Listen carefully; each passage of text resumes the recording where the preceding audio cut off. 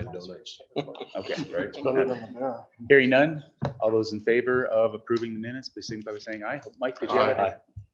Did you have a? Okay, very good. Opposed, same sign?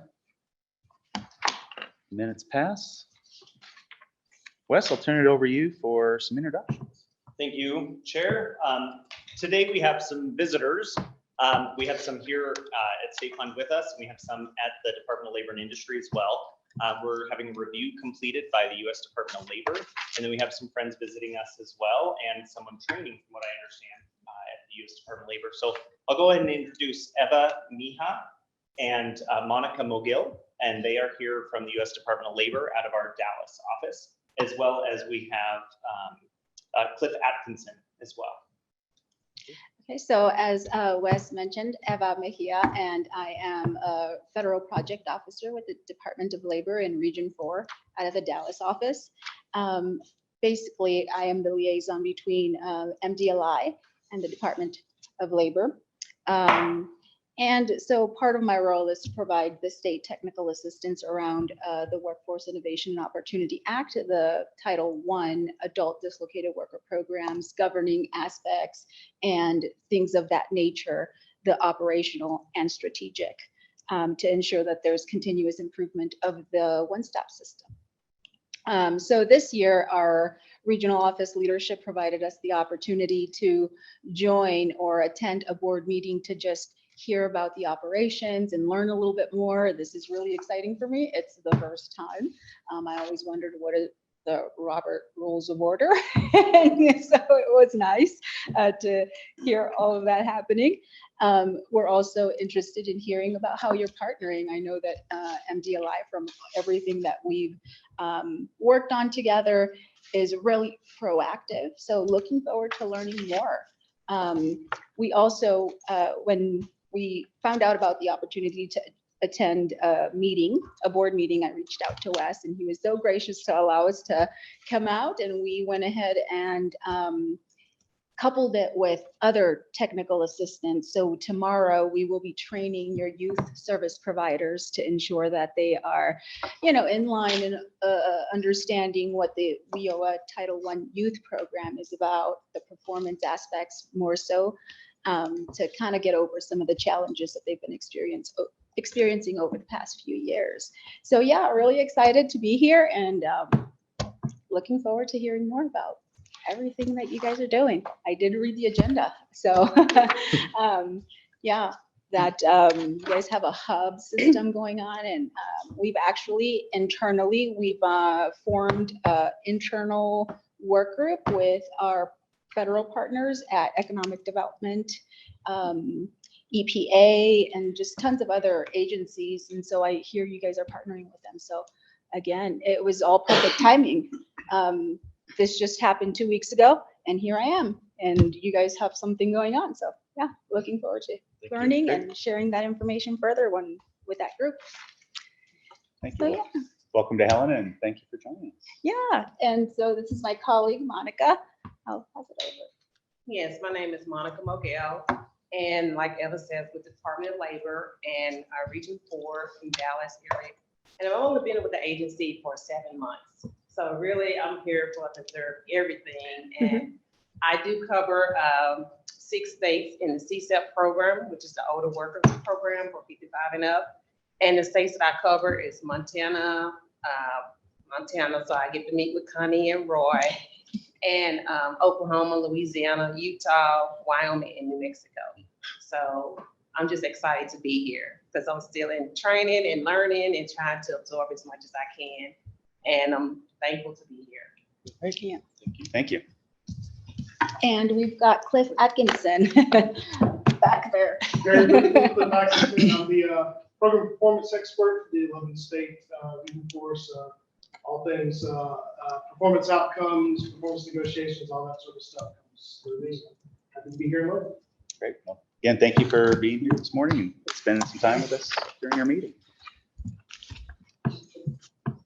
Chair, Yeah. just real quick, might be a new county commissioner, but in these regions you're doing, do you ever notice any difference between Montana and single state board meeting as opposed to the ones that have multiple board meetings at the local level.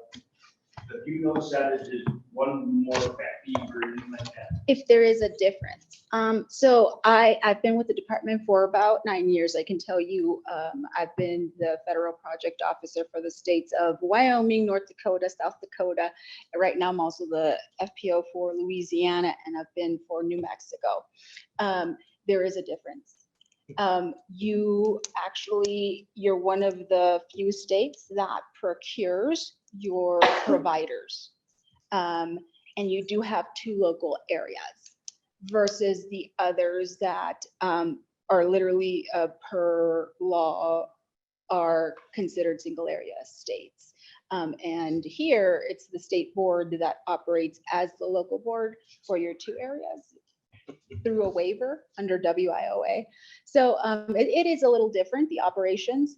I will say the effectiveness comes in the, what I've seen is, trying to be a little, that you do procure. So you do have that, that balance between state board, your state agency, and your providers. So you hold, it's easier to hold accountable. And so, yes, there is a difference. There's a major difference. And usually I will say that a lot of the time when they ask for practices, I show Montana's practices. That's what you were looking for. Yeah, it is. It's a really good state. And we have gathered a ton. And your proactiveness is pretty intense and very different from the others, because I think the knowledge is here. You have it. And it has, yeah. And it seems to be more efficient, you know, I sit on some of the national county boards and actually they're at the national level, there's not very many single state boards that run that one county. And their policy is don't go to these single statewide boards. And I'm sort of against that because I've seen the efficiency in Montana. Yes. Maybe it's just for a small population. It is more efficient to have 2 boards, 2 areas or like that. So I just wondered how the chair level is up. Some of the counties want that hands-on stuff. So we've always had it with the governor of making sure there's county commissioners and local stuff on this board to keep that local connection. So it's been that way for my 20-year career. So. Okay. See that. We're maybe the lot. I don't know. That's what gives that way.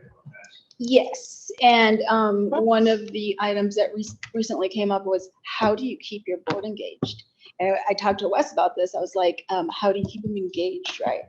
And it's basically the diverse seats that you have on the board, and others are struggling. So looking forward to hearing more and trying to share some of that information further, even to the multi-area states that struggle with keeping members active and involved in strategically making the changes in their state. So there is a difference. Big difference.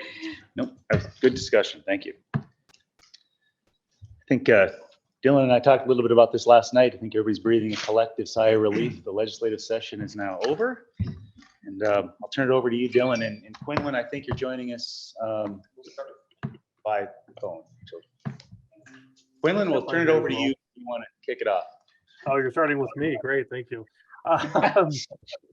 Sorry I couldn't join you all in person. I had a thing I couldn't move, unfortunately. But yeah, just a quick update on the legislative session. You're ahead of schedule now, so I want to make sure that I am not the cause of that changing. But Wes asked me to give a little bit of an update about where the department ended up following legislative session, what we were paying attention to, all those sorts of fun things. So this was a big session. There were a lot of bills that got introduced. The department specifically was tracking almost 300 bills that had a direct or an indirect impact on our operations and functions, and about half of those, about 160 bills, actually made it through process. Now, not all of those have been signed yet. Some are awaiting signature, and so there may still be some fluctuations there, but large numbers of bills that we're paying attention to that we'll be working on implementing over the biennium. Hey, Quinlan, can you speak up? It's a little difficult to hear. Yes. can also probably slow down, which is probably not a bad thing. I've been told. So, on specific topics, one of our primary issues this session was working on licensing reform under Title 37. And we did pass all but one of our bills. So, and doing a variety of things there. So 87, 115, 137, 154, which are targeted towards streamlining and standardizing the occupational licensing process, the operations of the 32 occupational licensing boards that are attached to the department, as well as the programs for licensing that the department operates.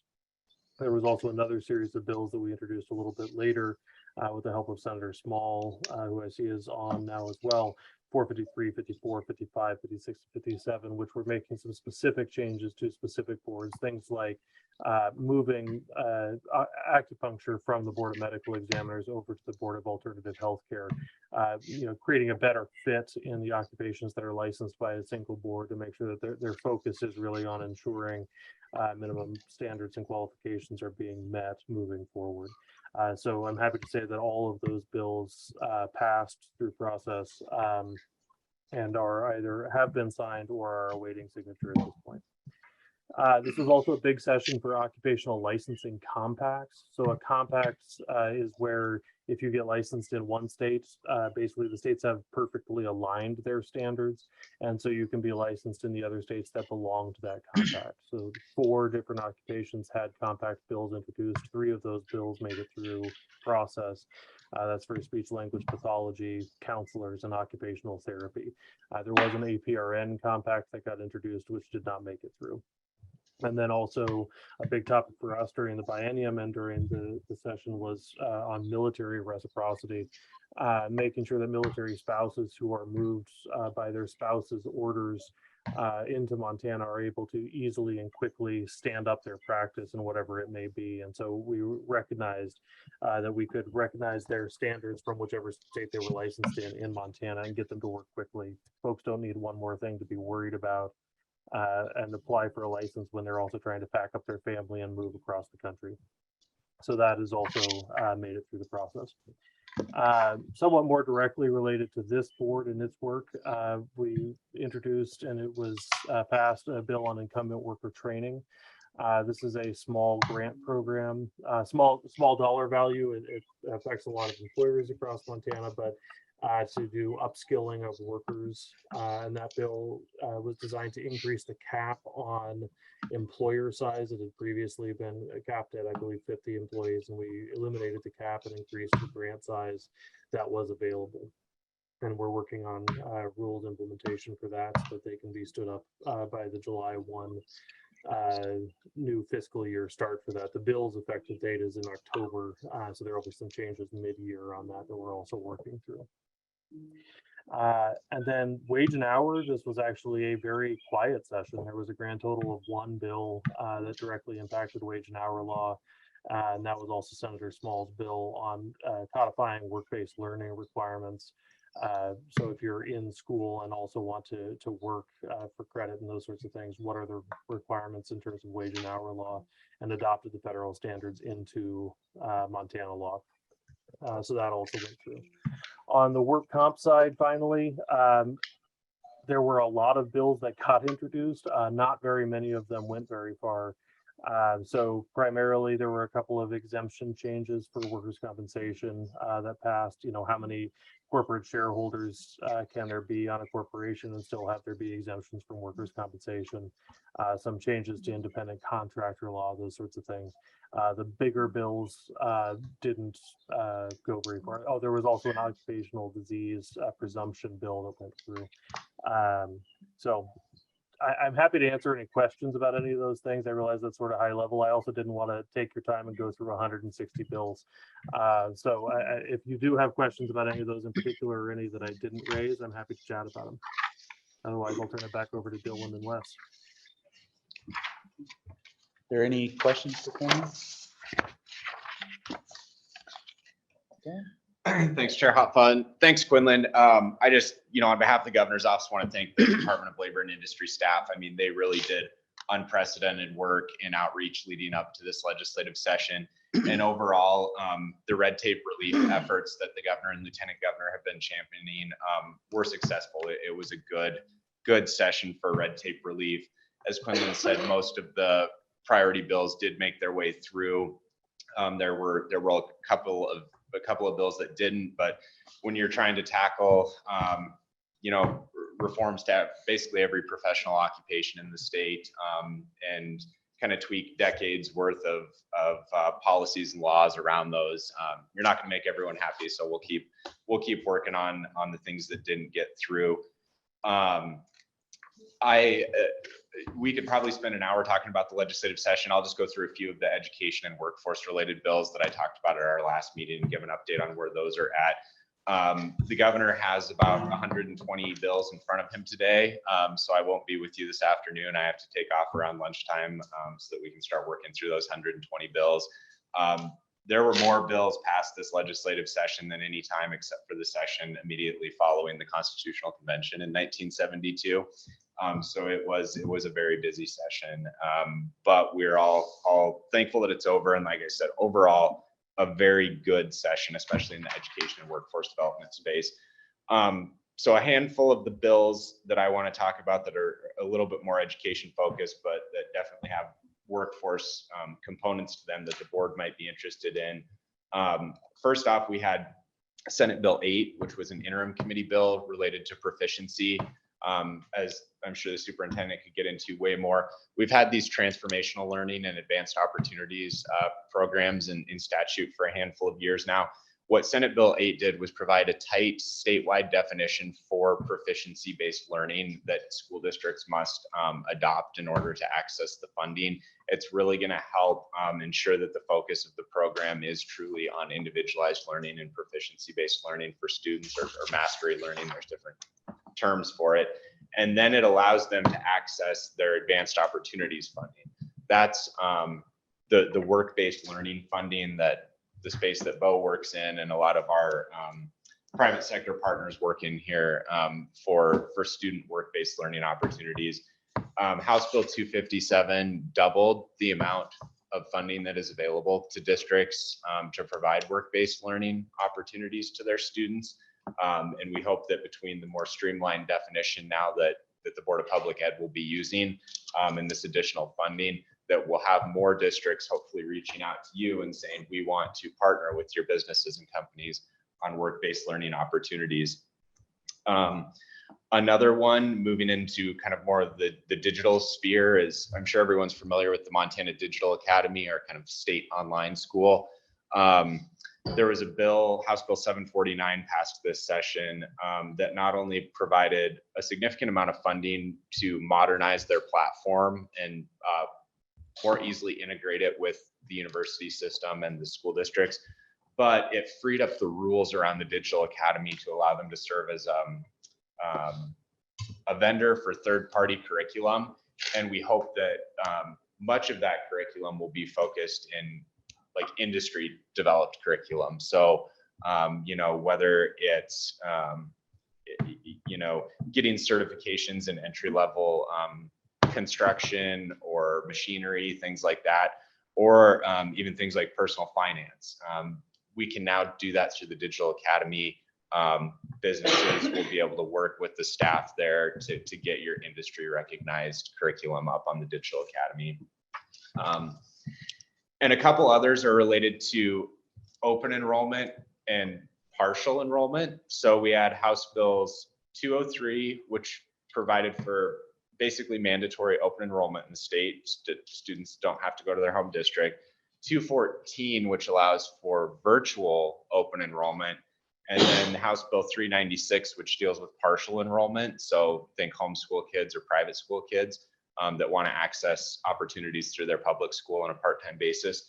Those bills are all going to go into effect. And what that might mean is that districts such as Billings that are kind of ahead of the curve, if there's smaller districts that want to take advantage of what Billings is doing, those kids can do that. That could include work-based learning opportunities, or private or homeschool kids in the area that want to access those work-based learning opportunities through their public school. So those, I think, are the big bills that I talked about at our last meeting. I'm happy to say that they all got through and they've either been signed or will be signed at some point this week. Happy to answer any questions if there are. Thanks, Dylan. Are there any questions for Dylan? Okay. Superintendent. When it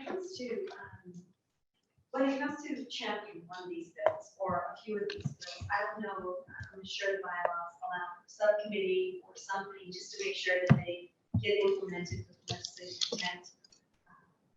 What I would offer, especially dealing with the ones that Dylan shared, education, there's a definite partnership with the private sector. But I believe, when I served on SWIB before and coming back to the question with our federal partners, wanting to make sure that we cross the finish line with something, we were just given a hoopla of understanding of freedom, put it that way, in that partnership. There may be something then that we could do together to say we've done this within a period of time frame of championing one of the bills that has shared, or one that Quinlan may have also shared.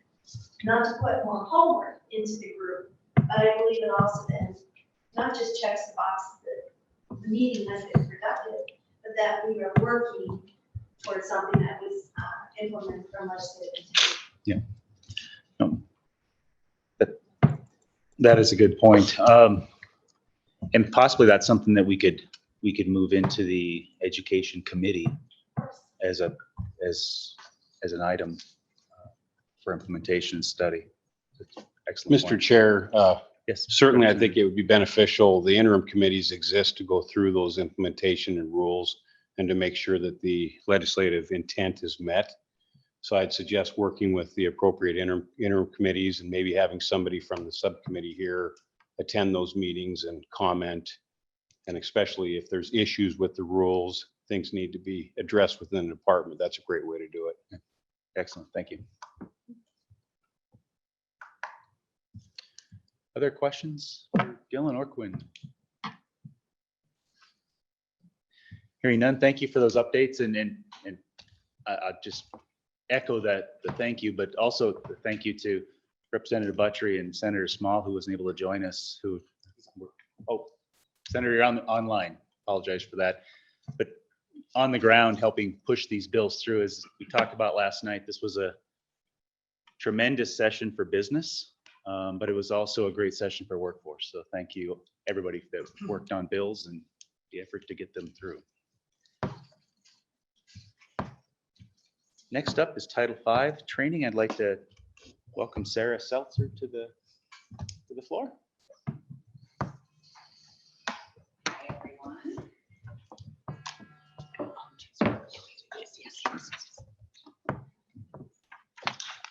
Get your presentation up here, Sarah.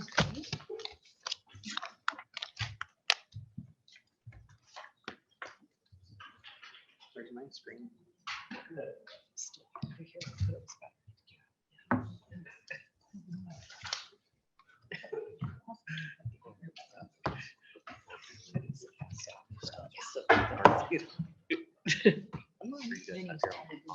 There we go. Okay. Hi, everybody. I'm Sarah Seltzer. I am the Deputy Administrator for Disability Employment and Transition within the Department of Health and Human Services. So I am just going to share a little information with you this morning about vocational rehab and blind services in Montana. Bear with me. I love this topic. I could talk to you about it all day long, so I'm going to be a little nerdy here. Feel free to pause me, ask any questions that you might have. So, oh, there it goes. Sorry, there's a little lag in presentation. So what Montana Vocational Rehabilitation does is we provide opportunities for Montanans with disabilities to have rewarding careers and achieve maximum personal potential. I think one of the things that is unique about our program is that we do that in a million different ways, depending on what the person's disability is, what they want to do for work, and the resources and support that they need. I'll share with you a couple of different stories as I go here, but that's kind of our core mission. So we have, there we go. We have actually, I listed three of our 4 bureaus here. So these are our 3 public-facing, client-serving bureaus. So we have our General Voc Rehab Bureau, Blind and Low Vision Services, and then Pre-Employment and Transition Services. And I'll just share a little bit about what each of those is with you. So first up, our General Voc Rehab Program. So we have 9 field offices across the state. Total Voc Rehab and Blind Services has about 100 employees providing service to Montanans. So we provide services to people with disabilities in Montana who want to get a job or keep a job or advance in their employment. Our services start at 14 years old, and they can go the entirety of a person's life to as old as a person wants to work. So our bureau chief is Brooke Hodge. We have about, 43 trained vocational rehab counselors across the state, as well as some technicians and some admin support staff. So just steps in the VR process. So we are, sorry, bear with me here. So when you first come into us, you're going to apply for services. So you're going to sit down either with one of our Voc Rehab counselors or with a rehabilitation technician. We do an application with you, really to talk about who you are, what your needs are, what you want to do for work, and how we can help you get there. So that's the application process. Then we gather documentation of disability. So according to our primary piece of legislation, the Rehab Act of 1973. So we have 3 criteria for a person who wants to work with us. So you have to request, sorry, that went blank. Do we need to worry about that for your online audience? I'm seeing steps in the process on my screen. Okay. Then I will just, I don't know what. okay, sounds good.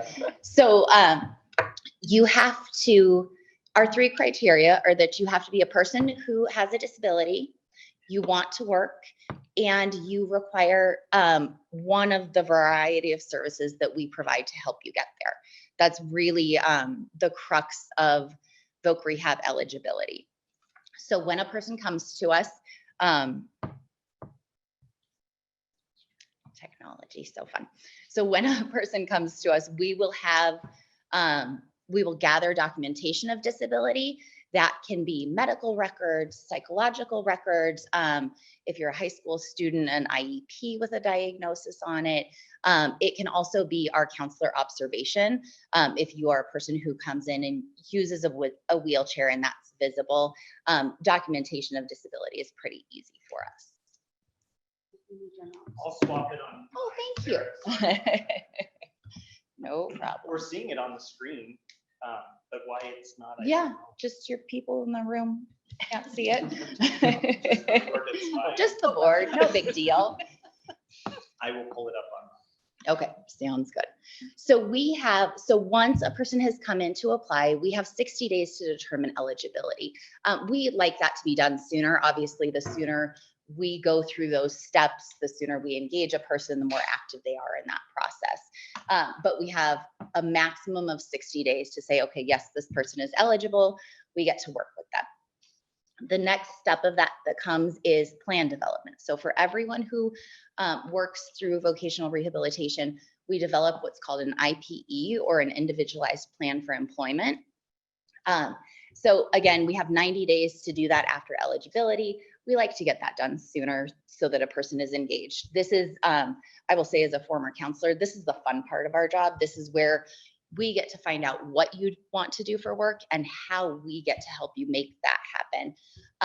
That can be done in a variety of ways. I'm going to talk to you here in a second about different services. But that plan is really the agreement between Voc Rehab and the client that says, okay, here's your employment goal. These are the services that we're going to provide, and these are the steps that we're going to take to help you get there. So we can do that through job placement services, through training services, through career exploration services, through self-employment. The work gets to be really creative because again, we have I think it's just over 3,000 clients that we're actively working with. That could be 3,000 different job goals, which lends itself to a lot of creativity in our work. From there, our counseling staff monitor progress for clients. So they have check-ins at least every 90 days, quite frequently, more often than that, to see how things are going, how they can provide support. And then once a person has been successfully employed, we monitor that person for at least 90 days because we want to make sure that if they have support needs at work, if they have accommodations that need to be put in place, that we're able to kind of work out kinks for a person within those first 3 months of work. So those are the steps in our VR process. Any luck? It won't work on my computer either. So I'm not Okay. sure. Well, then I'm just going to keep going. So that is our general voc rehab program. We also have a blind and low vision services bureau. So that bureau is specific to people, shocker, with blindness or low vision. So we can do all of the traditional voc rehab things that we would do with our general population, but blind and low vision services has a couple of extra features that they can provide for people. So we have something called BEP, which is the Business Enterprise Program. What that allows people to do is embark on self-employment by operating vending services in federal or state buildings. It's a great avenue for people with blindness or low vision to be self-employed. We also have a program called our Older Blind Program.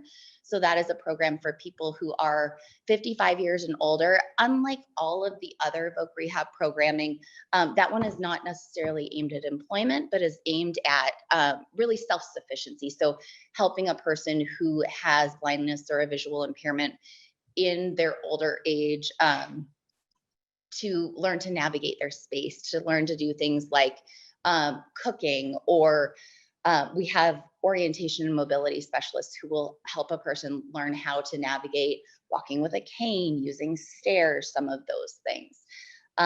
So our blind and low vision team is small but mighty. So we have 4 field offices across the state there. And so they have counseling staff, vision rehab therapists who are really kind of in a person's home, providing some of that assistance, cooking, navigating the house, some of those things. And then our orientation and mobility specialists who will help a person, again, just learn to navigate the world, do maybe travel training if they need that support. So got excited there for a moment, Wes. I'm sorry. No, it's okay. Best laid plan. Working beautifully. Got it. All right. So types of service that we can provide, lots of different services. And again, you guys, I'm sorry, I'm very nerdy. I really love the stuff that we do because it lends itself to a lot of creativity. So sometimes one of the services that we can provide initially in determining if a person is eligible are evaluation services. So we may have someone come in to us who isn't really sure what their disability is. So a person might come in, I had trouble learning in school, I have a hard time retaining information, something like that. They don't have a name for that. We can help a person through a psychological evaluation process so that we know, okay, this is the disability and this is how we can provide support. Our core service is career counseling and guidance. So our counseling staff are trained at a master's level in rehabilitation counseling to provide really good, solid career counseling and guidance. Again, as a former counselor, it is incredibly rewarding and a lot of fun to help a person figure out what they want to do for work. Because quite often we will have people come into us saying, I don't know, I'm unsure of what I can do, what I want to do. So feeding into helping people find things that they're excited about, that they're interested in, that they feel like they can be really good at, is just a lot of fun. Particularly with young people who have not thought very far ahead in the future. Some of that career exploration is really cool. We can also do training. So listening to Dylan talk about work-based learning experiences, this made my day, because we do all sorts of work-based learning experiences, not only with young people, but with people who also might be unsure of what they are capable of related to work, what they're interested in. We can also do a lot of different training. So on the job training, if an employer has a specific type of work that they are looking for someone, we can contract with employers to help with things like the cost of wages initially to get someone in training, equipment if they need it. We help people through post-secondary training. So one of my favorite examples of this, when I was a counselor, I had a woman that I worked with who had a pretty significant learning disability as well as ADHD. And she really wanted to be a pharmacist. Pharmacy school is tough. And she was so determined to become a pharmacist. We did a lot of work with the University of Montana and their disability student services to plug her into resources and technology that would help her. Just before I transitioned to the training and quality assurance position that I was in, I actually got to see her graduate, get a job as a pharmacist. She worked hard for close to 8 years to hit that goal. And so it was really cool to watch her go from a single struggling mom to really making a livable wage for her family. And that it was very satisfying to help her put all those pieces in place. We can also do some things like, not some things, we do a lot of job development and placement. So people might come to us and they need help with interview skills, resume development. Building that self-confidence is a huge piece of what our job placement services are, helping people highlight their skills and abilities. So we will do a lot of job development. We also can help people with rehab technology. You can't see it on my presentation, but on my presentation, there's a little graphic of a person using a standing desk. That is a very simple piece of rehab tech. We can also do a lot of complicated things with rehab tech. Again, when I was a counselor, I worked with a gentleman who had experienced a really significant stroke. And so he was an electrician and wanted to get back to work as an electrician. We were able to help him with a medical device that kind of wrapped around his wrist and provided nerve stimulation to open his hand back up. It was something his insurance wasn't going to fully fund for him because it was a newer technology, and we were able to help him. And he actually was able to return to his work, not just because of that piece of rehab tech, but a lot of the different services that we were able to help him with. So again, just helping someone get back to that place of employment and the work that they do. Any luck? I think we'll just have to continue. That The slides works. are online, but I'm gonna have to shut it down. Yeah. For some reason, it shows for the folks online, but I don't know why it shows the screens and not that part. Okay, no biggie. So another thing that we can do, and Sherry Reed, who is our business services specialist, is going to be here in just a little bit to talk to you about this. In addition to the client work that we do a lot of work with businesses, helping support a business in understanding things like accommodations, in understanding things like maybe tax incentives or the ADA, because those things can feel really scary for businesses. So helping to partner with businesses and supporting them as well. Our third bureau is our Pre-Employment Transitions Bureau. So this is focused at students who are 14 to 21 years old with disabilities. Pre-ETS, I'm going to call them pre-ETS because Pre-Employment Transition Services is a mouthful. So pre-ETS services are really focused at helping students explore what they want to do. So this is less about placing, less about finding a permanent job, but giving those students an introduction to the world of work. This is where, when Dylan said work-based learning experiences, we do this all the time with young students. And it's really cool. I think one of my favorite things about work-based learning, particular to young people, is they go in having a very specific idea of this is what I want to do. I love using the example of, I want to work with animals. I want to go to work at the Humane Society. And then you put that student into the Humane Society and they realize, oh God, a lot of this is like cleaning the kennels and can be kind of sad. And they get kind of a reality check of, is this really the type of work that I thought that it was going to be? And then we have the flip side of that with some work-based learning experiences where it really solidifies a person's interest in a particular kind of career. So having a teenage daughter myself, this is such a great resource for students because, again, they think they have an idea of what they want to do, and the practicality of that might look very, very different. So our pre-ETS Bureau also does things like counseling on post-secondary programs. So if a student wants to go into an apprenticeship or college or an on-the-job training, helping them understand what their options are. Four-year college is great. It is not for everybody. So making sure that people are getting training that fits their needs and interests is really important and a big piece of what our pre-ETS Bureau does. Let's see here. Last up is our business services. Again, Sherry Reed is going to come in here in just a few minutes and talk to you guys with one of our clients and one of our local businesses. So when WIOA amendments happened, voc rehab programs were tasked with not only serving our clients as we had traditionally done, but also serving businesses, because we recognize that one without the other doesn't make a whole lot of sense. So with our business services, we can do a lot to support human resource needs, whether that's specialized training on disability awareness and sensitivity. We can help with things like accessible communications. One that businesses always love to hear is work tax credit incentives. Those are always a positive thing to share with our business partners. We can also help with staffing needs. So as I said, we have just a little bit over 3,000 people that we are actively engaged with. That means we have a great pool of people who are out there looking for a job and want to be hired.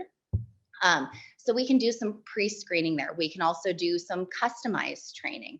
An employer might have a very niche type of work that they are looking for. We can help, again, with the on-the-job training that I was talking to you about earlier. We can really help connect a specific skill set with a specific business need, which is pretty cool. We can provide job coaching. Some people do need supports that are bigger than the employer can provide. And so we can help people by having them work with what's called a CRP or a community rehab provider, so that they have someone who is helping them learn the tasks of the job and providing that support. We can also do things like talking about workplace accommodations. Service animals are always a big business question for us. So Sherry can work with a business to understand kind of the ins and outs of a service dog. Lots of people are using emotional support animals. So helping businesses understand the difference between a service animal and an emotional support animal are huge things. Business is our second client. And so really just engaging with businesses across the state. How can we help and support? So I think that was all the information on my slides. Does anybody have questions? They were beautiful online. Oh, thank you. Chair, thank you. Sarah, thank you very much. I guess, you say 3,000 employable candidates that you guys are kind of working with. What kind of time frame do you look for businesses to help facilitate getting somebody identified and moving forward? That's a struggle that we have. I know I've worked with Sean and stuff, but as we go to post a position open, we have those open for a couple of weeks, but in the fair process, what kind of time frame do you guys look for helping identify and get somebody? So I'm going to give you, Dean, kind of a non-answer, so I'm sorry about that. So because our services are so individualized, it's really going to be what the need of that client is and what the need of that employer is. If we can get somebody, once that plan has been written, if we can get somebody into work in a couple of weeks, that's phenomenal. But if they need some training, we just want to be sure that we are I think, providing a good match for that employer. So that being said, every time that a business reaches out to us, we kind of put a blast out to all of our offices. Hey, we have this business that's looking for people. Do you guys have candidates? And then Sherry will help coordinate with our counseling staff to try to find a good match there. Well, and that's, just recently across Montana and South Dakota for our operations. We worked with the offices to do that. We gave an extra 2-week heads up to those offices, getting that word out. 2-week posting, we had no candidates brought forward, which was frustrating. Yeah. But we're going to keep working on that. I think that's just as Charlie is being more strategic about reaching out, understanding, so that the offices know what we're looking for, what we can work within, and kind of demands of the job itself. But Definitely. it's not a typical posting. You need to be a little more heads up on it for sure from just that one experience. We'll keep trying for sure. So thank you. Definitely, please. In that perspective, we have our panel coming in here. The gentleman you're going to hear from was placed within 2 days at Wheat, Montana, when we got the job posting from them. So it can be quick. So yeah, we'll have to learn more about it. Yes, thank you. So how does a person enter the program? And what would my first steps be if I lived in, for instance, Valley County, Montana? And so where does a person go? How do they get engaged with the program? So it starts with making a phone call to the local field office. So one of those 9 offices across the state, and just now, saying. Where would Valley County's office be? Well, thank you. Where? Haver. Okay. So yes, we have staff, even though we only have 9 field offices, we have staff that travel to all of our different counties. So if it's a matter of going out and meeting that person in their community, we're happy to do that. Yeah. But yes, thank you. Haver for that county. So how does job service connect with vocational rehab? How do those connections go? So we are actually very close partners, and they're kind of complementary services, I would say. So we do a lot more detailed work with a person specific to their disability and their disability needs. That being said, job service is always a great resource for voc rehab clients. So we will send them through resume development classes. I know in my local area, I would connect that person with my job service partner to see if we could do braided funding for some sort of service, or if it wasn't a funding need, can they help them practice those interview skills to get ready for that interview? I tend to view us as 2 sides of the same coin. And so really we do a lot of good braided services together with our job service partners. Thank you.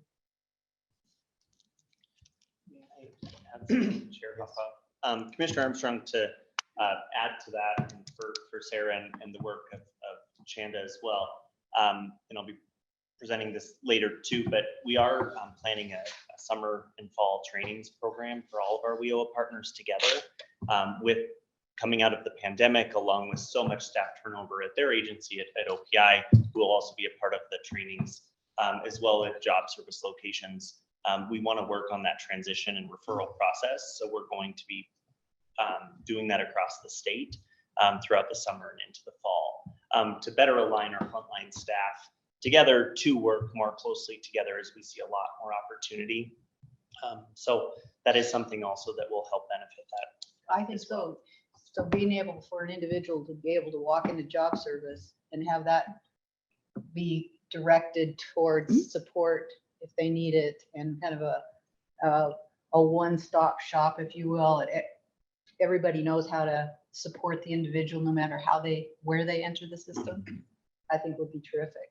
Another part of the training that we're planning will also be for our job service staff, along with OPI, whomever we're inviting Accelerate Montana as well, but working with clients with disabilities in general, because that's also something that when they do come into the office, making sure that we're serving them as equally and with as much access as anybody else that comes into the office. So that'll be a part of the training as well, along with each WIOA program, all 4 of the titles. And then how do we refer and make those referrals more positive and more, and actually happen more as well. So that's a big part of what we'll be doing throughout the summer and into the fall. So Thank you. we'll share the dates with you all as we officially have them finalized. We think we do. And we would share them if you're able to join one, you would be welcome to do so as well. So, Thank you. Any other questions for Sarah? Can I have one more? You bet. Absolutely. So do you track your success rate, or do you have some metrics about how you determine your successes here? Yes, we do. So we actually have to, we have, Chanda, help me out here. We have a negotiated rate of successful outcomes with our federal partners. So yes, we absolutely do. That being said, some of our best successes may not necessarily come in a successful employment outcome for a person, but in that person being a better self-advocate, knowing their needs. So we absolutely track our successful exit information. There are just some less tangible things that occur through that counseling process as well. We have the same performance measures as our partners in labor, the 6 common performance measures that we've talked about. There are a lot of the MSGs and credentialing and employment rate after exit, the wages after exit, all of those. We are measured on those same things. And then we have an additional one, which just is our employment rate. So number of people that we've served that have maintained their employment for 90 days with no supports or limited support. They're stable with limited support. Then we get to count those. And right now our employment rate is about 40%. Which is pretty good for both we have nationally. Thank you. May I add Yeah. something as well, Chair? We've also added within the combined working with both rehab and blind services as well with the report that goes to the governor, baseline statistics on employment for individuals with disabilities as well. And hopefully using that going forward, we can track more information and look at what the unemployment and employment rates are for individuals with disabilities in Montana. And hopefully through our combined services added collective collaboration that we'll be able to see that employment rate go up and that unemployment rate go down because it's significantly different than the average. So hopefully we'll also, I wouldn't consider that one of the typical that we use as a success rate, but I think that in the peripheral, that will be very beneficial to see what that, how that works out and how we achieve better rates in unemployment and employment. Yeah, that's national lawmakers. That's what they're watching. Disability on employment rate. So we really appreciate partnership to track that in Montana. We know that's where our national lawmakers are looking to continue making decisions on the program. Other questions? But thank you for the presentation. Yes. It's hard not to, taking some notes that the pre-ETS discussion and your braiding of services with work-based learning. It's hard not to think of what a terrific model for outside of disabilities that you have. Absolutely. It's excellent. Yeah, as I said, I have a 17-year-old. She doesn't know that I've done some of this with her, but I've done some of this with her. Thank you guys for your time.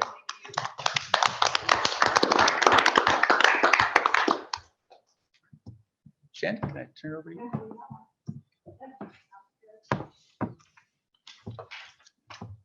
Or Heidi.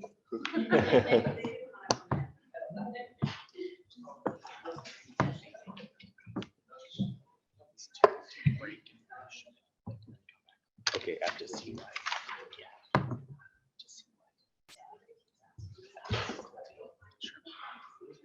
Sorry, Patty, there's water.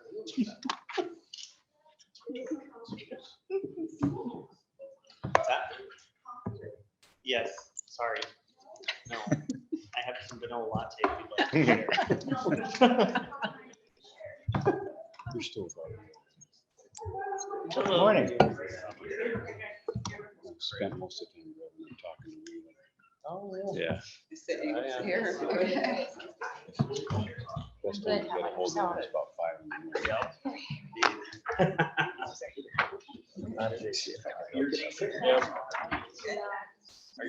You're also. Just spelled differently. It's okay. I just did it, Sherry. Oh, I got one more. Yeah, just 7 sessions. So I got one more. Going again. A lot of that's discussing. Red tape.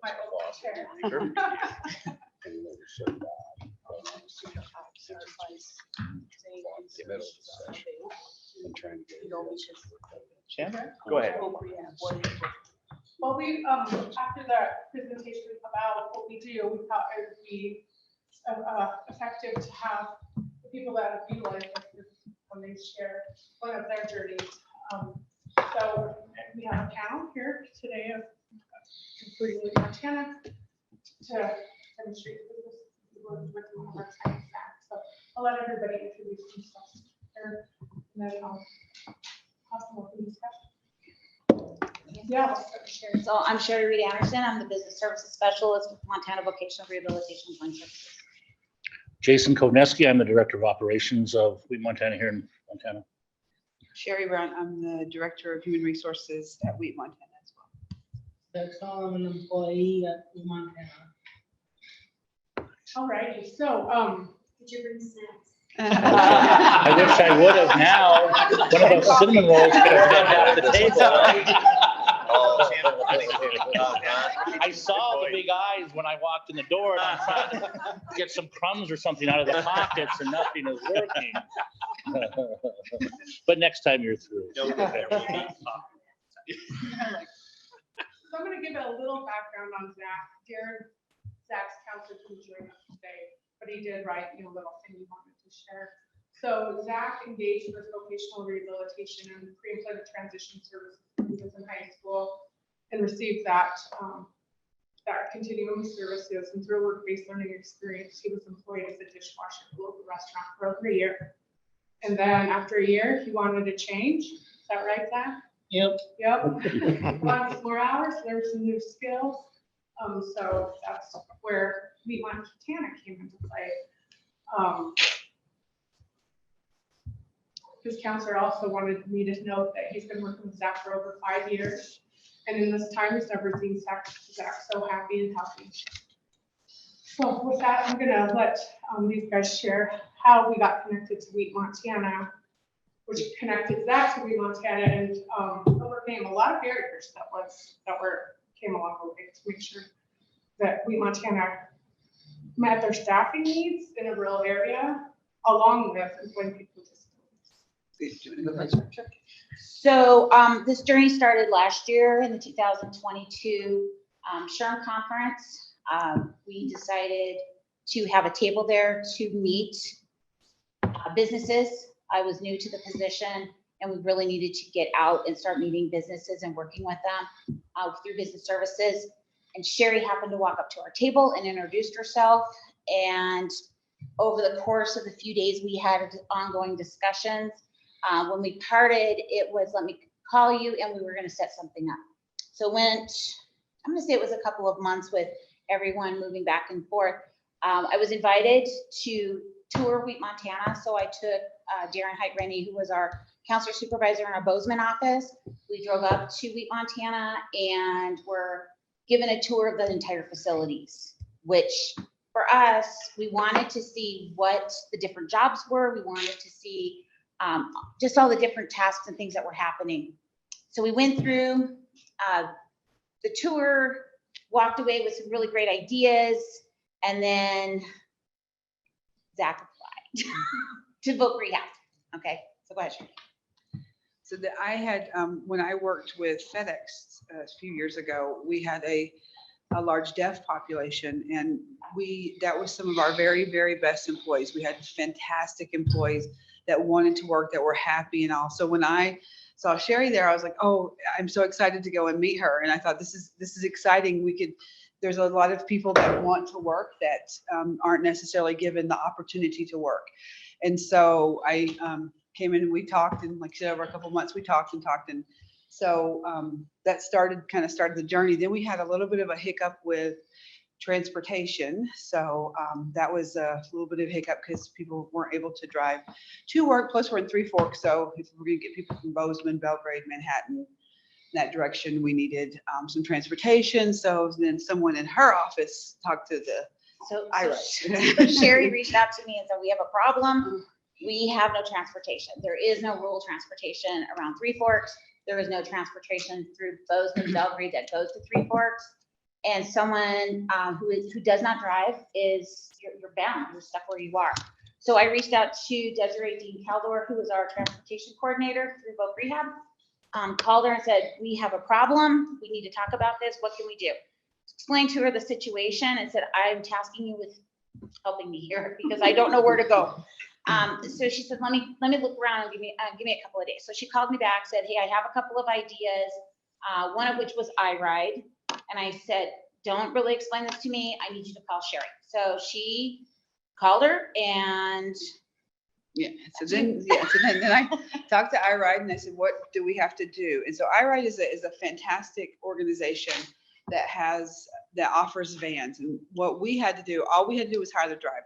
They provide the van, they provide the gas, they provide the maintenance, all that sort of stuff. We just had to hire a driver. So that was and then providentially we got someone who applied who was an ex UPS driver because we just needed a part-time person. So he was a retired UPS driver. Perfect fit for us because he wanted to work part-time. He'd driven to Big Sky, so he knew snow. I was like, okay, I'm good with you. You know snow, so and ice and stuff. So then we hired him, and then fortunately, Jason, his heart is as big as our cinnamon roll, so which I appreciate, was willing to talk to these members of vocational rehab, and then that's kind of where it all started. And then Jason, you could take it from there because then it went to the plant after me. Zach, I don't know how we're going to follow up that show, but I think we'll do our best, right? What? We'll do our best. So WEED Montana, I think, has been sort of creative in some of our hiring practices all the way back until 2015, when we actually started a partnership with the Butte Pre-Release Center to hire some of the offenders who are on their way back into the communities, knowing that they didn't have enough jobs to fulfill some of their needs. And we had this huge need to fulfill our employment needs. So we started the program with them then, and I think have looked at other creative ways that we can, in order to do what we need to do, employ other populations. And so when Sherry came to me with the idea, I'm like, well, why not? Let's see what we can do. Certainly there'll probably be some limitations in terms of where we can assign the folks, certainly some limitations on hours worked and that kind of stuff. And I said, what's the harm in at least interviewing? So enter Zach, and what a phenomenal progression we have seen over the course of his employment. I'll be honest, the first interview with Zach was probably me doing most of the talking, trying to pull the words out of Zach's mouth and stuff like that. But I can tell you over the time of his employment, we've seen that confidence grow, not just in his ability to do the jobs that have been assigned to him, but also his social interaction with coworkers, his interaction with supervisory personnel, and is even me as management. And so Zach came in, we talked a little bit about the hours that he could work, some of his skill set. He was looking, as was mentioned during the introduction, the need to get away from his existing employer to try new things. And we thought, look, here's what we can do. So we sat down as a management team and said, here's some of our limitations. What can we do? And so we came up with 5 or 6 different roles in the operations, from the bakery all the way to the mill and even in our deli operation, of ways that folks with some limitations could fit in and help us deliver services we need. And so we developed a position in our bakery where Zach's responsibility, basically the end stop of most of those that leave the facility, are putting them in boxes or cases. And so part of Zach's responsibility in our boxing room is to make sure the equipment that creates the boxes, is always full of boxes. He also makes sure that all the boxes have inserts. He needs to move all of the racks of full bread away so that they don't get in the way, so they're not a safety issue. And basically, for lack of a better expression, he is really the conductor in that particular area to make sure that the staff have the supplies they need, the boxes they need, and making sure that they have the room they need in which to do it. And so over the course of the last several months, we've had Zach working, I think we started at 4 hours a day, Monday through Thursday, right? About 8 to noon, Monday through Thursday. And he just recently came to us and said, look, I think I'm ready for that next level. Can I have some more hours? And so we're pleased to announce that Zach actually has increased his hours, I think 8 to 2 now, right? 6 to 12 to the 6 hour mark, and he's just done a phenomenal job. And I say that not just from a business owner saying, look, we have this important employment need filled, but I also say it as a person, knowing that we have taken another individual who may have been limited, who may have had, not the best outlook on, I'm confident in my skill set or whatever the case is. And I feel have done something to help with that transition. As I mentioned, he is clearly more communicative now than he was when he first started with us. His interaction with his coworkers. If there is a conflict, I have watched Zach be able to negotiate through that conflict. He has learned skills, I would say very pro-social to continued employment, making sure personal hygiene is what it needs to be, making sure you have appropriate communications at work, knowing the route or channels you go through if you need to resolve conflict that can't be dealt from just that one-on-one, and really has progressed. And I know that 6 months from now, the sky will be the limit, if not sooner, in terms of Zach coming to us and saying, is there other positions we can try? Are there other things that we can do? And I know that our management team would be very comfortable and very confident in saying there are. And so I think that Zach is a prime example of the others that we have also working at the bakery. We have two folks referred that are working in our daily operation, and another gentleman who helps in the front office with data entry and stuff like that. And though each may only be able to fill in this need for 2 or 3 hours, it's a need that's now being met in a very tight employment market out there. And we're open to more referrals. And I think that we can be very creative in what we do. The transportation piece has been huge for us. As a matter of fact, I always tell the story of the gentleman that Sherry refers to who runs the bus. It's like he's this fatherly figure right now. And he loves bringing the folks to and from work. And, he actually spotted an issue. They were getting a little comfortable in riding the van, and we were getting a little bit messy in the van, right, Zach, a little bit, not necessarily you, but some of the other folks. And Chris came to me and said, what can we do? I said, well, what we want to do is we want to train them to do what they would do if it were their own vehicle. And now each Wednesday, these guys spend time at the conclusion of their shift, making sure the van is clean, vacuuming it out, making sure it's ready if anyone else needs to use it.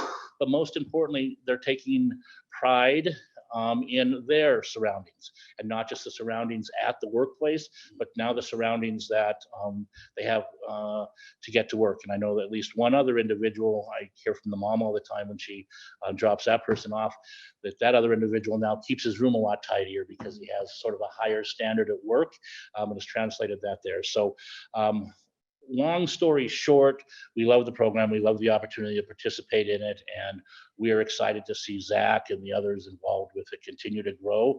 And I know we continue and hope it will continue to be a program that we can rely on moving forward. So Zach, can you tell us about when you started your journey with SWIB Montana? What did your job interview look like? Kind of nerve-wracking. Nerve-wracking? Did you have anybody at the interview with to help you with stuff? Phaedra. So Phaedra is one of our vocational rehabilitation technicians. We have 10 technicians throughout the state. And when the counselors are busy doing career counseling and trying to all that planning with people, our technicians can go out with a client and their employer to help them through some of those nerve-wracking experiences. But did you have somebody else at the interview with you? My good aunt. What was that? My good aunt. Your great aunt. So we had quite a support team Yep. with you on the interview. And when you were dishwashing, you had a job coach, right? I did not. You didn't? Oh, I thought you did. No, I did not. No, okay. I thought you did. So, but Did you have a job coach with you when you started with Montana? No. No, okay. So that's what's one of the cool things here. I know you did have some job coaching when you were in high school to help prepare you and learn tasks and skills to get comfortable on the job. The cool thing that has happened at Meet Montana is they're providing all the natural support. So we need no job coach at all. They're doing all of that support themselves. They're first giving the state money, so we can serve the people. So it's really cool that they're able to do that with their employees. How many people are using, I think over the last year, my understanding is you've hired about 7 to 10 both rehab clients. But the iRide and transportation issues weren't just an issue for people with disabilities. So are there other employees that weren't referred by us that are getting to use that transportation solution? We had one other individual who was participating as part of that. He's since left employment with Wheat Montana, found a different position out of state when his family moved. But there was one other individual who was participating in that. We use that as a tool, sort of in the grander scheme of things when we do look for employees. So it is an opportunity there. Mm-hmm.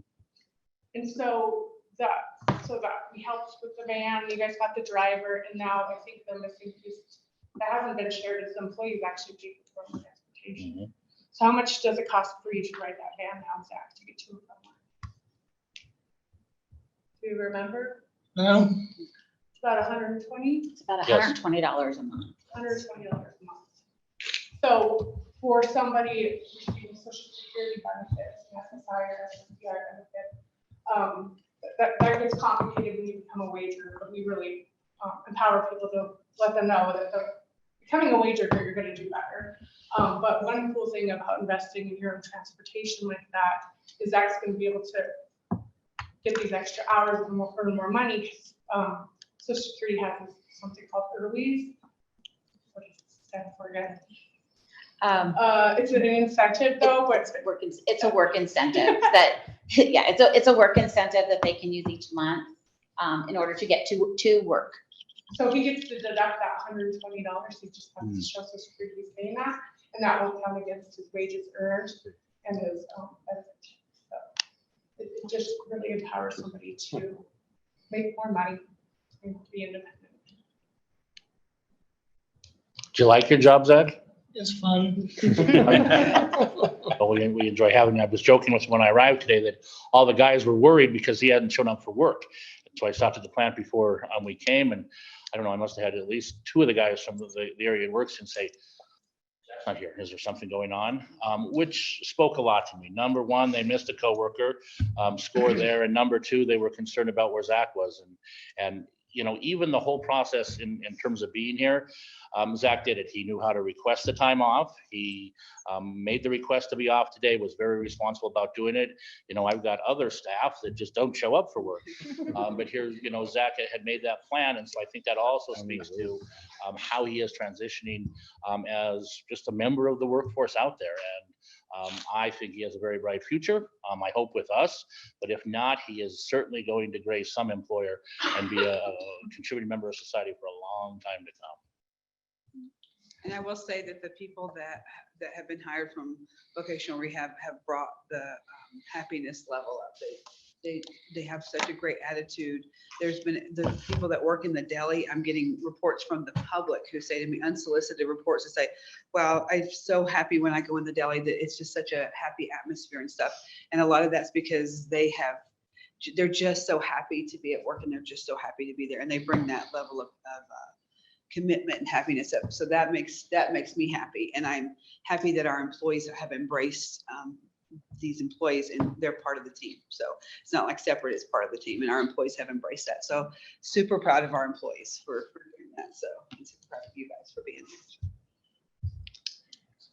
here. Wes, did you want to, before we go questions? Yeah. And real quick on this Saturday, Zach, where do you live? How far is it to work here today? I live in Belgrade, and I think it's about 22 miles. And your shift went from 8 o'clock to 6 o'clock in the morning?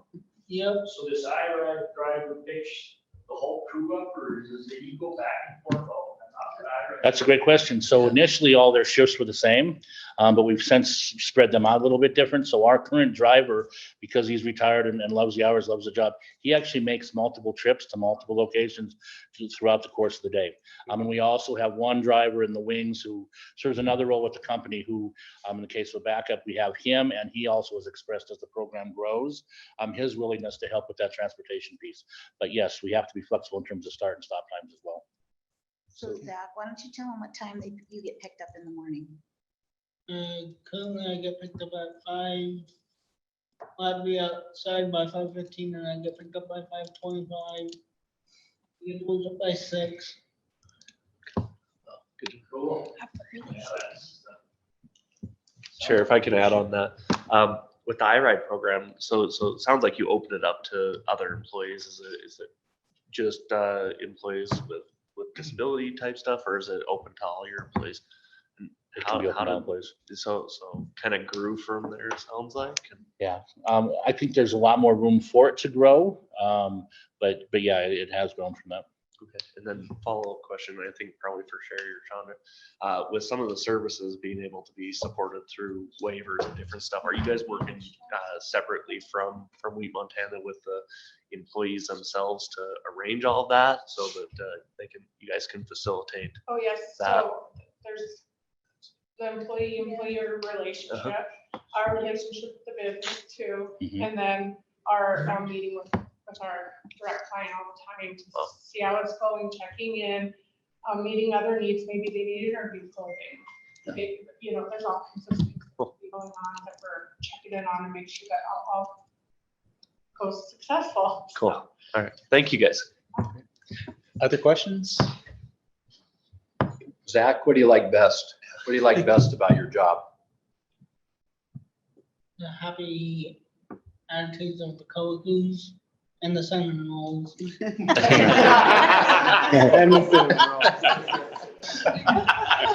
I'm telling you.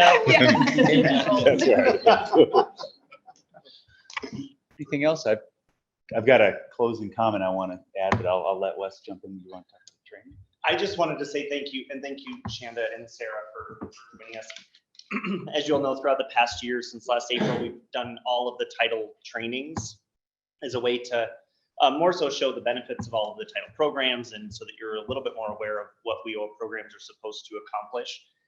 So this was our concluding title program training, and the panel was a great idea. I think seeing it in action is the best way to see what the programs do for our communities. But if there are other presentations or other types of trainings that you think would be beneficial for you all as a board to know, there will not be one slated for the next go round because we finished the title training. So I just wanted to open that up, that if there is something for the future that you'd like to see, email me, let myself or Chair Hop Hop know, and we'll be happy to include that in the future.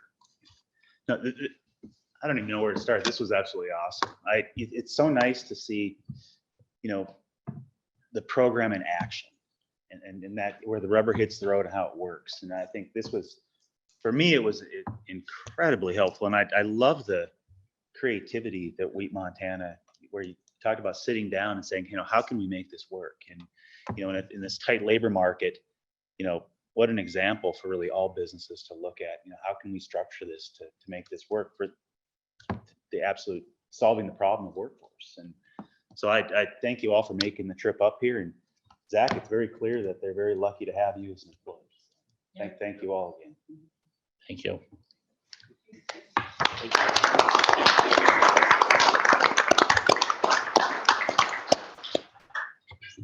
I think we're gonna shift our break up.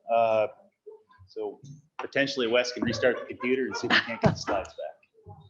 So we'll take the break for 15 minutes and then reconvene with the WIOA fiscal update.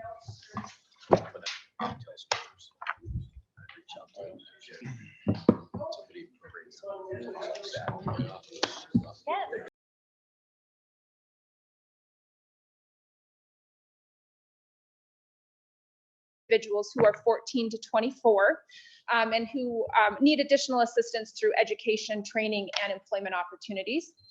And then the third program as part of the WIOA Title I is our dislocated worker program. And those funds are targeting individuals who have lost their job and we're trying to help them get back to employment as quickly as possible. And they typically are individuals who are facing barriers to get back to work. So maybe there's some upskilling and training that they need. Maybe they need some transition into a different career field if they were in something that really, is kind of waning out in the state and we don't have a lot of those jobs. So trying to help them get back into that workforce as quickly as possible through training and assistance. So what I do is just kind of quickly, and I know we don't have a ton of time, but walk through the funding that we receive for these three programs. And hopefully you can see on the screen, I know I apologize, the numbers are a little small. What you will see on the screen is what we've received or what we will be receiving in program year 23, which is in that middle column. And then we're comparing that to the money we received for our current program year. And so you can see the difference there.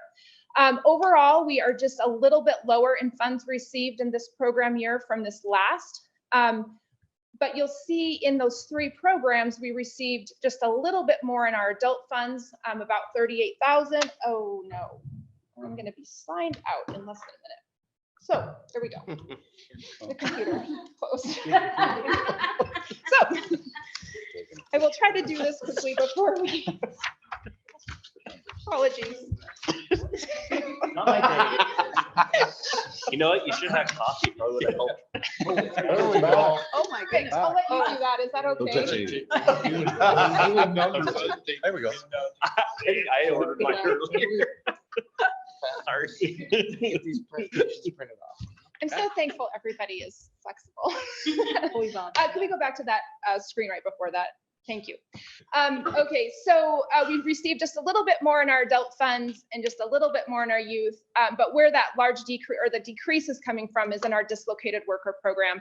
And the primary reason that you're seeing that is those allocations that we receive as a state from the federal government are allocated based on economic factors. And so when we have, a very low unemployment rate, and we've seen, other economic factors that are affecting our state, that's what's driving that decrease in our dislocated worker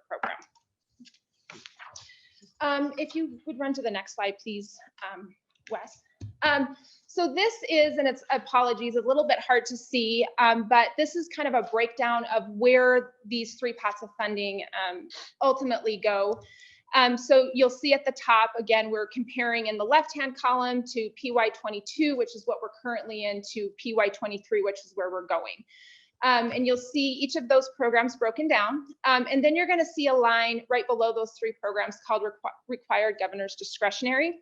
That is, each year USDOL requires that a specific percentage, up to 15% of these funds as a total, be set aside, and what they call, you'll hear it referred to as governor's discretionary or governor's reserve.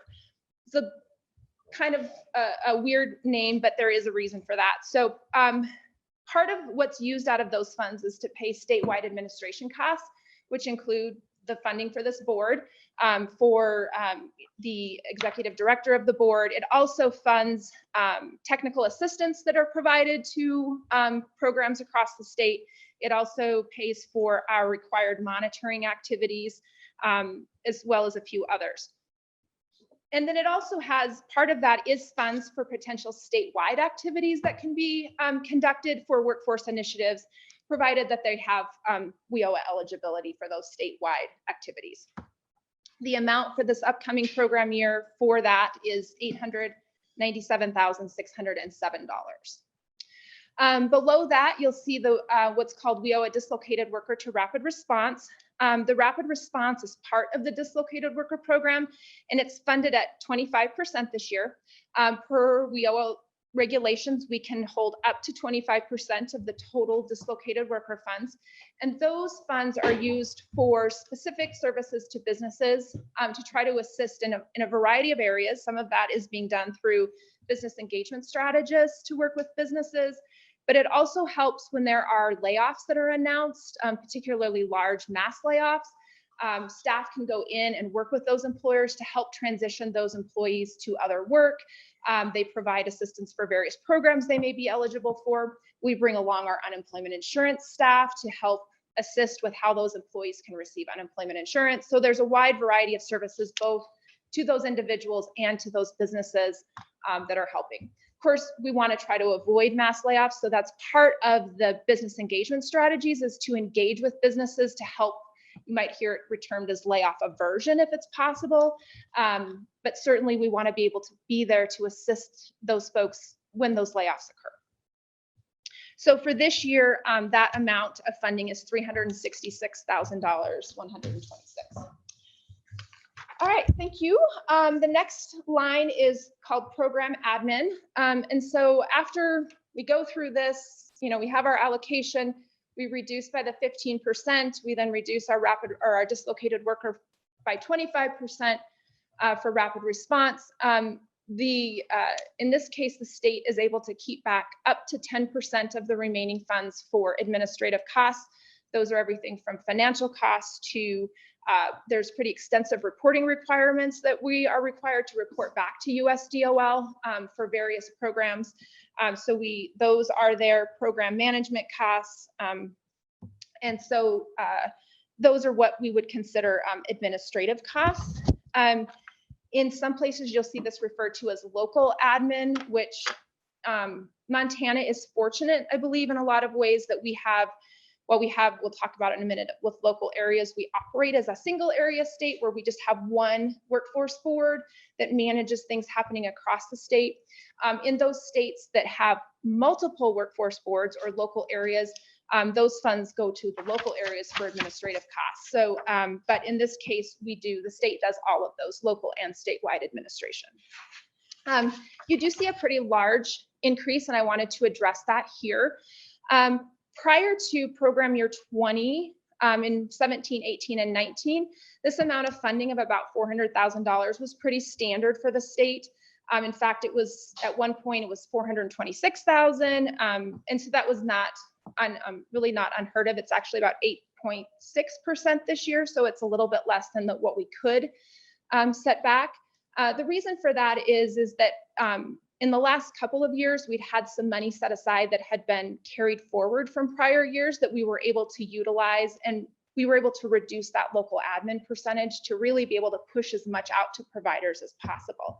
And especially coming out of COVID, we wanted to try to get as much to providers to help assist as many people as possible. We've worked through that carry forward funding, and so we really need to come back to that level of funding that we were at prior for those administrative activities.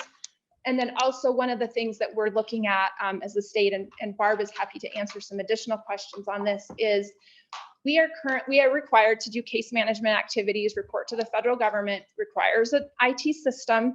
The system that we use is about 25 to 30 years old and is about to no longer be supported. It's on IT technology that simply is not going to exist. And so Barb and her staff have been band-aiding that as much as possible, but we are in a position where we are going to have to modernize. And so we are going to be able to, allocate a small number of those funds, because it is used to case manage WIOA individuals to help kind of get a system up and running there. So for the next couple of years, I anticipate that we would have, try to carry a little bit more of that local admin funding to help support some of those costs.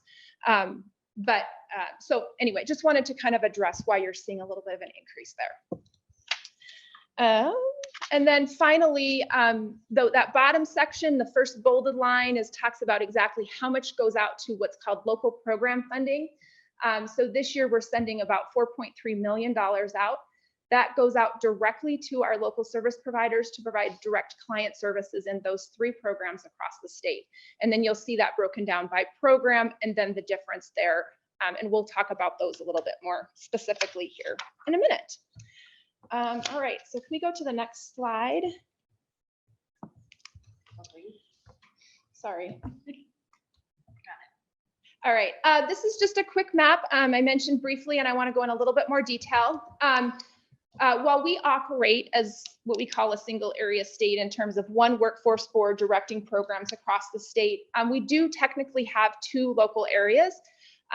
These were developed a long, long time ago, back in the 1970s, and it was for a very specific reason. You'll see that area in green, which is MACO districts 8, 12, and Marr County. At the time, under what I believe was maybe JTPA, the workforce program at the time, there was, as you can probably recall, a very specific economic reason that we did this with some of the mining industries in this area. As we move forward under WIOA, once a state has local areas, a state is required to maintain local areas. We have had extensive conversations over the years, including with this board, about what does that mean. The reality is that Montana doesn't get enough money to really look at how do we split up into multiple local areas. There's just not enough to fund those administrative costs. And so the board and the state have had conversations. We've chosen to continue forward with this model. But I bring this up because we have to still fund from a local area. And so that's why we look at that. So when we go forward talking about how that funding is allocated, you'll hear us talk about funding with local area 1 and local area 2. So that local area 1 is that area that was designated back in the 70s, and 2 is just the rest of the state. And then the next slide is another map that you'll see, and we just wanted to point out, we also, once we fund by local area, then we choose to break that funding up to MACO districts to ensure that each area of our state is funded for these programs. And this is just a map that shows those MACO districts for your reference. This is a slide, I'm not going to read through it, but pointing out we do have wanted to talk a little bit about the methodology for how these funds are come to the state. So when our WIOA adult and youth programs are funded from the U.S. Department of Labor, they're allocated to Montana with a formula that looks at 3 economic factors. The first being unemployed individuals in areas of substantial unemployment. Another is the excess number of unemployed individuals. And then the third is economically disadvantaged.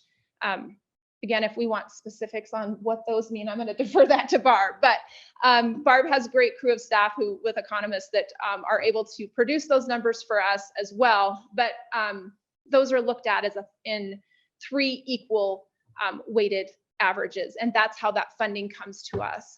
So that's why we see fluctuations from year to year, depending on the economic factors as it relates to other states. That's how it comes to us. Once it gets to us, there's a couple of options, but we have chosen the option to utilize that same allocation methodology that USDOL does to allocate to our local areas. So we look at those same economic factors in those 2 local areas and then allocate it that way. The only other piece that I would note here is that we do then look at what's called a hold harmless. What a hold harmless does is it really just helps stabilize large swings that may occur due to some large economic factor issues that are happening. What we don't want to see is all of a sudden a huge decrease or increase happening that makes it difficult for providers to operate in those local areas. I would point out though that when we talk about that, when it says the hold harmless rule of 90%, that does not mean that 90% of the funding amount from the prior year. It means 90% of the average allocation. And so I know sometimes that becomes a misnomer because a local area says, well, I got 90% less than 90% of the dollars, but we have to do it as an average percentage of the total allocation. Once we go to our local areas, then we fund to MACO districts. And what we do there, again, we kind of look at what that average percentage was for each MACO district in that local area from the prior 2 years. Again, this just helps stabilize a little bit. It's responding to the economic changes that happen in those MACO districts without causing huge swings that could potentially cause more disruption to the services being provided in each of those MACO districts. Erin, can I ask a question? Yeah, you bet. So Montana decides how they allocate using that same philosophy from the federal government. Mm-hmm. Do you know what other states do? I mean, what is considered best practice and what are other states doing? Do you know? The last time I looked, and I apologize, I've not dug deeply into this. They use something very similar. There's one other methodology that can be used, and it's I may have to defer to Eva on this if she remembers off the top of her head. It uses something similar, but then it looks at another economic factor at like a weighted at like 70%, which just gets to be a little bit hard in the state of Montana to start trying to pull some of that more granularity. So it's why we've chosen to do this. A lot of states typically kind of go this way, but there are others that have used that other option. Thank you. Chair and Heather, to your question, if you remember back to when Roy presented, back in the archived meetings, there is a detailed slideshow of that other allocation policy option. You can also search for it on the U.S. Department of Labor site, but easier is that it's on one of the very first presentations that does go through the other model. And you'll see why Montana has chosen the model that we've chosen because of the complications of the other model. And I apologize if I forgot. No, and that's not that you needed to know that, but or would have remembered that, but I wanted to make sure you knew that if you want to look, it is out there on the archived meeting site. Thank you. And one other follow-up comment, if I can, Chair. We addressed this as a board how many years ago, Mike, to look at if those allocations were appropriately for our state. Again, we went through a whole. I mean, it was 5-6 years ago, I would say, that we probably looked at that. And slight modifications. We were right on with where we need to go to redress, and even within, as those two districts kind of got developed, and was it appropriate? Are we addressing the masses of Montana in better? I think we were very slight modifications. Very slight I mean, it was like modifications. 92 to 90% type of thing. So. I appreciate you bringing that up too, because it was some really good conversation that we had with one of the committees that the board appointed, and really did a really deep dive. Barb's crew helped us with that as well to really pull a lot of different factors. So yeah, thank you for mentioning that. Thank you. I appreciate the presentation. Is there any incentive? In other words, the funding just flows and the more works. Is there anything to incentivize a region to do better? Yeah, that is a great question. And a lot of, there is not in just the basic formula pieces that we have adopted. Although I think in the statewide side, there can be incentivized formula, but there are other options, but that was one of the things that we had looked at. So I believe this topic kind of lies in our accountant side on program mostly. There are a couple though, of items. Say if one area does not spend all of its funding in one program year, then you can transfer it to the other. But in terms of incentives from funding from the federal government, no. But in terms of you being able to move things around, I think there is possibly some flexibility around that, depending on whether it was used or not at the end of the program, the first program. And my goodness, is there any state match that legislative body could add? I mean, assuming you could be, has there been ever any opportunity for that incentive to boost a region that might be depressed or a region accelerate even more? No, I'm pointing my finger here. That person especially knows it. That's why he's so involved.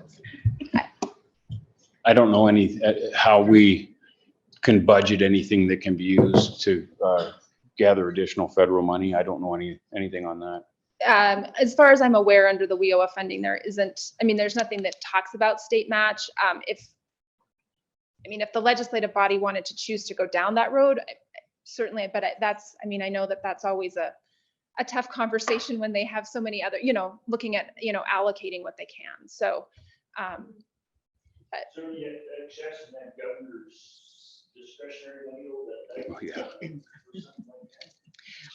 possibly if we're doing it on a statewide basis, that would be the one place I think that there would be some flexibility would be in that, to look at some incentive based. One of the things that we've got very, stringent reporting requirements. And I know that that's something that we work very closely with providers on to ensure that they're meeting those requirements and then assisting from there. And then we do have, when funding is given back for carry forward, we, as to Eva's point, that there's a little bit more flexibility, although we've traditionally tried to get that in there. Sarah, can I just say something? I just wanted to mention ARPA, retraining. I know that was approved very quickly and it was very flexible. And we've had great success with the ARPA dollars that came in. Over 500 or maybe 600 now trained in in-demand occupations. We kept it flexible because there's no offense to our federal friends. There was minimal strings attached and we were able to move those monies around very quickly and efficiently. So kudos to Montana, everybody, legislature, commission. Our commission was part of that, approved that. So just throwing it out there, would be remiss not to mention. Thanks, Troy. And so Evan Rosenberg also just joined us. He's from the national office, and he works very closely on allocations and all policy-related stuff. Would you like to share anything on this? Sure. So to answer your question, years ago there was federal incentive money, and there's provisions in WIOA for incentives and sanctions. But it has been years since Congress appropriated funds for us to award incentives to high performing states. But the whole negotiations process and the target setting for your targets for your WIOA core indicators, that is what would provide either incentives if you're exceeding targets or sanctions if you're not meeting targets for multiple years in a row. However, we have to have that incentive money from Congress, and we did not have that in years. But years ago, we used to typically give out incentive from high performing states. By the way, I'm small, this is on, we have coffee here. Clever.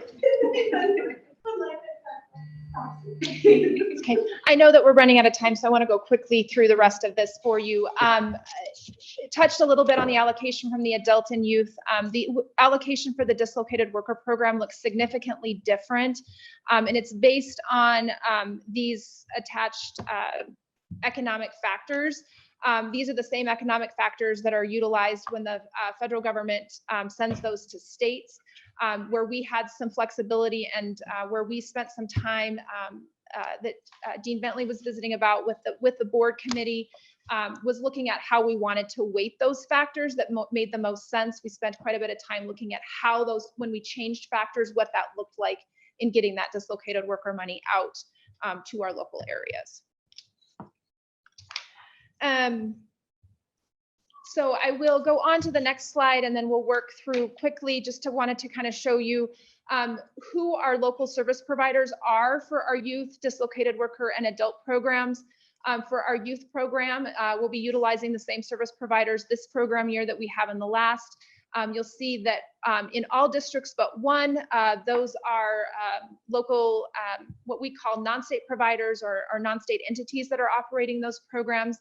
The only exception is in District 10, where DLI's Jobs for Montana's Graduates program operates that there. It's up in the Kalispell area. Our dislocated worker program is done on a statewide basis. So we have one operator across the entire state, and the Job Service Operations Bureau is the operator for our dislocated worker program. And then in our adult programs, we have a mix of our job service offices in several of the districts. And then we've got a few local nonprofits that operate those programs. District 6 is the HRDC there. We've got Career Training Institute in District 8 here in Helena, and then Career Futures in the Butte area. And then the final slides are just going to show a breakdown of allocation to each of those providers. You'll see in the left-hand column what was the allocation for this program year, what will be for program year 23, and then the difference. As we noted, we are seeing a slight decrease in some of those, in all of those districts. It's primarily being driven, even though we saw an overall increase in our adult funds, because of that local admin piece, because we had to increase that, and we had been able to, push so much more out to local providers for the last 3 years, down to 3%. We're now up to 8%, so that's what's driving that difference there.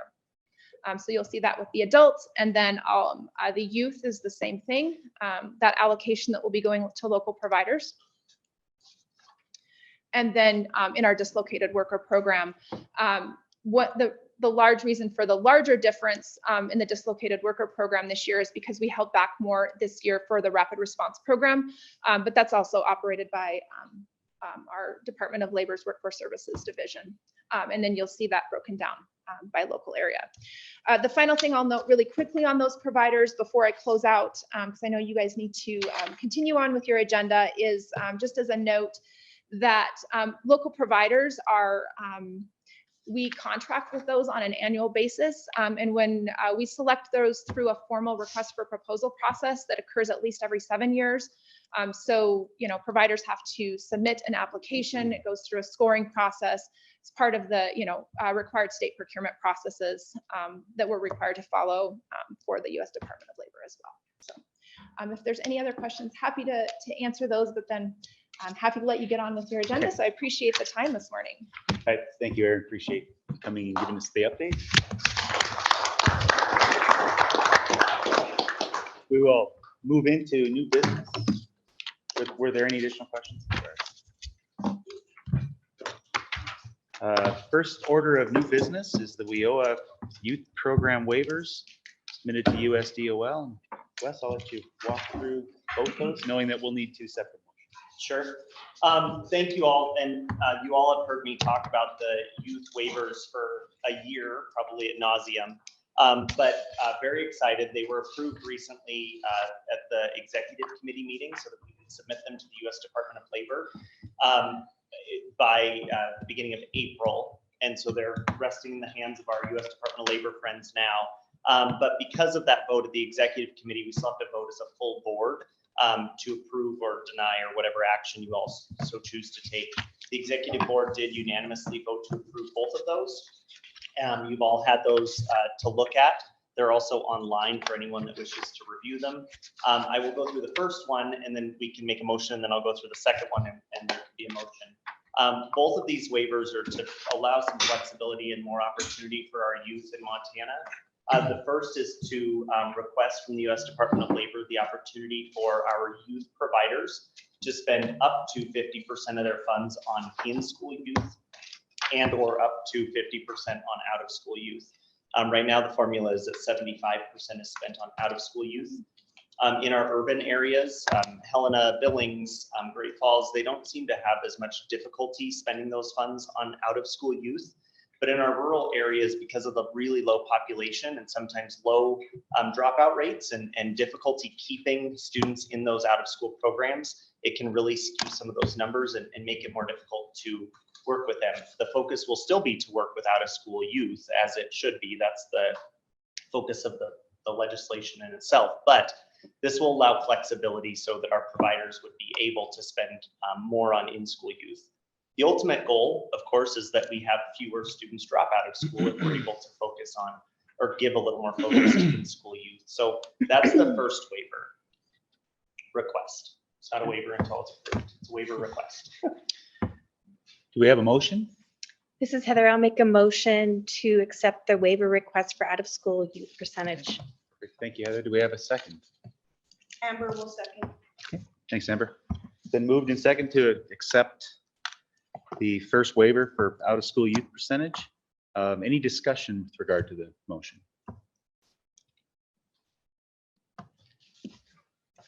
Seeing none, all those in favor of the motion, please signify by saying aye. Aye. All those opposed, same sign. Motion passes. Thank you. The second waiver, as mentioned, was approved by the city, and this would allow our in-school youth to utilize what's called an individualized training account to earn dual credit while they're in school. The hope, the ultimate goal in this is to pair this with the Montana University Systems 1-2-3 program. If a student does take advantage of that opportunity, courses after the second are half price at 50%. And it would allow possibly a student to earn a credential with utilizing MUS funding as well as WIOA funding. So that's the purpose of the second. And again, it's a flexibility. No one has to, but it would be an option to allow our providers to do so. And hopefully, again, would be a great way to keep some of our in-school youth in school and earning a credential at the same time as their high school diploma. I'd like to make a comment on that really quick. We have an employee whose son graduated from Highlands College here last week with their CDL, a week before graduating from high school. Mhm. So pretty darn cool to have that happen in that timing, that they actually have their degree certificate from Highlands College a week before their high school diploma. But pretty cool to address the CDL shortages and everything too, to see that connection across all those programs. So I want to give a kudos across that. Good. We have a motion with regard to the second waiver. I'll make a motion to approve. Thank you, Dean. Thank you, Mike. Moved and second to accept the second waiver for in-school youth. Any discussion on the motion? Seeing none, all those in favor, please signify by saying aye. Aye. Those opposed, same sign. Motion passes. Thank you. Next on the new business agenda is SWIB bylaws and the small change that Wes also delivered. So in the packets and online, thank you, Chair Hubbard, is a request from the U.S. Department of Labor for us to make an update to our bylaws. Something that was kind of unnoticed from all of us is that we currently prohibit proxy voting for board members. So if you cannot be at a meeting, but someone from your organization can be that has authority, you would be able to allow that. And why the change is requested is because in Montana state law, we do not have a prohibition on proxy voting. And WIOA, the law, allows for proxy voting. So we had to square those two things together. Correct me if I'm wrong, Eva. But we had to square those two things together. So with our legal team at the Department of Labor and Industry, we were able to craft an updated version of the bylaws in those sections. And they're noted 204.2 and 302.3 to allow for proxy voting should you need to, following the rules thereof for board members. We have a motion to either accept, deny, or table the topic of the bylaw update. Can we ask a question here? Sure. Can that just be restated? Montana state law allows the proxy, but does not require the proxy allowance. So this isn't something that you have to do. It's just something that we could do. Is that correct? So because the federal law allows for it, but our bylaws directly prohibited it, we had to square that to allow for it should you want to. Am I clarifying? Okay, your so the question? bylaws are going to say this would be allowed if the board were to vote to allow proxies. Yes, so if you look at section 204.2, if a member cannot attend, then they can let me know, the state board director, that they have a proxy in place. What that is I guess I'm confused at your question, but it would be allowing it instead of prohibiting it, but not mandating it. Not vote for the member. Am I answering your question, Representative? Yeah, I'm just, so the state says you can do it. The feds say you can do it. The feds say you must allow it. Oh, the feds say you must. Okay, that's the confusion I had. Thank you. Sure. Am I saying that correctly, Eva? So we allow it, and then it's up to state to determine if it's allowable or not through state policy. And it's basically a flexibility. We don't require, we require that you address whether it's allowed or not allowed for your board. But one of the examples that I like to share a lot with other boards or board directors is your governor is sometimes part of your state board and can't join, right? So you have an alternate designee appointed, and that person has voting privileges. So in most cases, the majority of cases, proxy and alternate designees are allowed for those very reasons. And it would be the state to provide that sort of flexibility for the board members. It's also part of promoting board member participation. So it's a flexibility mostly. If I can add something to that, we did previously allow it for the commissioner of labor, for the superintendent of public instruction, and for the governor's office. In federal law, the voc rehab administrator, that is not allowable, that they cannot have a proxy or designee. But the rest, we were saying essentially no one else could. So now it's just allowing that should we choose to, we would allow that as an option. Again, squaring it so that there is the flexibility. And I should have corrected that, Representative Buttrey. Not that we must, but we must allow it based on our state law, not prohibit it. Wes, how would you envision saying no based on what's written in the change here? Would be my question. So if it doesn't meet the requirements, say, Adam, you aren't able to attend a meeting, you would need to appoint someone from RDO that has, there's a Hiring authority and optum policy. Yeah. Instead, if you were to say, I'm gonna send my wife, we wouldn't be able to say, okay, Adam, that's fine. Well, Unless she works for, unless she works for. I'd actually do better. Yeah, right. That's true. Unless that person worked for the company and had optimal business decision-making authority. Got it. Does that help? So we are basically saying yes, under certain conditions, we're going to allow. Correct, and just as But we we have don't required have to. previously, no, you don't have to. And just as we had designated previously, you would need to let the state workforce board director know in writing ahead of time so that it's known that that person has voting authority. So still on the board, one member, one vote, you can't proxy another board member to vote for you. No, unless you happen to work for the same organization and they have optimal hiring or decision-making authority. I got a nod from the Department of Labor. So that is a yes. So, You cannot get into another proxy to another board member.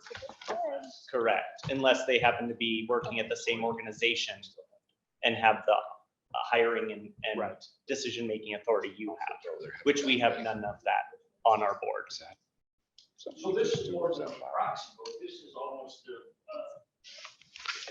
having a designee for you. Correct, it's just referred to as proxy in the federal law. Is it? Okay. So it's alternate designee and proxy. So you have to, because you count as one vote and your, say, the person next to you, that's another vote. You have 23 members, so there should be 23 votes. Or if there are less, but you have a quorum based on your bylaws, then it's allowable. That makes sense. so would that mean that I could ask Mike to take my vote if I couldn't come? No, but if a Valley County Commissioner could come in your place. Oh, okay, Yes. all right, I would say that would be acceptable. okay. All due respect, I seriously think proxy voting and designee voting are two separate things. So I'm confused with what we're doing. And in all due respect, I've always really hated proxy voting for this very reason. That if I always understood proxy, that I did my proxy vote else. Then you have this discussion. I've already told her which way I want to vote. You have these discussions and find out some different stuff that you may have changed your vote, and that's why a proxy vote, I just think the person proxy should be able to change it. But it doesn't need to be here to do it, so I'm confused with whether to do a proxy vote or designee voting. There's got to be a little bit of difference, I think. I'm not certain that I see a difference. And if we wanted that change to not allow it, state law would have to prohibit us from allowing proxy voting, which our current legislature allows and state law allows. So we have to square it with state law, federal law, and then our bylaws must reflect those two things. But if you choose to, if you're unable to attend, you do not have to send anyone. Your vote would just not be counted that day. And with the addition of virtual meetings in the bylaws, the likelihood of being physically unable to attend but able to participate and vote is still there. So, Yeah, and you're all welcome to join remotely or in person, whichever you prefer, for all meetings that are held that way. Plus also when it comes to meetings, knowing when the quorum is needed. I think that's. Right. On yourself. Yeah. So that we can do this. And Wes, I'll support this, but I still think there's some confusion. State law allows for the use of it, but does not require the use of it. And I think that's what we're hearing from the feds is they'll allow proxies to be used, but they're not going to say you have to. So to And- me, and this, we're not saying you have to either. The bylaw changes from, it's verbiage from the federal law. So you don't have to either. It's. right, that you don't, may. the person doesn't have to designate a proxy or request a proxy. But the state law, the way that I read it is saying you don't have to allow for it at all. The state law says you can use it, doesn't mean a member has to be able to use it, but it's saying this board could say proxies are allowed or proxies are not allowed. So the way I look at it is whether this change passes or not, we are in compliance with at least state law right now. Because State law we- doesn't say a person has to be able to proxy. It says the organization can allow it. So the way I understood the direction from the Department of Labor is because our bylaws previously said that it is not allowed, that's where we had to remove that portion. Because it said proxy voting is not allowed, and we cannot dictate that it is not allowed. For the feds. Correct. Okay, because state law would say this board has the right to say, yes, you can, or no, you don't, or no, you can't. It has to be in line with your state policy. So if your state policy says that you can, then you should have that verbiage in the bylaws. And I think that you can, from the state's perspective, is saying this board can allow proxies, or you cannot allow proxies. The board has the option. Well, I don't know what the verbiage on the state law says, so I'd have to read that to give you a little bit more insight, but it does have to say in line up with your state policy. Because if I come, and it does have to be addressed within. So are you familiar with the state policy or how it reads? Since this legislative session just got over, Yeah, it can be. there's Yeah. 54 of 56 counties that are general powers counties. If the state of Montana says proxies are allowed, Beaverhead County and General Powers County cannot go and say, we don't allow it. We can only do what you got, what the state legislature gives us permission to do. We can't go against that. Right. I could not pass this law in Beaverhead County that I will not allow proxies because you guys say you can allow it. And like I said, I'll support it, but the state law, as I recall, isn't saying you have to allow it. The state law is saying you can allow it, but you don't have to, or you cannot allow it. We're giving you that option to say yes or no. That's what state law says. It's not that you have to, it's saying you get to make the choice. If you want to, we're gonna allow it. If you don't want to, that's fine too. And I think So- that's what is presented here is an option too. It's not, it's aligning with It's a what may. you're explaining. It's a may. Yeah. Yeah. But it's a member may, It's a member. not the board may allow. That's the problem I have, but So anyway, what- sorry to like- mix it up. No, I appreciate the conversation. I did not know this would be controversial, but so I appreciate that. And Representative Buttrey, what we could do is look into the state law more and table this and have Quinlan and his legal team better communicate that, but they did review this. They reviewed it against federal and state law, and this was the verbiage that was. I don't have any objection to it. I think I see what you're I'm saying. fine though. going forward with the motion. It might not be a bad idea to have labor come in and give us the determination, but like I said, the state law, as I recall, doesn't talk about a member having that right. It talks about the organization or the board having that right to make that decision. Chairman, Just like so- in the legislature, our legislative committees don't have to allow for proxies, but they have to have the decision amongst themselves whether to say yes or no on proxies. So again, I don't want to hold it up. It might be good just to have a determination made at a later date as to what the state law actually requires. But- Chairman, that's what I'd like to do. I'd like to make a motion to table this until we can get more information on that, please. Very good. Do we have a second? So moved. I think the proxy and delegate might be Designated. different. Let's talk about that at the ones. Okay. So there's been a motion to table the motion with that distinction of explanations from Quinlan to provide to the board. Any further discussion? All those in favor of the motion, please signify by saying aye. Aye. Opposed, same sign. in West Flint town, the air is always. Yes. We thought the legislature left. So we'll table this. I appreciate the conversation. What the law said. For the board, if you like, I don't have time for everyone. This is just our education synopsis. It's got some great pictures of history if you want to read the session again. But it's also some education bills that are here for this. And I do have, it was for a delegate, Mary Keller, that is on here. So with that, I do have to take my leave. Okay, thank you, Superintendent. So next on the agenda, I'd like to invite Cameron Beck and Shanna Dox to the table. Give us an update and a discussion on East Helena Public Schools career awareness, in this case, very early career awareness.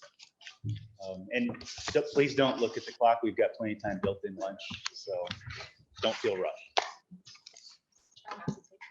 No, you're good.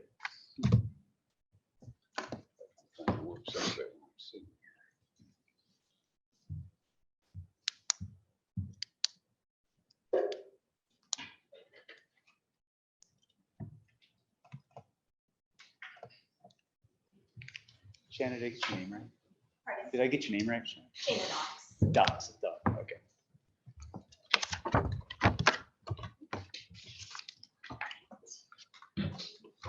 Zoom this in. All right. Well, my name is Cameron Beck, as you heard, and I'm a kindergarten teacher out in the East Helena Public School District.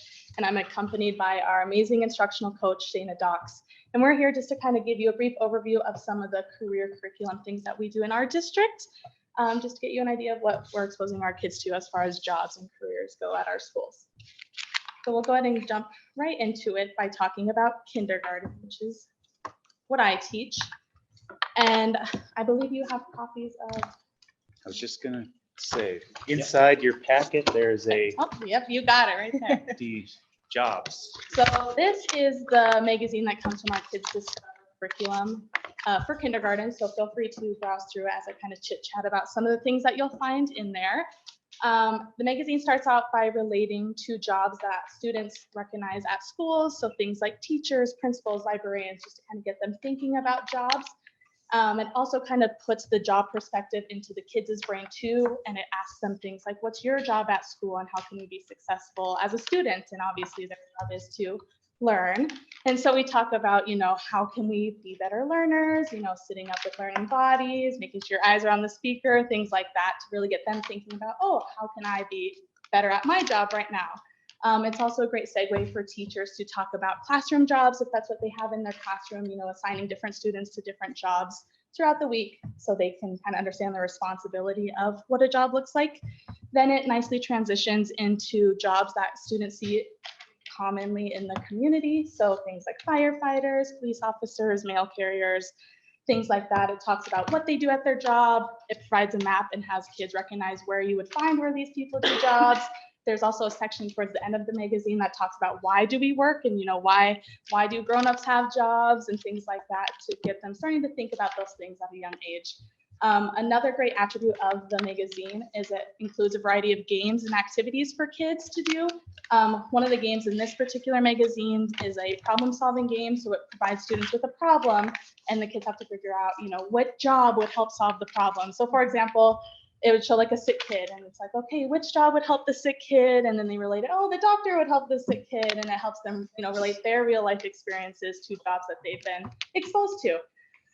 There's also jobs at the end of all of the magazines that, teachers can do in their classroom to kind of expand on the topic itself. Or it's also a great way to build those school to home connections. So for example, in this magazine, it has students interviewing people in their family about their jobs. So that's a great way to kind of build what we're talking about in the classroom and connecting it to their home and their own family members there.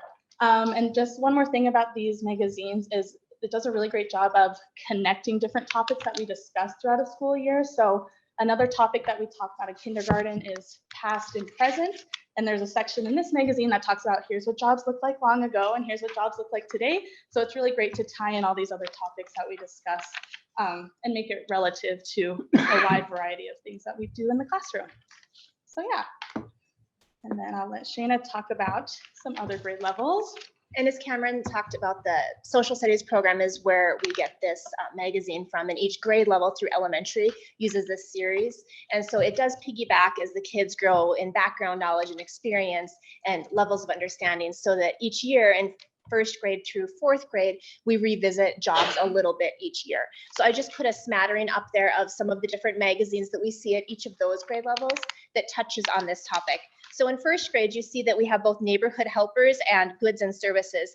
And both of those units that are taught in first grade touch on what are different career and job options that you may see in our communities, or maybe you don't see them here in Helena, but other places have these jobs, just to kind of expand their view of our world that way. In second grade, we dive into why people work. And as a second grade teacher for many years, it was always one of my favorites, because who does not love a classroom full of 7-year-olds talking about what they want to be when they grow up? Some are very realistic, and some you just have to smile and say, that's wonderful, sweetheart. So it's fun to watch them learn who they are and what sorts of things they enjoy in life and what sort of passions they have, and explore some of those things. So we also talk in second grade about producers and consumers, and how both play a role in our world, and how those fit together to have job opportunities as well. We also ask the kids in second grade, what are some ways that you could make money? So trying to get them thinking about some of the things they want and how they can have the resources they need to fulfill some of those wants. As the kids move on to third grade, they dig a little bit deeper into that producers and consumers idea, and they touch on how the different workers and different jobs kind of interweave and rely upon each other. One of the examples that they give in third grade is a big sporting event, and how you have the vendors, and you have the ticket takers, and you have the players, and you have the coaches, and all of these jobs come together to make this big event be something that's fun and enjoyable, and something that we really enjoy in our culture. And then one of the suggested opportunities in third grade is to interview a business owner. So I have not taught third grade, but I can imagine that some of those conversations, if the students take the suggestion outside of school hours, are pretty interesting to listen to with a bunch of 8-year-olds. In fourth grade, they talk about how Americans live, and it really looks more deeply at the service industry, and talks a little bit even about how, as Cameron touched on in kindergarten, that has changed from 100 or even 50 years ago to what we see now. So it's a great jumping off point for a lot of conversations that tie directly to these magazines. But as you can imagine, it also leads itself to other authentic, more spontaneous conversations within the classroom as students explore those opportunities. Another thing that we do to promote the talk about careers in kindergarten is we host a whole career week, and we've been doing this in East Helena for as long as people can remember. And so we dedicate an entire week in the spring to inviting different people to visit our schools to tell the kids about their jobs. Whether these people are community members, sometimes it's parents of other students. We try to get a variety of different careers so the kids can learn about different jobs that are out there outside of the book.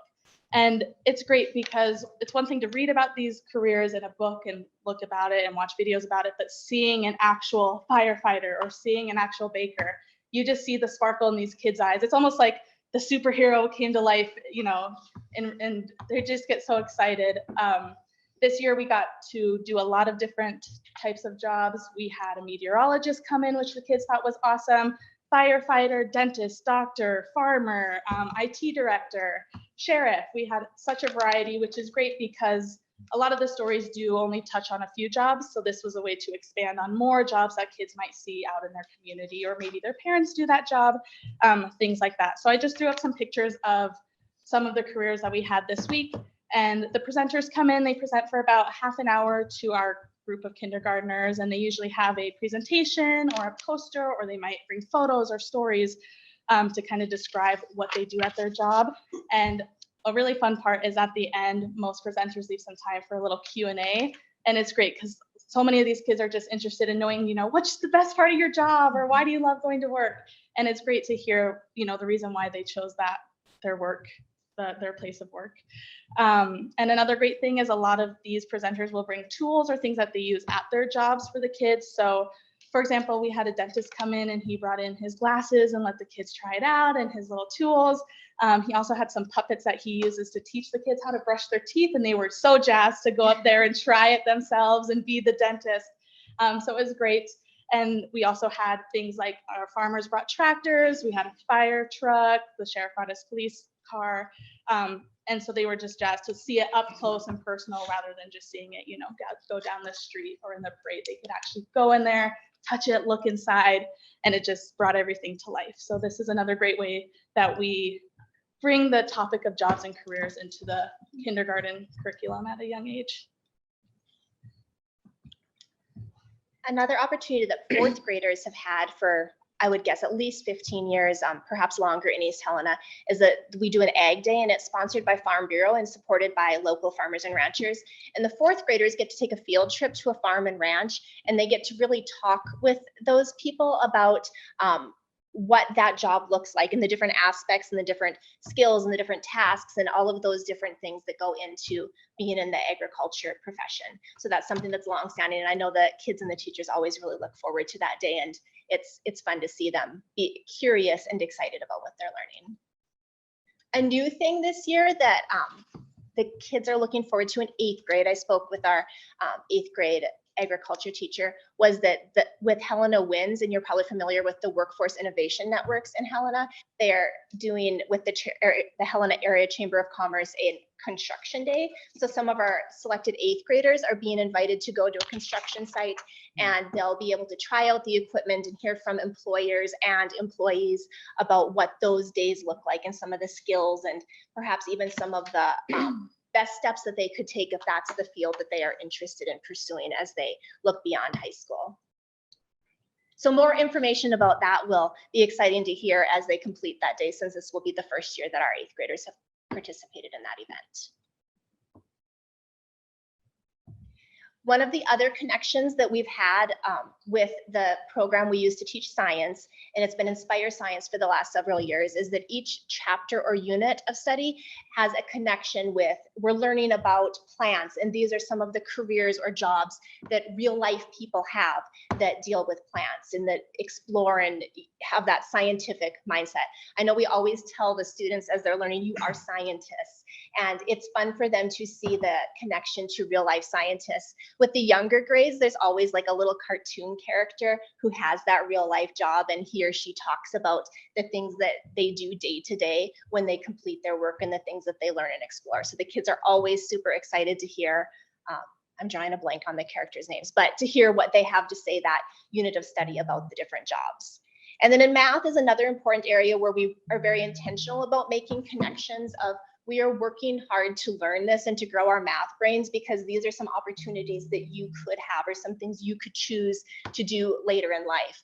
We're excited because the new copyright of our math program, which is Ready Math currently, is coming to us in the fall next year, and they have been more intentional and purposeful of each chapter, including specifics about career opportunities that use those skills, and kind of some graphic novel-esque things will be included in that new edition of the program. So to help those kids make that connection, and they aren't just learning because Mrs. Beck said they should or Mrs. Dock said they should. They're learning because these are things that will be beneficial to them in the long run. Yeah, some other opportunities that delves into the idea of jobs and careers are just connection to stories that we read in the classroom, whether it aligns with our reading curriculum, which is Wonders, or just other stories that we choose to pull. So for example, during Read Across America Week, Dr. Seuss is a common author that we read from, and the story, All the Places You'll Go, is one that we pull a lot to talk about. You're gonna go all these places, like what jobs do you wanna do when you grow up? And I know a lot of teachers pull different writing and crafts that they make that go along with that.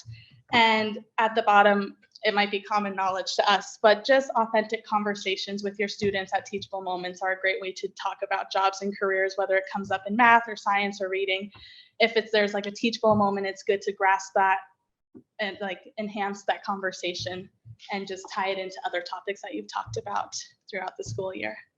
And it is always fun to hear later on. I've been in East Helena for 20 years now, to have those students that I had when they were 7 and 8 year olds that are now nearing age 30 come back and to hear what they are doing in their lives, what choices they have made. And it kind of, I think, reminds us of the big picture of what we do every day, getting them ready for the real world.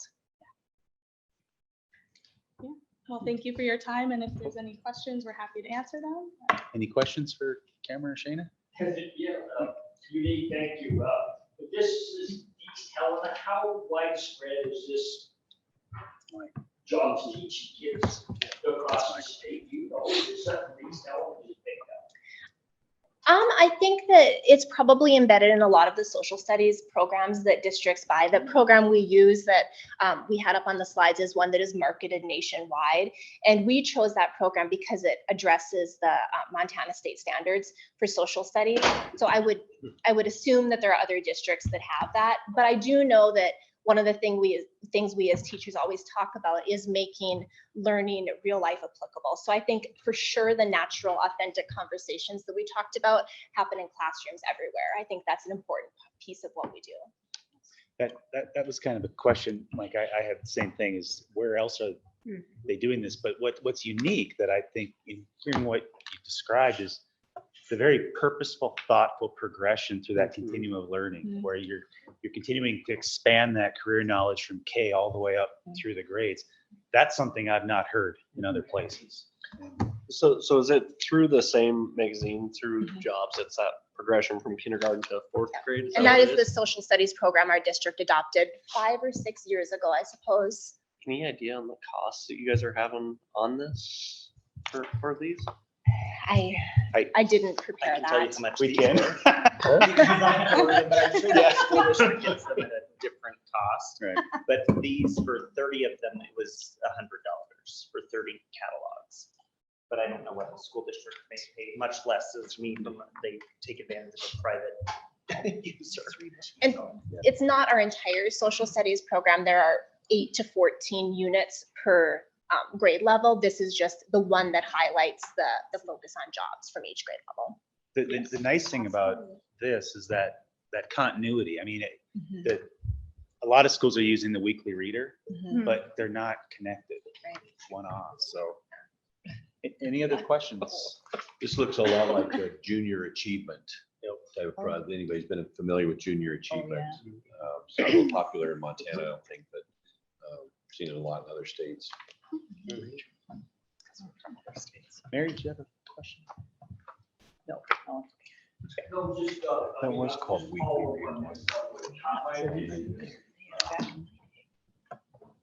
kindergarten teachers or elementary school teachers get a lot of respect, I mean, just like nurses. I can't stand God, I'm sure.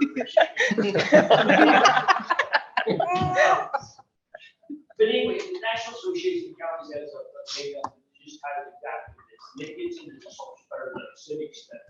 It's called county support, and it's actually programmed just about like this, that goes into that next age of, probably 6, 7, 8 graders through high school.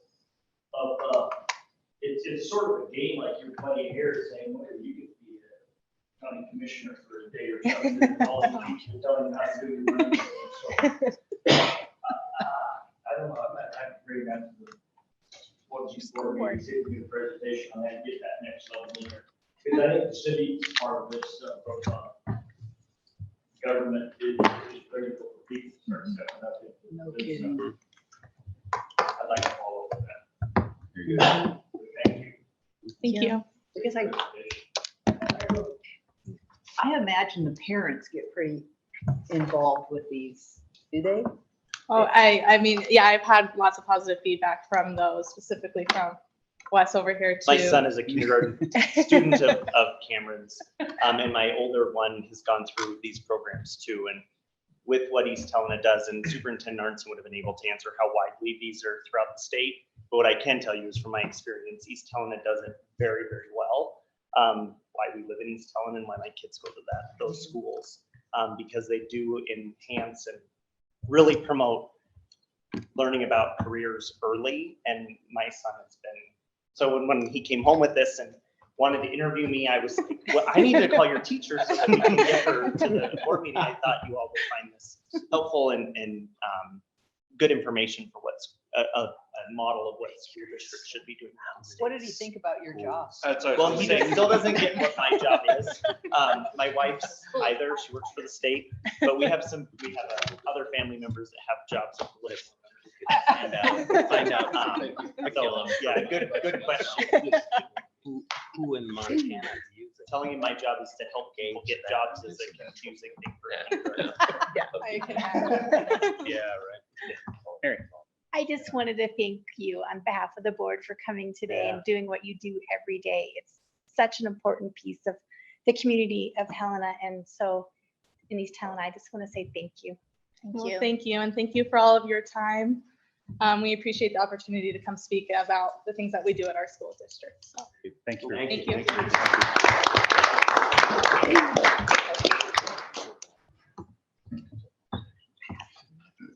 Do you think we can hear?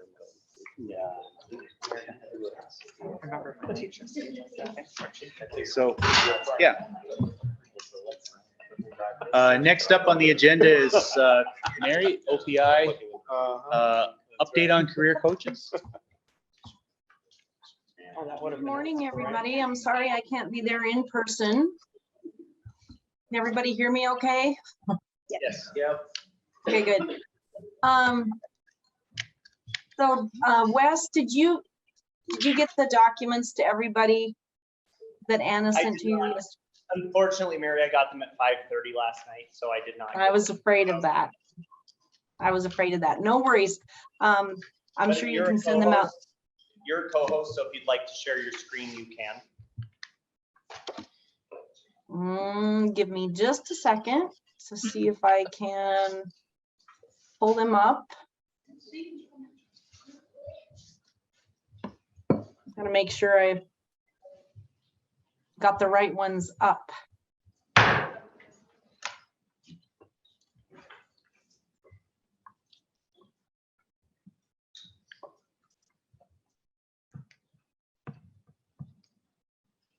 Okay, I'll see if I can get this one up.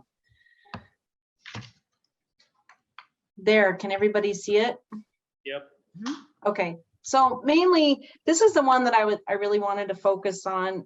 So thank you, everybody, for letting me speak a little bit today. I'll keep it short and sweet. I am Mary Heller. I'm the Montana Ready Coordinator for the Office of Public Instruction. And I want obviously give you a little bit of an update of where we are with the career coaches.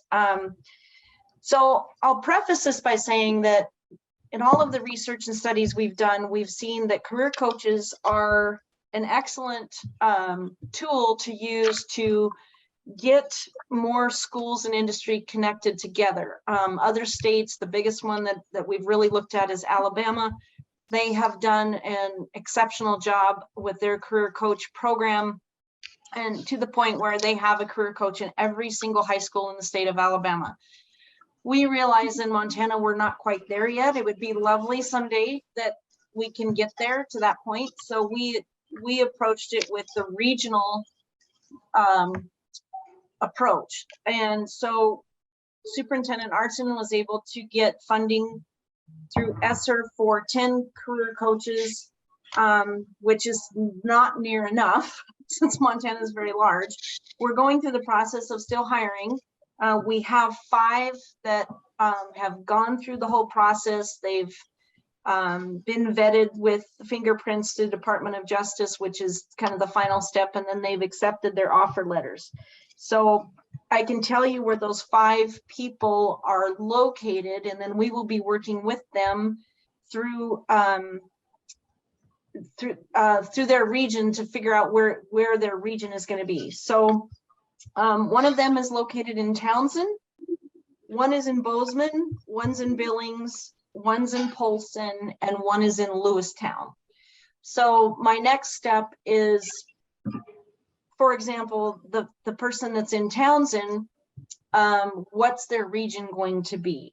So obviously they live in Townsend, so it would be Broadwater School District and working with them and helping them.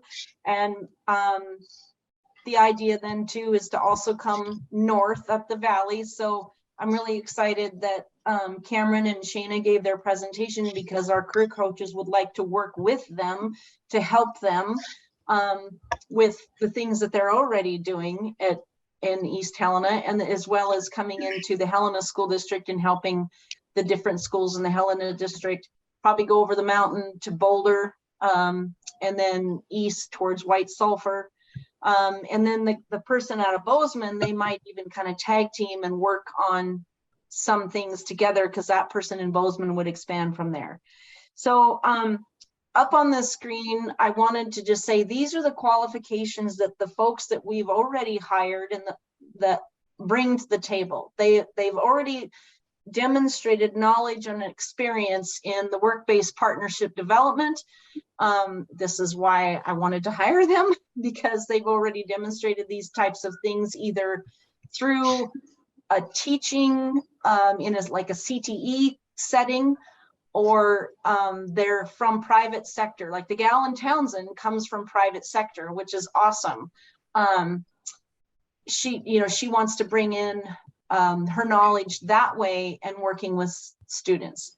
The career coaching aspect, they already understand the pathways development for high school and adult education students.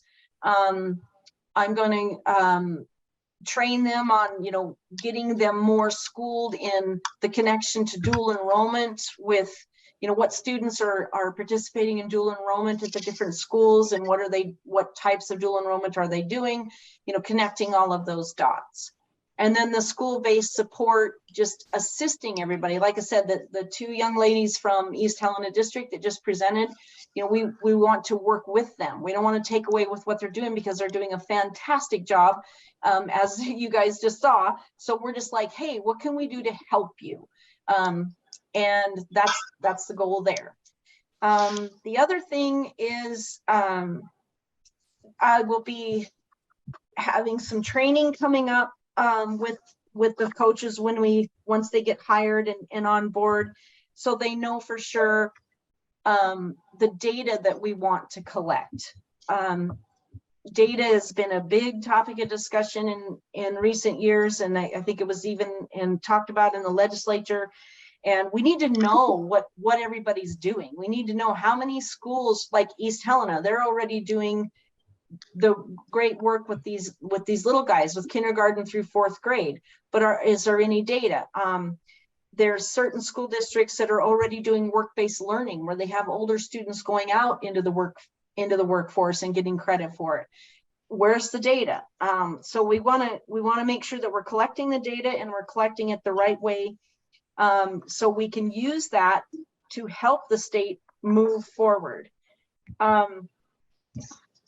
An area that we're weak on is I don't have anybody hired yet for the High Line in Eastern Montana. As far east as I've got right now is Billings. So if you guys know of anybody that can fit into this, we have the position is still open. So please spread the word if there's anybody that would be interested and be really good. I really feel like our Eastern and Highline areas are really kind of getting, they get forgotten, and they shouldn't be, because they have just as many of the same issues as the rest of us. So I guess that's basically all I have. It's pretty straightforward. It's they're going to be starting here at the end of the month and in the first part of June. And I'll be helping them make the connections with the school districts. We'll be using some of the tools that we already have in our toolbox at the OPI. For example, the biggest and most easiest to get to is the CTE specialists, because these folks already work with the school districts and the teachers. So that'll be a good way for our coaches to get to know them. And that'll be kind of a direct line. I don't know. That's about all I've got. It's pretty short and sweet and to the point. Thanks, Mary. Are there any questions? Mr. Chair. Yeah, Mary, this is Ed Buttrey. In that first section in your presentation, the term is used disproportionately impacted students. Can you define what that would mean? So disproportionately impacted is pretty much, we're talking about a lot of our rural schools, which is why, you know, I'm excited that we got somebody in Lewistown, because there's a lot of rural schools, you know, like my hometown of Winifred, and then you go out towards Grass Range and Winnett. And that's what I'm saying, like, I would love to get some more applicants, hopefully from the High Line and the eastern part of the state. Disproportionately affected from COVID. They're kind of scattered, and our districts, like especially our Class C districts, seemed, I mean, everybody struggled and everybody had certain issues, but boy, our Class C districts really had a hard time. Thank you. Mary, how does this role interact? You know, as we're thinking about how we've navigated the Build Montana effort, how does this role, at least as I'm hearing it described, sounds like it's a state role, not a district role. So how do they interact with the local school district along with the industry partners? How do you envision that happening? So Adam, I'm glad you brought that up, because you're a perfect example. You're in Billings, and RDO is already doing a fantastic job with the Build Montana program. And Billings School District has their 4 career coaches that they got through a mill levy. So I would say the same thing that I said about the ladies from East Helena. We don't want to take away what is already being done exceptionally well. So we want to just say, hey, we're here to help if you want us to help. Bo and his team are already, they're kicking butt, and Billings are doing a great job. But Lockwood School District, Laurel School District, Huntley, Shepherd, Warden, you know, going down towards Red Lodge, all of those school districts, you know, they don't have the career coaches that the Billings School District has. So what I've already told the person that has been hired in the Billings area, I've already said, look, Billings is already doing a fantastic job. Bo and his team are doing a great job. We're not going to take away anything. There's absolutely no, we just want to say, hey, we're here and we can help if you need some help. But then Lockwood and Laurel and those other places don't have career coaches. And so that's where their focus is going to be. Does that answer your question, Adam?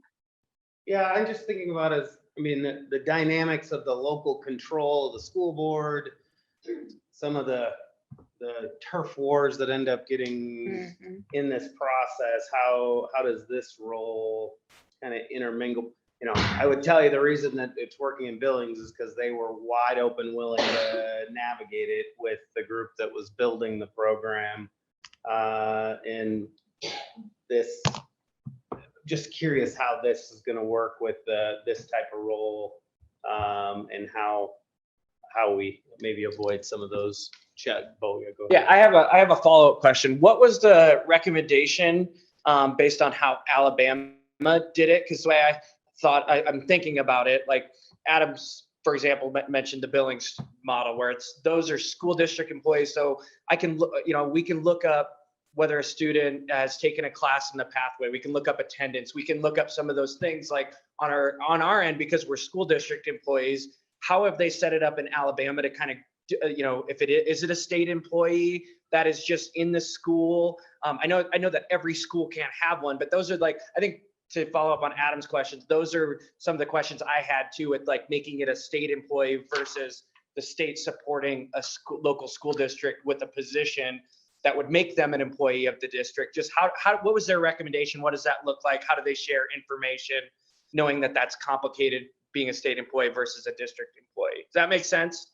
Yeah, so there's 2 questions here. So I'll answer Adam's first and then I'll get to both. So in Adam's question, yes, absolutely. Local control we're not going to interfere on that. What we're doing is we're saying, look, we have the ability to help you. So let's use Billings as an example, because you've got Lockwood and Laurel and Shepherd, Huntley, even, going up to Roundup and down towards Red Lodge and even out towards Park City. You've got those schools that don't have what Billings has. What we do is say, look, here we are offering to help you.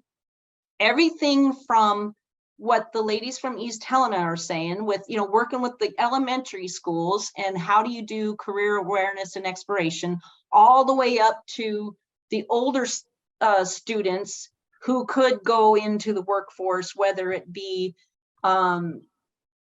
construction or healthcare or whatever, and helping them with dual enrollment, registered apprenticeships, industry recognized credentials, all of those things. We're saying, look, we're here to help.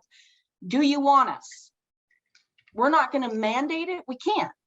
There's no way we're going to mandate it. We're going to say we're offering this to you and we can help you. So the districts that want the support and they want the help, they sign up, they basically sign up, and we sit down and say, okay, what are we going to, and that's the thing that I'm going to be focusing on in these next couple of months, is finding out the district. Let's just say, for example, I'll pick Belfry because I used to teach in Belfry. So I'll just say Belfry School District. Maybe they want this career coach to come down to Belfry and work with them. So in the next couple of months, I want my coach to go and sit down with the Belfry principal and say, okay, this is a Class C K-12 school. What are your needs? What would you like for next school year? What is it that you want? Do you want us to come in and work with elementary, middle school, high school, make the connections with industry in the Belfry area? What do those things look like? Who's the go-to person at Belfry schools? Maybe it's the principal, maybe it's the industrial tech teacher, but we got to find those things out. But maybe right up the road in Fromberg, they're like, no, we're good. Like, okay, Fromberg, cool. Well, we're here if you want us. So that's also tied to the Advanced Opportunity Act, because a lot of these school districts have applied for funding and then they're wanting help. Some of the principals and superintendents that I've already been in contact with are like, oh my God, when are you going to get these coaches hired? Because we want them. We want help. We've got advanced opportunity funding where we can help with if it's some kind of a fee that a student needs to pay to take a class or something. They're looking at different ways that they can help with the advanced opportunity funding that they're getting. So I hope that answers Adam's question. It's okay. And then Bo's question is, how do they do it in Alabama? Well, Alabama, I believe, is the same model as what Billings has. Their district, my understanding is they're district employees, and we're just not there yet. And someday, should we get there, I would love to see us get there. I would love to see every single school district have their own career coach like Alabama does. I know that Missoula is opening up a position, because I was in touch with the folks over there, and they, I believe they might even be actively interviewing right now. They're going to hire their own career coach for the Missoula School District, which is awesome. Just one last follow-up, Mary. So you'd mentioned there's 5 that are hired. How many are totally scheduled for the state right now? The superintendent asked for 10. She wants 10. One-time funding. Yeah, and is it one-time funding? Sorry, David's here to ask him a question. One-time funding, is that right, Mary? It is. And I'm going to just be honest, I didn't want that. I want this to be long-term, but it is what it is. It's a start. And at least with collecting the data, then we can come back and we can say, look, we know this works in other states like Alabama, and here's what we did with what we were able to accomplish right now. So, Mary, so it sounds like OPI's goal is that more of these career coaches end up being district employees versus state employees. Is that correct? I can't speak on behalf of the superintendent, but I'm going to tell you, for me personally, that's what I would like to see, because that's the Alabama model, and that's what Billings is doing, and that's what Missoula is going to do. And I think that's the way to go. I do too. And so then on funding, so it sounds like this OTO funding is coming from ARPA now. Has OPI gone to the legislature or the executive asking for funding from the state to continue this moving forward? And what was that response, or how do you plan on funding this moving forward? That did not happen this legislative session. And as you all know, the superintendent she's completed her term before the next, the 2025 session. So that's where I am hoping that the data that we collect, then we can take it to the legislature and say, here's the impact that we made, so we can get this done for long-term permanent funding. And that's what the consultant from Alabama, that's what he's like, you got to do this. This is the only way they could really move the needle in Alabama. Can I ask another follow-up question? Is the thought, or how, going back to how Alabama does it, how I kind of know the structure of how the career coach works with it versus like my position where like I'm in the I always say I'm in the business community. I'm connected to the schools through the career coaches, vice versa for them. They're in the schools. They're kind of on the student side connected to me. Is there, I asked it before, is there coordination with the DLI to maybe rely on some of those business relationships? Because that's kind of how I see, okay, this is how you recreate that at a state level. DLI focuses on the business relationships, the career coaches get to focus on the students. We make that marriage, you know, that's how we serve both of them so that your people don't get stretched too thin trying to do all the business stuff too. Is that kind of how you guys are trying to coordinate this? Yes, that's exactly right, Bo. I don't want to reinvent the wheel. I mean, that's just silly. And just like registered apprenticeships, I mean, DLI already does that. And they do a fantastic job. The MCIS system, it might not be perfect, but they've got it. So why would I want to use something different? It's a start. So yeah, you're absolutely right. I've been in touch with Mike Williams and Deb Krantz, who they oversee the business engagement team that Department of Labor has. And they've flat out said, you know, we're not educators, we're not, you know, and I said, well, this is what I can bring to you. So let's get married with these two programs and make them work and work together. There's absolutely no sense in duplicating anything. Like I have quite a few business connections just because of my experience and working with industry in the past, but I don't know everybody. You know, I know David with the MCA, and so I want my career coaches to know who he is. I want them to know who Adam Gilbertson and John Hurd are at RDO, and because of what they're doing with Build Montana. But I don't know everybody. So Department of Labor is and also the chamber, whether it's, you know, the Montana Chamber of Commerce or each individual communities chamber, like Great Falls is doing with Central Montana Works, and Helena Winds, you know, is doing here in Helena. So those are all of the connections that they need to be making. And I would like to, as we see how this rolls out and everything over the next couple of years, I would like to also advocate kind of what Mary said about the, you know, Alabama's model is having them be school district employees. I know that's really hard with funding, saying, hey, we're going to take this funding and give it to another entity, and then we don't have as much control over it. But I really think that's the model that works, because the way I think about it is, there's someone knocking on schools' doors all the time. We want more people answering the knocks on the school side. That's where where I could admit our bottleneck comes from that as a school district, because we don't have people to answer those things. So I think that as much as we will be 100% supportive of, you know, what you guys are trying to do, answering any questions with, you know, knowing that we've had these positions in Billings, but I would like to advocate for that being the long-term way we look at this after this pilot, you know. Yep. How do we fund that? That's, you know. I can't agree with you more, Bo. I totally agree with you. I really do. I said it before. I can't speak for the superintendent, but Mary Heller says this really should be the model. What we've got now is a start. It's a start. And I think that the legislature, out of respect for them and what they're doing, they've already been moving the needle on work-based learning and transitional learning and proficiency and all of that kind of stuff. What I'm hoping is that the data that we can collect from all of the different districts that will participate, we can say, look, here you go. This is what we know we can do this, and we've got the proof. And I want to address really quick, Katie had sent me a message, Katie Madsen with adult education, and gosh, Katie, yes. So that's another connection. The OPI oversees adult education, so working with adult education on this as well. The career coaches can work with those folks and say, how do we get that done?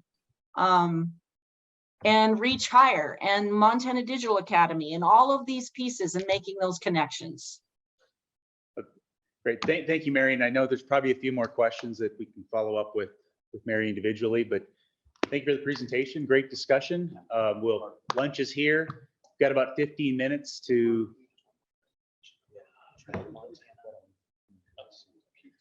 Why don't we, just in the interest of staying on schedule with the 12:30, we've got people coming in. 2:55 is not in jeopardy. I've got time to yield. So David, if we could move your item further down the agenda. Absolutely. And we'll keep on track. But we've got about 15 minutes to grab lunch, and then we will roll into our next presentation at 12:30. Thank you.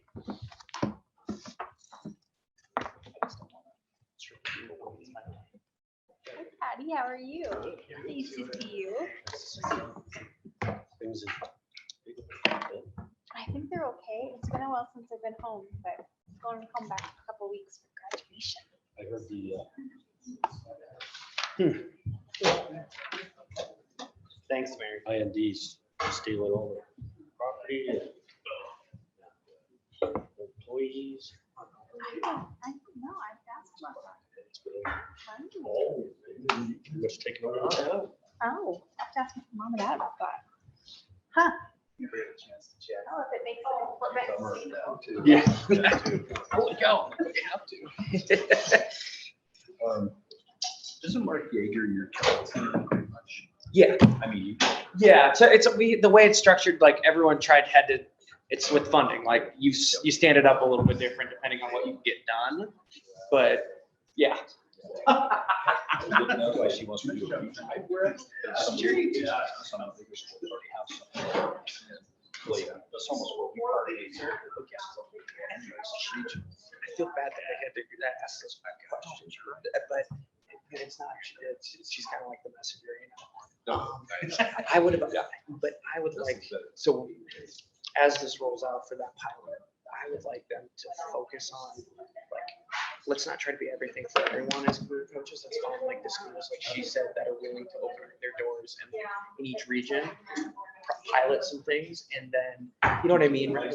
Yeah, like I'm not saying that you don't, like, you know, Belfry wants something in Red Lodge, you can do both of those, but Belfry, Red Lodge, you know, Bridger, Laurel, Wood, now you're like, oh, where I would like, because they can't be district employees like you know, advocated, let's like allow these people to make the coalition of the willing, pilot some things, and really like that's where it's, you know, not be worried about the fact that they're not getting to every school. Worried about like, hey, these are the schools we're taking the first ones that want to do something, and we're like showing, you know, that's the pilot, not a regional. Part of this, you will engage with those that engage.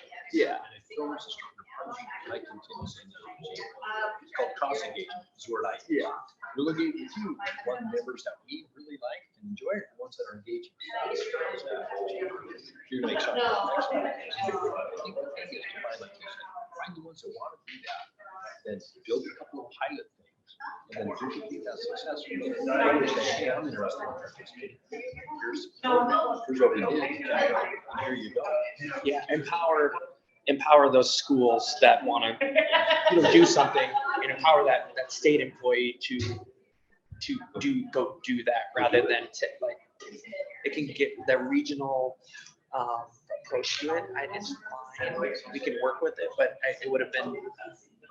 We put some, like, work with Chester and Redder and those high schools. Because like the future model is more regional. Like once this stands up, you can't have one. You probably can't have one career coach.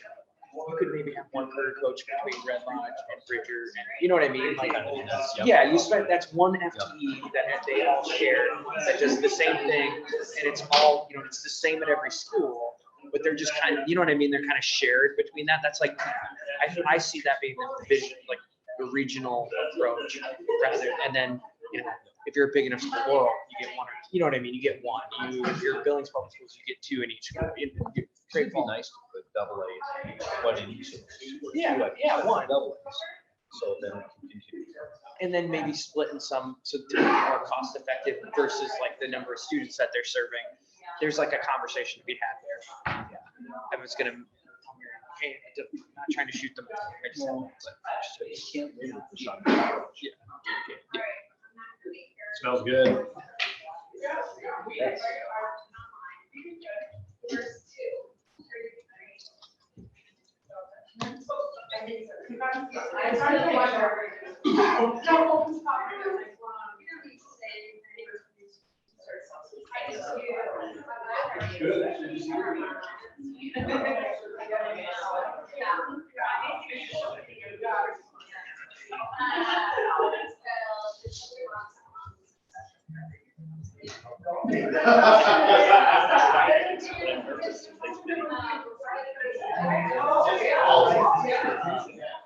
Would you want to just give me an update on Bill Montana instead of trying to do it?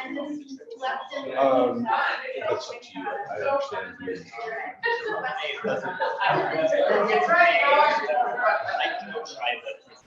Let me see the. I mean, I think it's only a minute anyway, so.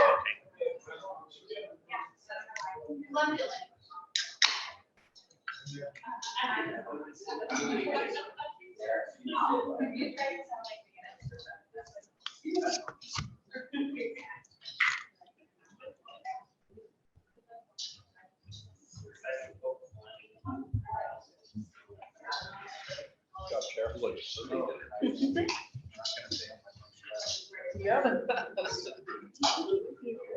Family over here. Nice. Great. It's easy. Oh, is it? Oh my gosh, yeah. That's good. Every opportunity. Put it on the next one. Well, thank you.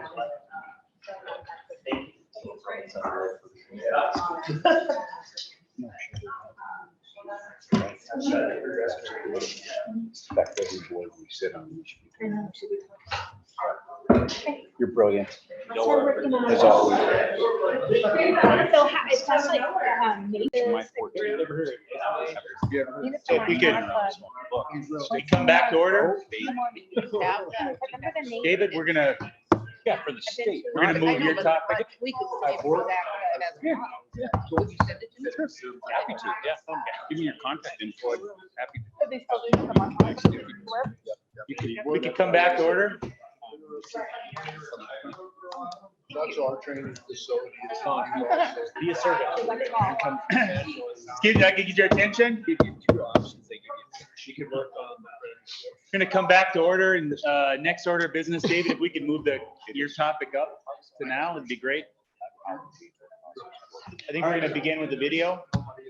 We'll go ahead and play the Build Montana video, and then David is available to answer any questions should there be.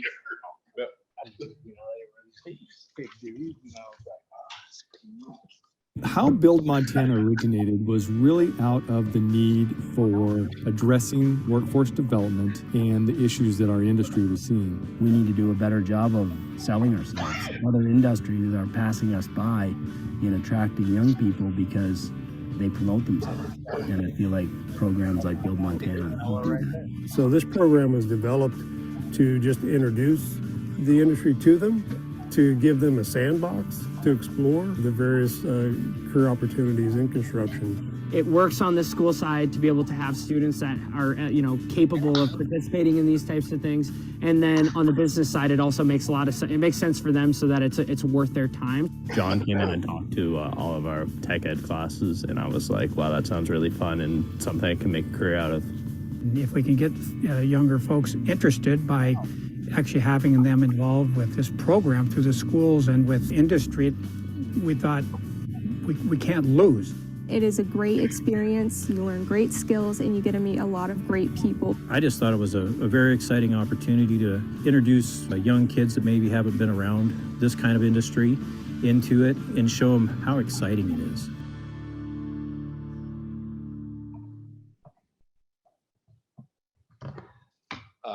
Well, thanks for indulging me on that video. It's always better to have video than actual me talking about something, but I'm going to talk anyway. So,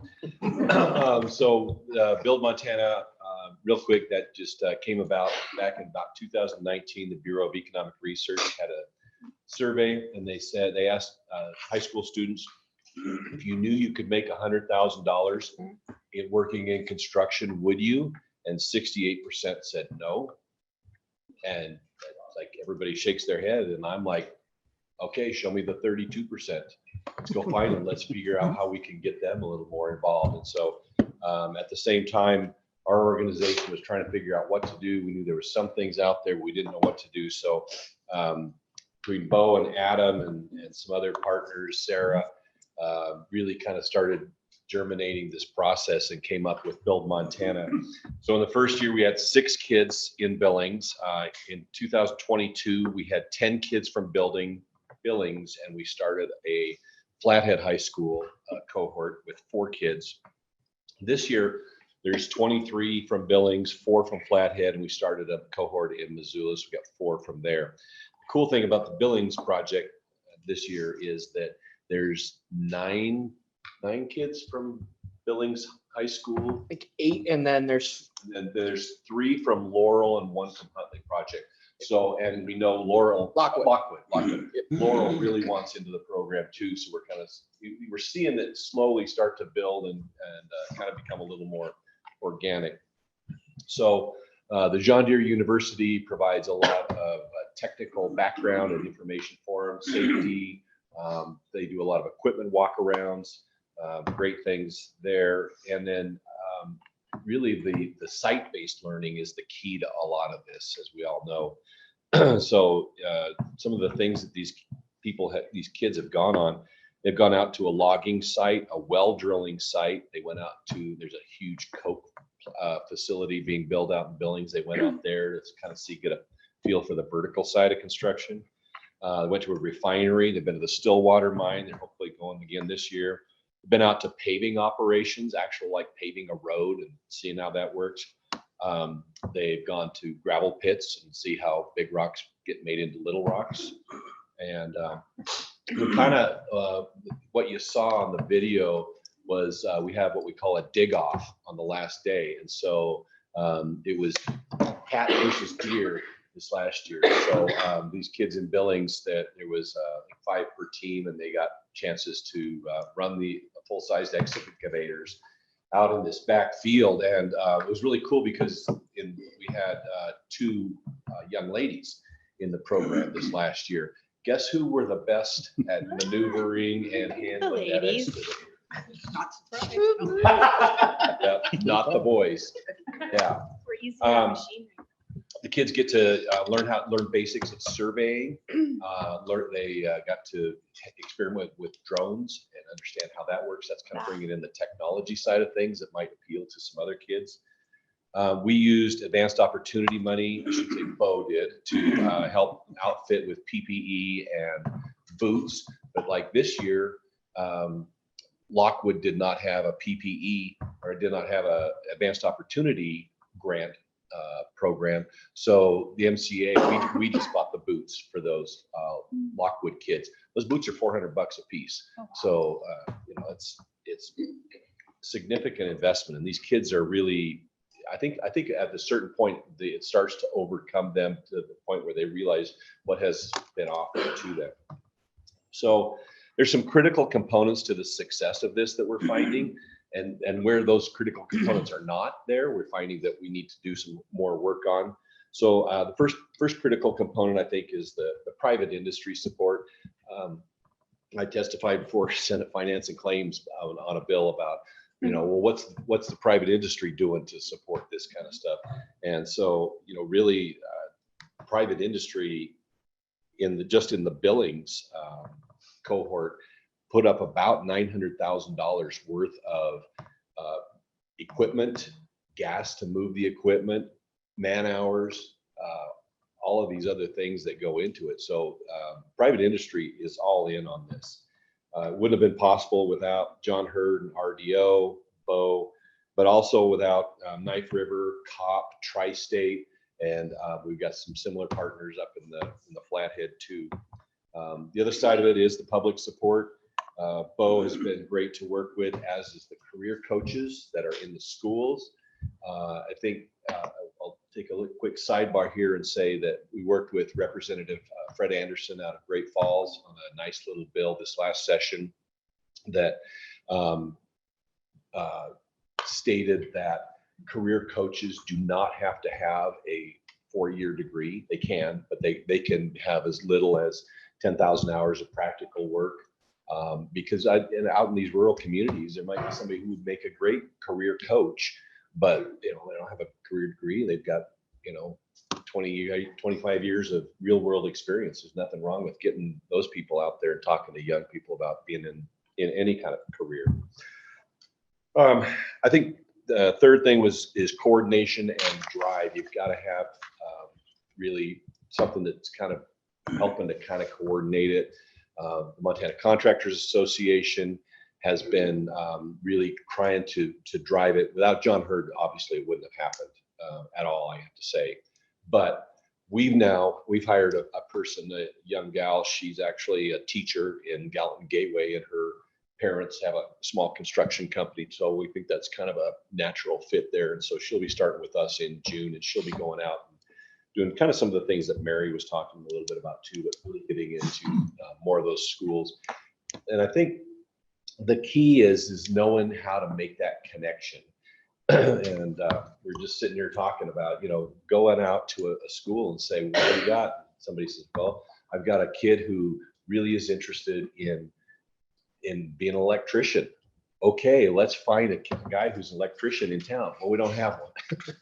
So, it's going to be harder and harder in the rural schools to make those connections. But at the end of the day, if you help one kid, it doesn't feel like a lot, but you helped one kid. Mm-hmm. That does feel a lot right then. And then the end, I think graduation, recognition, and opportunities are really a key component for the kid. We do a big graduation. We've got it coming up next week from Friday. Invited a lot of dignitaries, so hopefully we can see some folks from a statewide and even a federal level attending. We're excited about those opportunities.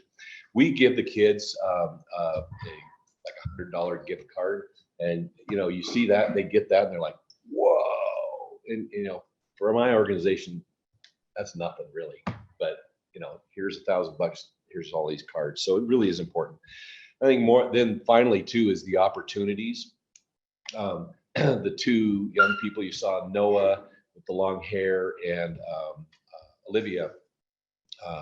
Noah's working at RDO, been there for a year now. Olivia, there was a real hiring battle over her among the two of the contractors. They both wanted her, and Cop Construction got her for the summer, and Knife was, no, they really wanted her. And Knife got William Afraid of Bear last time, so they won there too. So where we're at right now is we're trying to figure out how to have Build Montana 2.0 and get it into some of these, really the medium-sized schools. We're going to be talking to Great Falls. They got a great house building program. We're thinking we can complement that pretty well for next year. But really starting to try and work it into Polson, Lewistown, maybe Miles City, Hamilton, some of these other cities where it's a little bit more confining, and maybe it's not the full-blown program, but if we can give them a slice of it, that helps. We also, concurrently to all this, we offer classroom grants to teachers across the state. We don't have enough of them applying for it, but we pretty much give all of them $1,500. One of the applications that we got this time is from, I want to say, I might be Hardin, I can't remember, but they're going to bus kids up to RDO and have a day where they're exploring and learning technology and everything like that. Yes, I'm happy to write a check for that bus, to get that bus up there to see those kids to see that kind of stuff. So that's where private industry and associations are coming in. And I guess then the last thing is that there's a program that we're working to partner up with called NCCER. It's the National Center for Construction Engineering and Research, or something like that. And so and we're trying to get them together with the Digital Academy so that that can be delivered to schools in some of these more rural areas too, so that it sets the teacher up for success too, that the teacher can deliver a good quality-based programming. So I'll shut her down there, but any other comments or questions, I'd be happy to answer. Thanks, David. Are there any questions? Heather? David, on the liability piece, is that through the school system or how does that work? Good question. Session before last, we also worked with Representative Anderson, and we got a nice bit of language that clarifies that the exclusive remedy can either be with the employer or with the school district. And most of the time, since this is a school extension, it's covered through the school's liability policies. We don't have, but that helps us. It helps the contractor know that they're okay if they took a kid into a gravel pit and watch what's going on there. So good. Other questions? Thanks. Thanks, David. I think I love the way it's being scaled. Before you go on, and I hope you don't mind me touting you a little, the contractors in the state of Montana have made this their program, and it was evidenced this January at the annual meeting. So they do a dessert dash, which is a fundraiser for the Education Foundation, and I don't know, there's 200, 300, almost 300 people at the event, and they raised $104,000 on desserts in support of the Education Foundation with that group to help drive the industry partnership into programs like this. And I mean, there's real energy, there's a real commitment in dollars out there, and a real belief that this type of partnership makes a lot of sense. So it's a pretty cool story. There's also at Tech and MSU, there's AGC student chapters. So we're trying to hit a bunch of different levels, and those chapters, they go to a national competition in Reno. I'll tell you right now, Tech is kind of cleaning up on MSU. And that's not something MSU is ready to accept yet. I just want to add, so from a school district standpoint, like we're obviously a huge partner, huge fans of this program. Our kids are getting great opportunities, but something that when I started in this, and I think the superintendent in Billings kind of had a vision for, is he used to ask this question. He said, how often do you think the colleges are in our schools? The answer is all the time. Why? They need students. How often is the military in our schools? All the time. They need soldiers. Private business, how often do you think they've been in the schools recruiting? Not very often. Why? Because it's hard. It takes time. It's all these types of things. So I want to compliment them, because from where I'm sitting, I work with, healthcare, all different types. I think construction is kind of leading the way, and like, hey, we've identified that we need workforce, and they're doing like innovative things that are putting them ahead of other industries. And now other industries are starting to say, hey, we got to get involved in this. So again, to echo Adam, I think just compliment them to see having a vision. And then the second thing, the really important part of why this is successful on the student side is the networking. Kids mom and dad don't have to know someone or anything. Construction kids who dad knows someone, they're always going to find their way to construction. That wasn't working for building a workforce for them. So now I feel like we are actually getting kids that, interested in it, that haven't been in the past, or might have, ended up in a job that they didn't really want, but mom and dad wanted them there. So that's more of that individual path, learning for the student based on what they want to learn and where they want to be in life, that I think really ties in with what the legislature's been pushing and wanting as well. So yeah, that's kind of my piece. But William Afraid-A-Bear is kind of our poster child. He's this, it probably goes 3 bills. I mean, he's 300 pounds, big, huge, sweetest young man you'd ever meet. He ended up, after this program was over, he said, I kind of like to work at Knife River. And so they kept him on throughout the whole year. He made about $60,000 more money than anybody in his family was making, his multi-generational family. And at the end of it, he had enough confidence that he said, I might come back to construction someday, but I want to go to college. And so, that's cool. That's his choice. And we helped him, and now he's got some money in the bank so he can maybe get at least a year or two out of it. And so that's a great opportunity. And Noah still working at RDO, and fine young man there.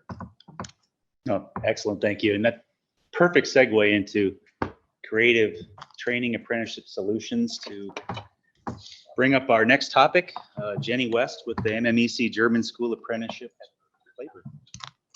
Thank you. We will pray that it stays. Yeah. Praying is in order. Wes is having a great day. Thank you for having me today.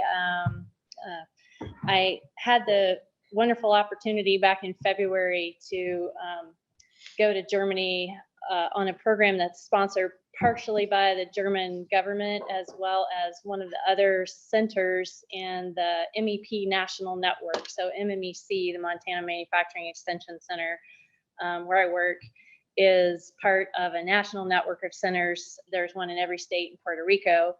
And there's a program that was set up a couple of years ago called America Works. And that is housed at one of the centers and has some additional funding to work on workforce topics around manufacturing. So this program, let's see if I can get it to go.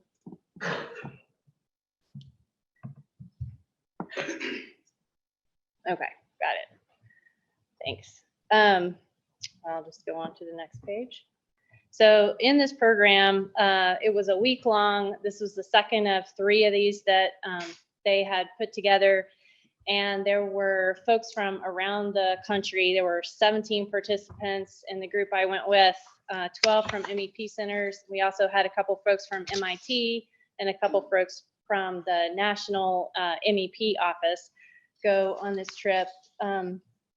And really, we were there to learn about the German Vocational Education and Training Program, or German VET program. I'm sure a lot of you are probably somewhat familiar with the program. Some of you may have even done some of these types of programs. But it was really interesting for all of us to learn a little bit more about how this their system is organized. It's been around for over 100 years, has been quite successful for the German economy, really. And so kind of starts off some of the basics, obviously primary school, the kids are introduced to jobs, as you were hearing earlier from Cameron and her colleague. You know, they start off kind of talking about jobs in primary school, but then they go beyond that and they actually start introducing them, getting them out into the companies at a really early age. So they'll go do like a day in a company in primary school. The school system's then organized so that there's 3 different types of kind of middle and high schools: secondary, Realschule, Hauptschule is kind of the one on the slide there that's called secondary. Realschule, which is, that produces about 50% of the folks that go into the VET program. And then there's the grammar school, or the gymnasium, which is the higher level high school. So it has actually 13 levels. Up to 20% of the folks that go into VET actually do go through that gymnasium. A lot of people think that you can't go into VET if you go into the high school, but you can. There are opportunities to kind of do different things, even though it's a lot more structured than they can't just go back and forth between the 3 types of programs. The pathways are determined pretty early on. It is a combination of skill testing, skill assessments, competencies, and teacher recommendations, as well as what the students are interested in. And then around 8th or 9th grade, they actually get the opportunity to do a full week internship. And so they're getting out into the companies a little bit more at that level. And then typically after the Hauptschule or Realschule, folks will go after about 10 grades, 10 levels as they call them, they will go into the VET program at that point. And there is actually not a prerequisite for that, but the companies are the ones who actually get to decide if the students are ready. So they're actually hiring the students and so for them to continue into this program. And then, of course, there's further vocational education and training after that. You can go to a university. They've got universities of applied sciences. A lot of them go into that. So essentially, the main principles of the program that we kept hearing over and over from all the places that we visited is this collaboration. You know, there's training on the job and there's learning in the vocational education centers. And that is really done hand in hand, truly a true collaborative effort. There's about 40,000 certified training companies in Munich alone, which is where we were. We were in the Munich area. And they have about 10,000 apprenticeship contracts at any given time. And another key to the program is that these people are earning while they're learning. So they are employees of the company and they are going to school at the same time. The education is paid for by government and private industry. The private industry obviously puts a lot into it. They have the students typically like 3 days a week, and the schools have them 2 days a week. And there's the way they develop the curriculum and what the students are going to learn in both environments is done collaboratively with the educators and the companies themselves, the trainers. Trainers at the company have to be certified. And usually the VET program lasts about 2 to 3.5 years. And another thing is that soft skills are baked in. And I'll tell you that of all the students that we met, it was amazing how mature and professional they were. We were so impressed with the level of the students. So just really quickly, the 4 agencies that are involved over there, government has a role, but it's mostly the legal framework and, you know, some research. They have organizations called chambers. There's a mandatory requirement for the companies who participate in the program to pay dues to the chambers. So that funds some of the program. The companies themselves, you know, pay for their employees who are training the apprentices, and of course, you know, all the supplies and the training areas. And then the vocational schools obviously have, you know, teachers and classrooms, and they do have a lot of equipment and hands-on learning at the vocational schools as well. I'll go quickly through these, just kind of talking about the Chamber of Industry and Commerce, which is the one that kind of controls the industrial professions. There's 327 recognized training professions in Germany, and they range everywhere from hairdresser or restaurant server all the way to mechatronics and business and accounting and all of those things. So it runs the gamut. The Chamber of Industry and Commerce is kind of over the more industrial training, so the mechatronics, robotics, electricians, those kinds of things. And so we visited the one in Munich, and they mentioned that they have about 400,000 member companies just in the Munich and Upper Bavaria area. Let's see here. So the government also has an employment agency that provides services all the way from school age throughout someone's career. They provide counseling services and not just early decision making, but also if someone gets into a career and decides it's not really for them, they will help them change careers. We also visited a research organization, which is called the Fraunhofer Institute for Casting, Composite, and Process Technology. They are one of many Fraunhofer institutes. You might have heard of Fraunhofer. They actually have institutes worldwide. They conduct a lot of research on specific areas of technology and try to get that transferred into the companies. But for example, the one that we went to, they work off grants. They're partially federally funded, partially private industry funded. And they, for example, worked with a carbon technology company on standing up an apprenticeship VET type program in South Korea, which was really successful a few years ago. The vocational schools are, of course, there to do a lot of the theory. This is what we heard throughout the time we were there. The theory is taught at the schools, the practice is taught at the companies, and the two are really, they work on them at the same time. So they learn a couple of days of theory in school, and then they immediately go implement it at their on-the-job training. So the vocational schools, we visited 3 different kinds. One with some typical standard programs for mechatronics, electronics, and things like that.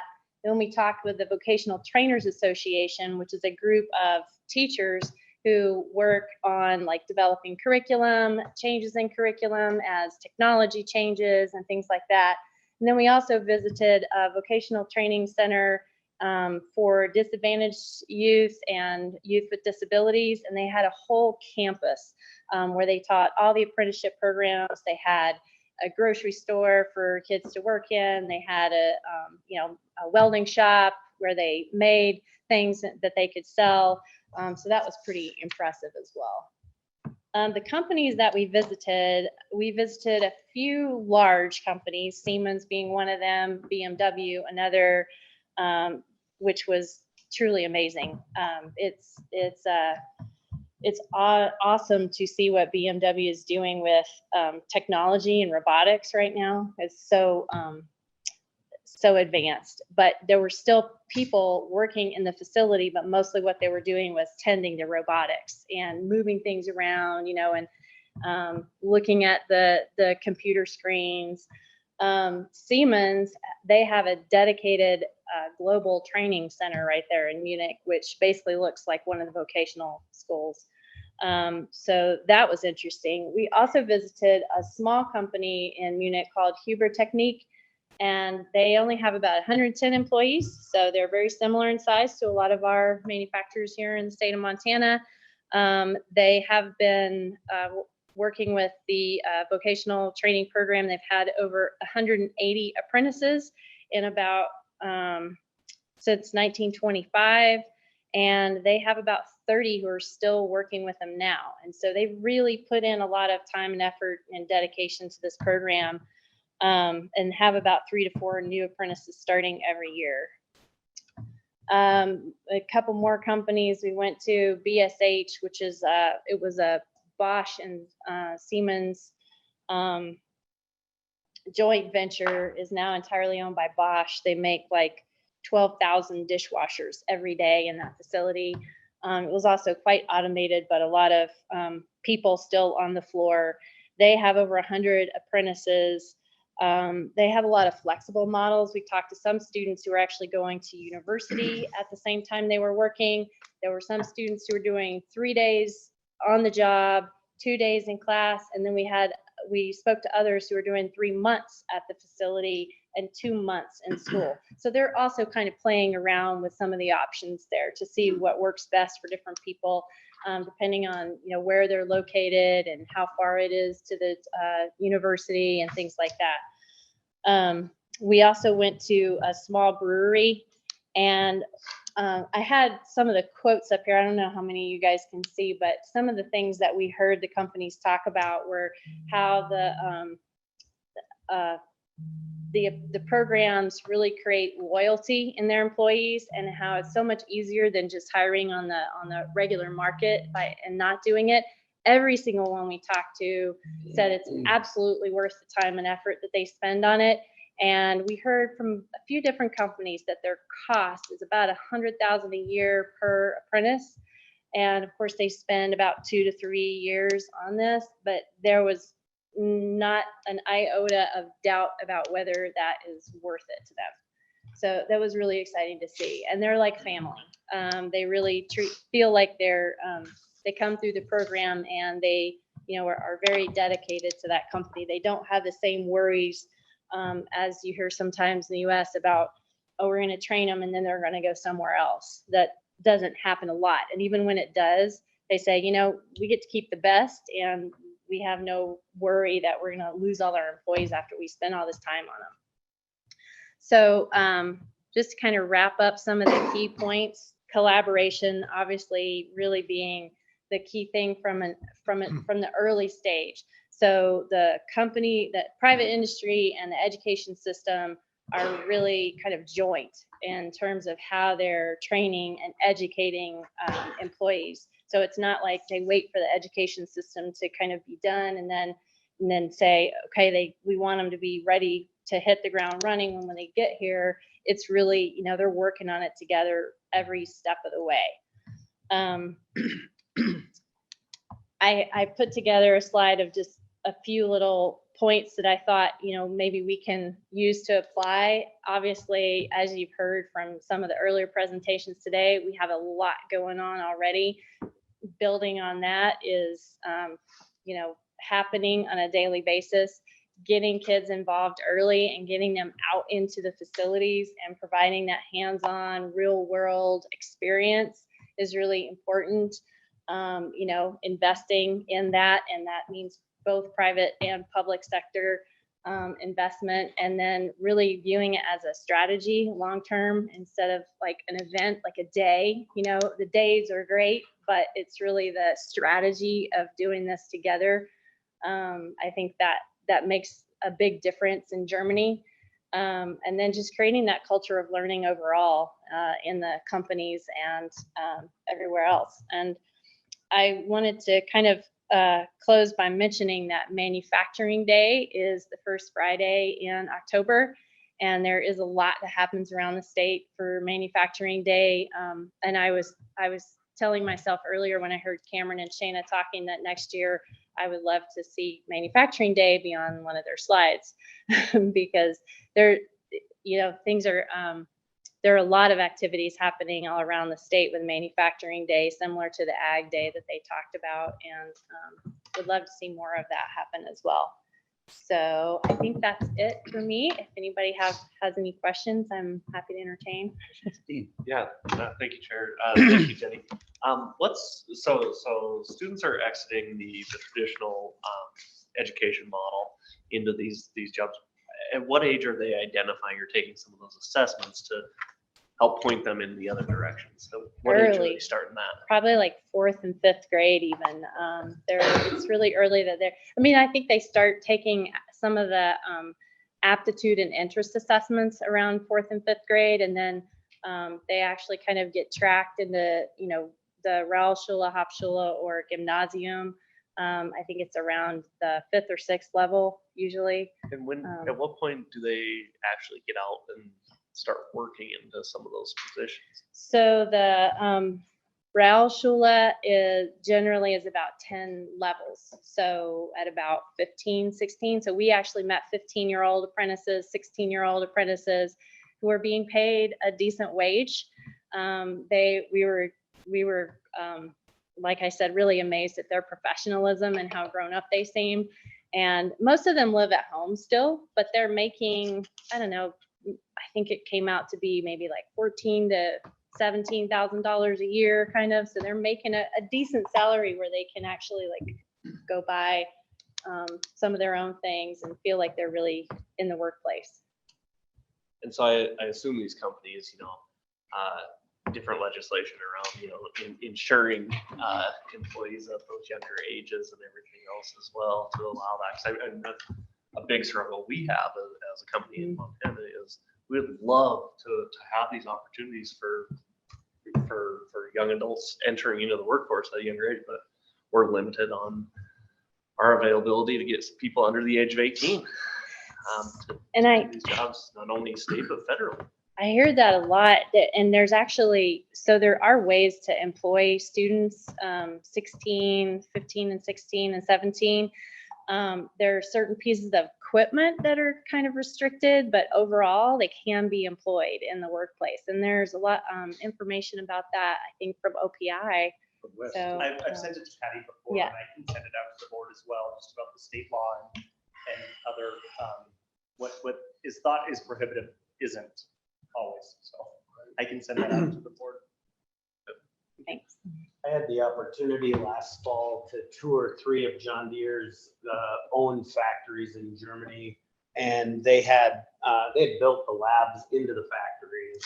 So the education system actually come to the company, and one of them that did most of their rock crushing side of things had shared with us that about 60% of their workforce was coming through the program, which is really a significant number if you think about how you're trying to find labor and that opportunity to develop a workforce. It's really an impressive model that Germany has.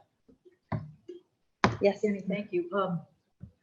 So they talk at all about, so we're kind of tracking the students and in the 4th and 5th, 8th, grades and 6th grades. Was there any demographics evaluation of the folks? So I'm assuming that 4th and 5th graders, girls and boys, they would do some kind of like evaluation of what some of their skills were, math or science or that sort of thing. And I just wonder in the 4th and 5th grade if there's any gender bias in some of that would send girls in maybe the wrong direction because did they address any of that or? We talked about that some because they have some of the same challenges there that we do here as far as that goes. They don't have enough girls in, traditional male fields and vice versa. So there is definitely that. They still fight that, kind of perception of, girls go be a hairdresser or, work in a restaurant or something like that. And maybe, be an accountant, whereas the boys might be more likely to go into mechatronics or electronics technician or something like that. But they are seeing more. And in fact, there was a gal who was over the entire apprenticeship program at Siemens, and they were really proud of that fact. So she had come all the way through the apprenticeship program, but they have the same challenges there. Thank you. Are there questions? Thank you very Jenny, I've much. got one that I had. I was going to bring this up at the end during my remarks. Wes and I attended the National Government Association Workforce Board meeting in February, and we're each going to talk a little bit about that. But specifically, one of the things that Iowa was doing, and I wanted to bring it up for this board, anyways, this is a perfect timing of it, was Iowa has 150 students in 35 different apprenticeship fields in high school. High schools have embedded this. So it kind of made me, and it's heavily driven by industry, which made me think of your presentation. The industry is taking the lead on pushing this training into younger age where they can catch these students before they're out of high school. That might be something, the concept of apprenticeships in high school might be something that we might want to look at in Montana, but that sounds like a bit akin to this model in a sense, on kind of a one-off basis. Yeah, I think so. Some of the pre-apprenticeship programs that are already in existence. And then of course, we've just, Patty's just been working to get a manufacturing apprenticeship program approved by the state and has, and people who are in high school can take it as well. So yeah, I think that's, a great model for kids who, finish in their junior, senior year and, half the day they spend at a company or something like that. I don't know if we're ready to quite go to the 3-2, 3 days in the job and 2 in school yet, but headed that direction. Sure. Perfect. Well, thank you for your presentation. Yeah, thank you.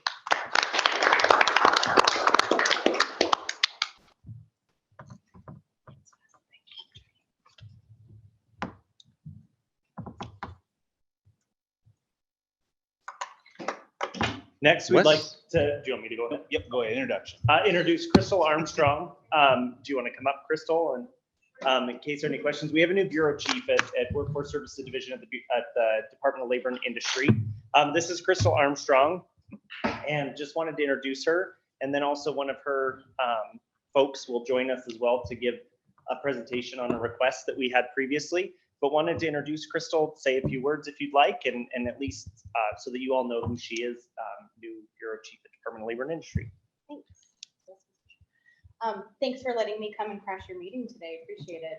I joined the department in January, and joined the department in January. Prior to that, I spent a few years at OPI overseeing the longitudinal data system there. So data nerd by training. And then most recently I was at Cisco the computer company, not the food folks. People in Montana ask me that all the time. But I worked at Cisco in corporate affairs, leading the insights and impact team. Basically, we looked at accountability for all of Cisco's charitable contributions, the PDI grantees that they had. Anyone who was doing work either in education, healthcare, workforce, things like that. And so I did program evaluation and led that team. Being in the private sector was really exciting, but I've got a 5-year-old who needed his mom home at bedtime. And so I decided to come back to the state and was really excited about this opportunity to join the Data and Operations Bureau. So does everyone want me to give an overview of the Bureau, Paul? Or? Maybe some of the areas. Sure. Okay. So the Bureau, you'll hear from Emily on our autonomous team that you probably hear from on a regular basis. Roy with the programs team, the monitors, our BLS data folks. Essentially what we do is we support all of the teams within the Workforce Services Division, make sure that they have the data, the knowledge, the training that they need to implement all of their programs. And we provide information to stakeholders like you as well. So if we can help with data, with other information that you need about the economy, I hope you see us as a resource. Crystal, welcome to the SWIB board meeting. Congratulations on your role. It was nice seeing you again. Yeah, nice to see you.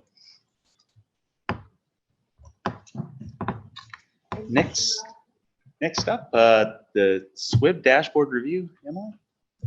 This is pretty cool stuff. It's just right here, and then you can just play around. They can watch you do that. So if you want to introduce yourself. It's been a few years in the making. All right, well, thanks for having me here today. My name's Emily Troutman. I'm an economist with Montana's Department of Labor and Industry. And I'm here just to show you a dashboard we've created that shows job service activity. And this dashboard is going to be available on your website. So my goal today is to show you both what's in the dashboard so that you're able to track it yourself later on if you're interested in seeing how this data updates from month to month. And then I'll also point out just a couple things that I find interesting, a couple interesting trends that we're seeing in the data. So if you click on data dashboards, the one I'm going to show you today is this job service client served. But I do want to point out. Click on the data dashboard link. It'll open up on the screen as well. Oh, okay. I was new to that site, so so here's all our dashboards that we have. We are trying to put out more information for the public so everybody can kind of track this information as they care to do. So as mentioned, I'm going to focus on this job service client served today, but there are a couple other dashboards that might be of interest to you in the future. For example, there's the Montana Registered Apprenticeship Program that looks at active apprentices by county and by occupation. There's the Incumbent Worker Training Program that looks at grants awarded by county, industry, and year. There's some licensing data, and then there's a bunch of just kind of overall labor market information that you can kind of play around with as you care to do. So to be included in this job service dashboard, a client, so either an individual or a business, has to be assisted by our job service staff to the extent that they get entered into our case management system. So I wanted to bring that up just because there are some services that might not be counted in this dashboard. So for example, if somebody goes to a job service office and uses a resource computer to submit a job application, they may not be entered into our system, so they may not show up in this data. Similarly, if somebody comes in, asks a 5-minute question at the front office, then walks out, they might not be captured in this either. It's the people that come into job service, sit down with staff face to face, and we can, enter their name and write down some notes about them. Those are the people that we are tracking in this dashboard. And so the first thing I want to point out is there are 5 different tabs at the top that show different job service activity based on, either client or service that we provide. And the first one I'm going to start with is it's just basically showing a count of the number of individuals we have assisted at the job service offices. So starting with this table, just to show you kind of how I would read it, you can see, and it's kind of small for you guys to see up there, but basically what you can see is in April 2023, job service has assisted 1,890 individuals during the month. This column shows kind of a year-over-year growth, so you can see it's negative, so we're kind of declining slightly in that sense. And then we're also showing the percent of clients assisted multiple days, because this is a count of unique individuals. So just because, you know, almost 1,900 individuals have come in, that doesn't mean that's how many people we have talked to. You know, some of those people are coming in multiple times. About a third of them are coming in multiple times. So nearly 2,000 individuals, but you know, we're seeing them multiple times. This line graph below is a better visual of that data. So it's showing something similar to the table, but just for people who are more visual and want to see the full picture. So for example, this blue line is showing you, again, the number of unique individuals that have come into job service offices. So you can see April 2023, same number as above. And one thing you can see is, you know, 2018, 2019, we are assisting, you know, a gradual stream of people coming in. You see that gigantic spike. Obviously, that's COVID related. And now we've kind of returned to the normal trend, and are assisting, you know, a similar amount that we were before, maybe slightly lower. This is to be expected. Unemployment is so low, so that's an expected trend to see. Something interesting though is this line is showing the percent of clients served multiple days. You can kind of see that is a slight upward trend, and we would expect that too with low unemployment. The people who are coming into the office might be some of the people that are, you know, the hardest served. Maybe they have some barriers to entry to the workforce. We would most likely see them multiple days and see more of them multiple days. So that makes sense that that's trending up slightly as well. The last two lines that we show are, this teal one is the number of new clients that we're seeing. You know, we've never seen them before. The red is number of reactivations. So we've seen them in the past, but not for at least 90 days. The reason we pull out those two data sources, or those two sets of data, is it's an indicator of job losses in the community. So right now it's, you know, fairly low, fairly boring. That might change in the future, but it's there to track if you like to. Now that data is showing is a total for all the offices in the state. If you're interested in a particular area, you can use that drop down and say, I want to see job service billings. Now that visual's filtered for billings, and we can see in April, the job service and billings helped 295 people. And their data looks fairly similar to the statewide average, similar trends that we're seeing there. And you can go around and play with that with whatever, you know, area that you're personally interested in. The next dashboard shows very similar information, but now we're looking at the number of unique businesses served. So for example, in April of 2023, we helped a total of 615 businesses. These metrics are a little bit different, but this is showing over the last 12 months, we've helped an average of 576 businesses each month. So in April, we were slightly ahead of that. That's how I would look at that information. And then the change, this is an average change over the last 12 months. For the year ending April 2023, we helped about 42 less businesses than the year ending April 2022. So similar to the last dashboard, we're also showing it in a visual way. This orange line is the total number of businesses served. This blue line is the reactivation. So we haven't seen them in 90 days, but we have helped them in the past. The red is the new businesses served. And so in the recent months, according to the table, we've, you know, declined slightly year over year, but in general, since 2020, this line has trended up slightly. And again, with low unemployment, that is something also we would expect to see. Businesses obviously have a harder time with low unemployment. This is kind of the time that job service is kind of shifting to help businesses, maybe not as many individuals as businesses. Okay, so the next, and Similar to the first one, you can also filter this by job service office. So for example, I like to look at Kalispell. They've just had a lot of activity up there. So for Kalispell, for example, they helped 271 businesses in April. And again, similar trends to the statewide average. One thing to point out too is we do have that new business engagement team. They are listed on here as well, but they are new to our computer system, so there's not much to see at the moment, but that will get filled in as time goes on. The next dashboard focuses on our RESEA activity.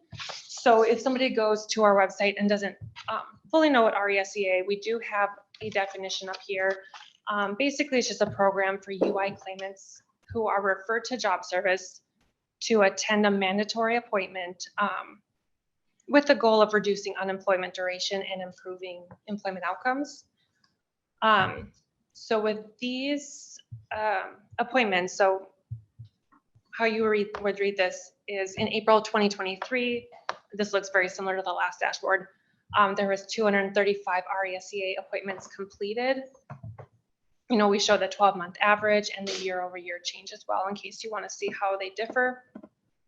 The line graph shows you a little different than the last two dashboards. This one shows you in orange the number of RESEA referrals compared to the number of RESEA appointments completed. And the reason those two differ is because, you know, we might have some no-shows. I think some referrals can get waived, I think, yes. And then sometimes you have, you know, every once in a while you have the appointments completed above the referrals. That's just because, you know, sometimes you get a referral in a different month and the appointment's actually completed. It's just a timing issue. Again, these you can filter by the job service office that you are interested in viewing. One thing to note is I believe these appointments are all virtual for now. So this does show you the office where the appointments are completed. Half of the services are virtual. Okay. Half of them are. So in either way though, it shows the office that completed the appointment. So it's not necessarily, it might not necessarily be where the layoff occurred. It's just because of the nature of how they're virtual now. So we're conducting an evaluation, and this is part of our continuous improvement processes that we're trying to do. And so we're doing virtual and in-person appointments and evaluating outcomes for those things. And so those virtual appointments, someone in Billings might get an appointment with a job service in Kalispell, just based on where the need is and where the appointments are. Over time, you know, we'll shift that back to whatever data tells us in terms of which are most effective in terms of getting folks back to work faster. So it is a little, it's not necessarily intuitive, but when you look at this by region, it might not necessarily tell the story of that specific region. But if you do have questions about it, we're happy to walk you through it too, if you want to talk about a specific area. No, thank you. Thank you. That's good.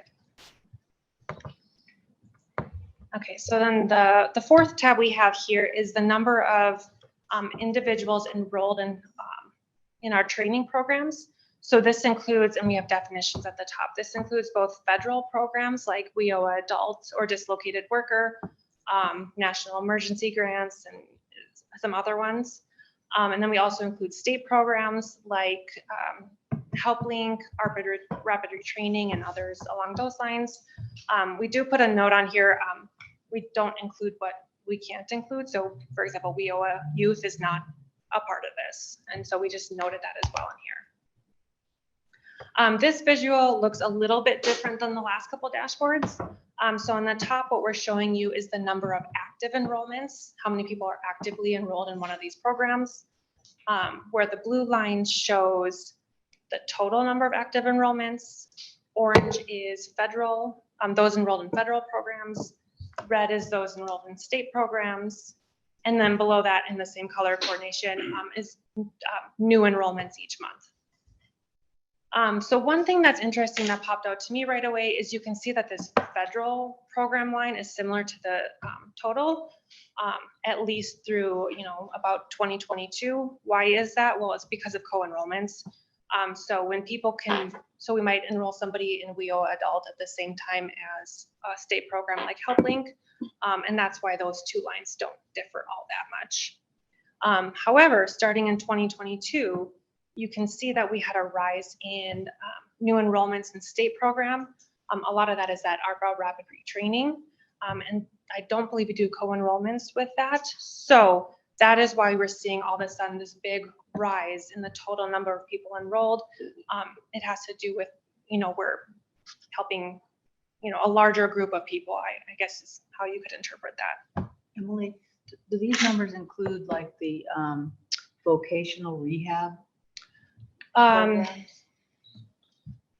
That, I can't even. Chair Huffman and Commissioner, no, they do not, because that, and the note up there indicates it does not include Title II or Title IV. Oh, And those are both rehab, and then adult basic ed is Title II. So they don't, but in the future, I think we would love to see, and I'm sure, I'm pointing at Chanda, and I'm sure Superintendent Arnson feels the same way. If we could include that as a separate dashboard, as connect those to either ours or have them as separate dashboards. Be nice we to would have love them all to. together and then you could get that. Mhm. Yeah, so you'd add differentiation, so you could see just those, but you could see them all kind of added up too. But these are all services provided at job service locations. And so not always is voc rehab Which and job service. Yeah. which gets back to, Yeah. be nice to have one central. For now, we include what we can include with the software we have. Yeah. Okay, so and then similarly, you can filter by the job service that you are interested in looking. And so you can play around with that as you care to. The last dashboard we have focuses on rapid response. Rapid response services are provided to businesses and employees for purposes of layoff aversion or to help with a transition during layoffs. These layoffs have to have been identified by job service and have outreach for rapid response to have occurred. They're not just, any layoff. They are ones that we have assisted with. So again, this one looks a little different than the last ones. This chart right here is showing you the number of businesses with rapid response. Obviously that outlier is March 2020, where we assisted 155 businesses. Most recently in April 23, that's 6. So this line right here just really skews the data, but it's in there. Similarly, this one shows you the number of employees affected at rapid response businesses. Again, March 2020 skews the data quite a bit. But in recent months, April's 57 employees, back February is 489. It just kind of varies so much month to month. The interesting thing though to see with that, the number of employees affected in March of 2020 is, it is interesting to see what we are capable of doing, of helping with, when things like that happen.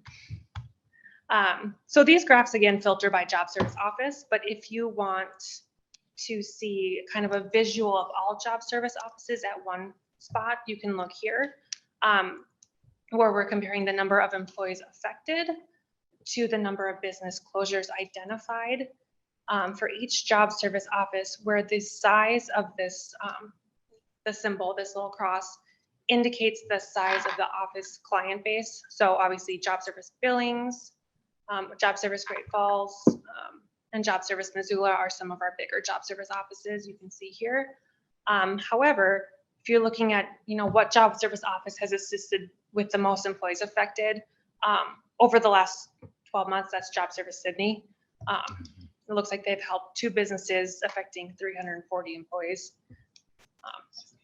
And then if on the other extreme, we can see, okay, well, job service Kalispell has helped the most amount of businesses. They're way over on this side. They've helped about 20 businesses affecting 284 different employees. So that's how you would interpret that chart there. And that's basically all I needed to show you in this dashboard. But I'm happy to answer any questions you have that came out of that, or any questions related to the other dashboards that I just briefly touched on. questions for Emma? It's fantastic. It's great. So is the software upgrades that Barb was mentioning gonna help our dashboards across this? No, I kind of misspoke. We include what we administer within job service offices. So that's basically what we're able to show here. A lot of years in the making, so thank you guys very much. No, thank you. When I think about the effort, but all the data behind the scenes on these graphs, it's super impressive. So thank you very much. Thank you.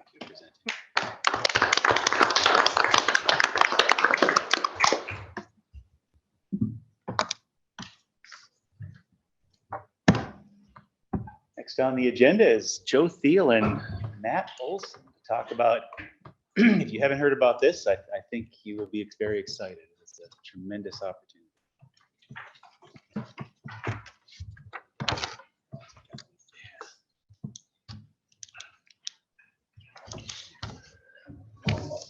Good afternoon, everybody. So excited to be here with you today. My name is Joe Thiel. I'm Deputy Commissioner for Academic Research and Student Affairs for the Montana University System. And Matt Olson, I'm the Director of Network Development for the Montana Chamber of Commerce.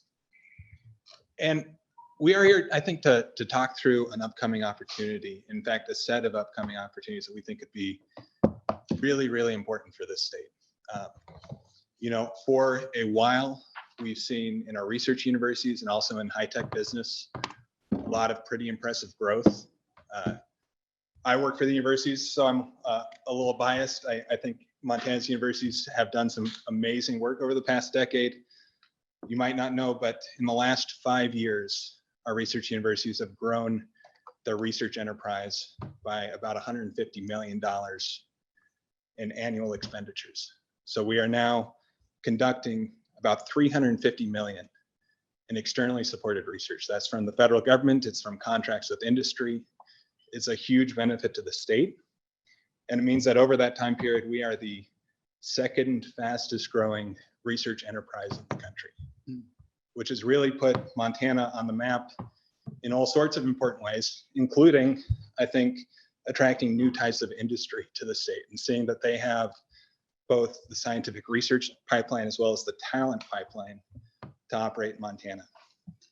Over that same time period, however, there's also been a challenge, and that's that a lot of the biggest investments that the federal government has made historically in making the United States technologically preeminent globally, which we have enjoyed being for the past 100 years, those increasingly have concentrated on the coast. It's been Boston, it's been San Francisco. Amazing things are happening there, but it's also been seen as a weakness that the technology that we're developing is so concentrated in these couple of places, and too often a lot of the rest of the country isn't participating.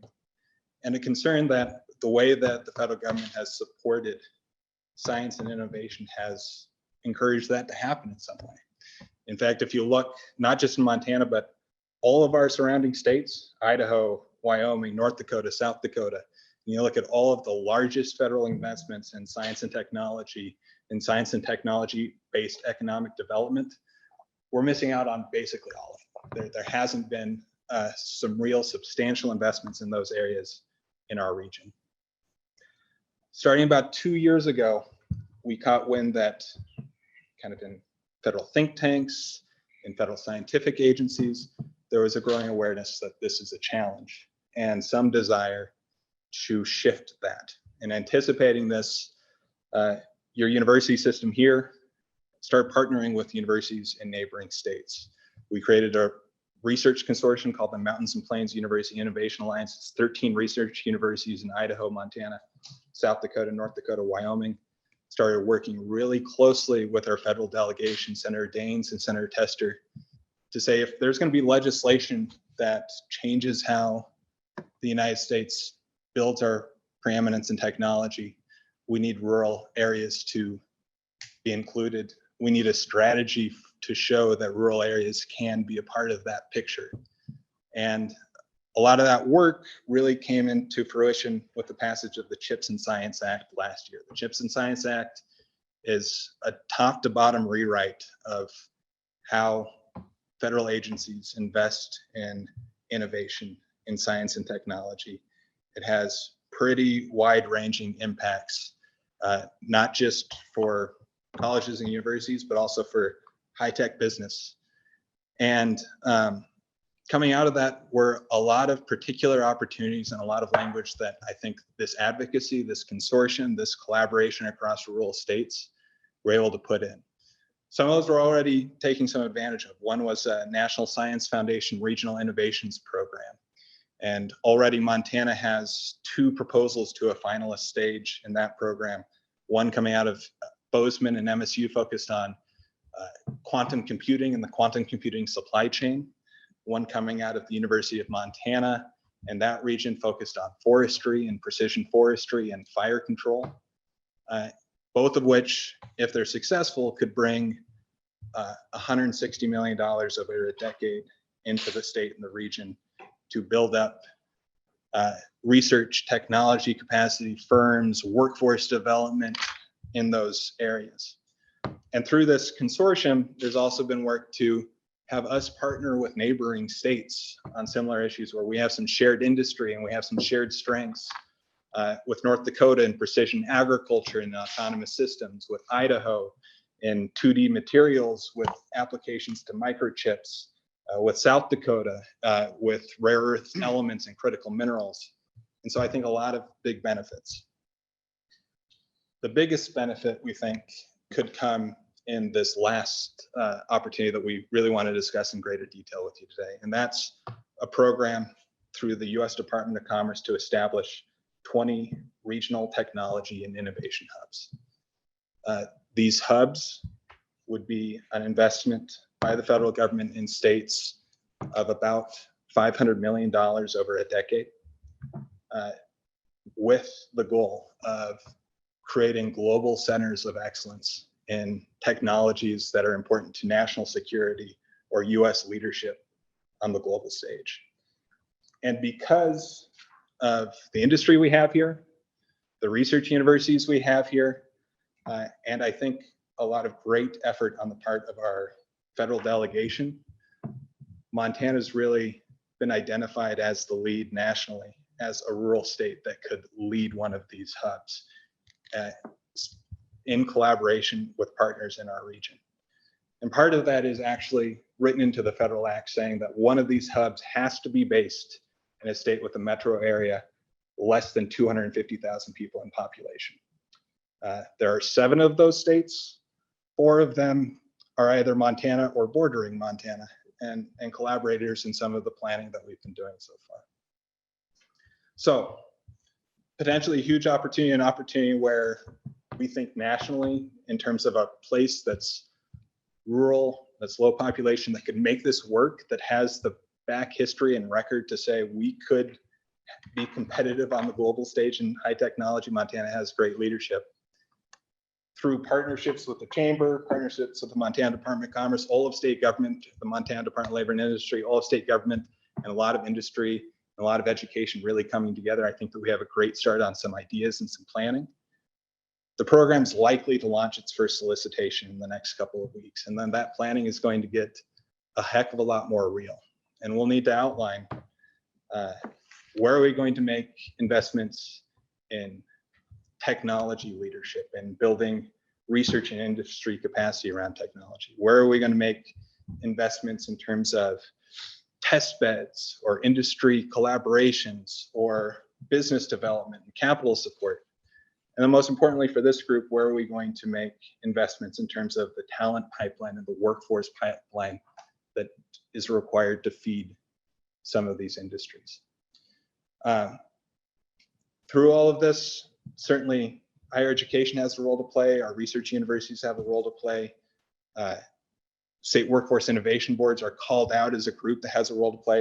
I want to turn over for a little bit to Matt Olson and the Montana Chamber, because they've been having and playing an incredible leadership role in terms of the industry integration into all of this work that has to be there if we're going to be successful. Matt?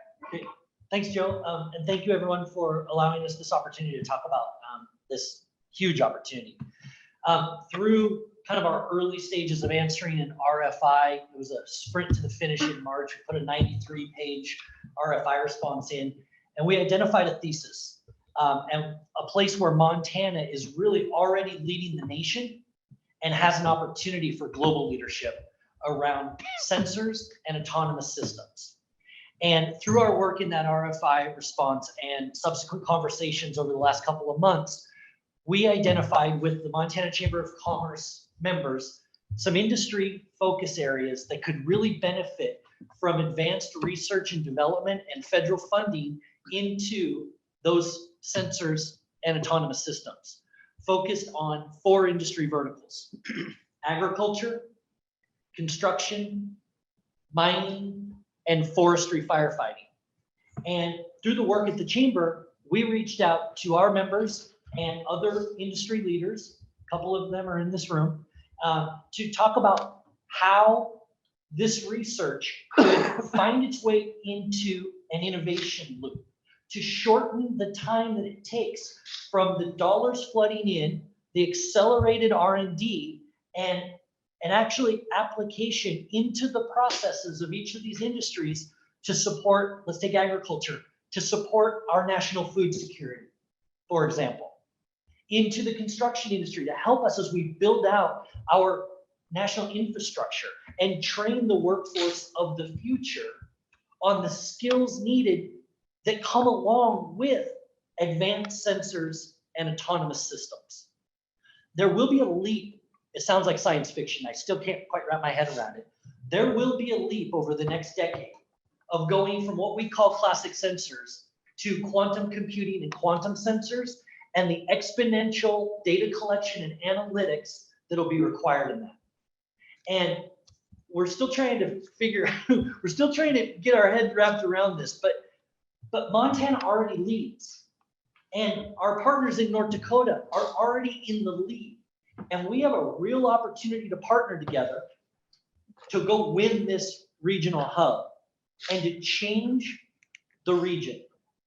So we can continue to talk details, but there's one person in this room that I already prepped for this, and that's Adam Gilbertson. Because Adam's industries are both agriculture and construction. Adam's business spans North Dakota and Montana. And Adam and I have spent a lot of time together with Joe as well, talking about how winning a regional tech hub like this can support his business to grow and start training the workforce of the future to take back global leadership. So Adam, if you're okay, got a drink there? A little bit. Right? That's a build up, huh? From the SWIB board's perspective, we'd really like to have a little brainstorm, and hopefully Adam can kick us off here, of how the expertise in this room, working together with the university system, the Chamber of Commerce, the Department of Commerce, can take advantage of this opportunity and really put these dollars to the best use when we win the regional tech hub.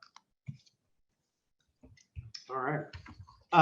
So we've had an opportunity here for the last few months to kind of partner with Joe and Matt and a number of folks in the industry. It's not just our company by any stretch, but they asked if we could kind of help navigate this partnership across between North Dakota and Montana. And the university systems obviously have some unique ties. There's a pretty healthy transplant across the ag world from Montana State into North Dakota State. And in our industry, John Deere's technology manufacturing hub is actually in Fargo, North Dakota, where most of their high precision technology is created.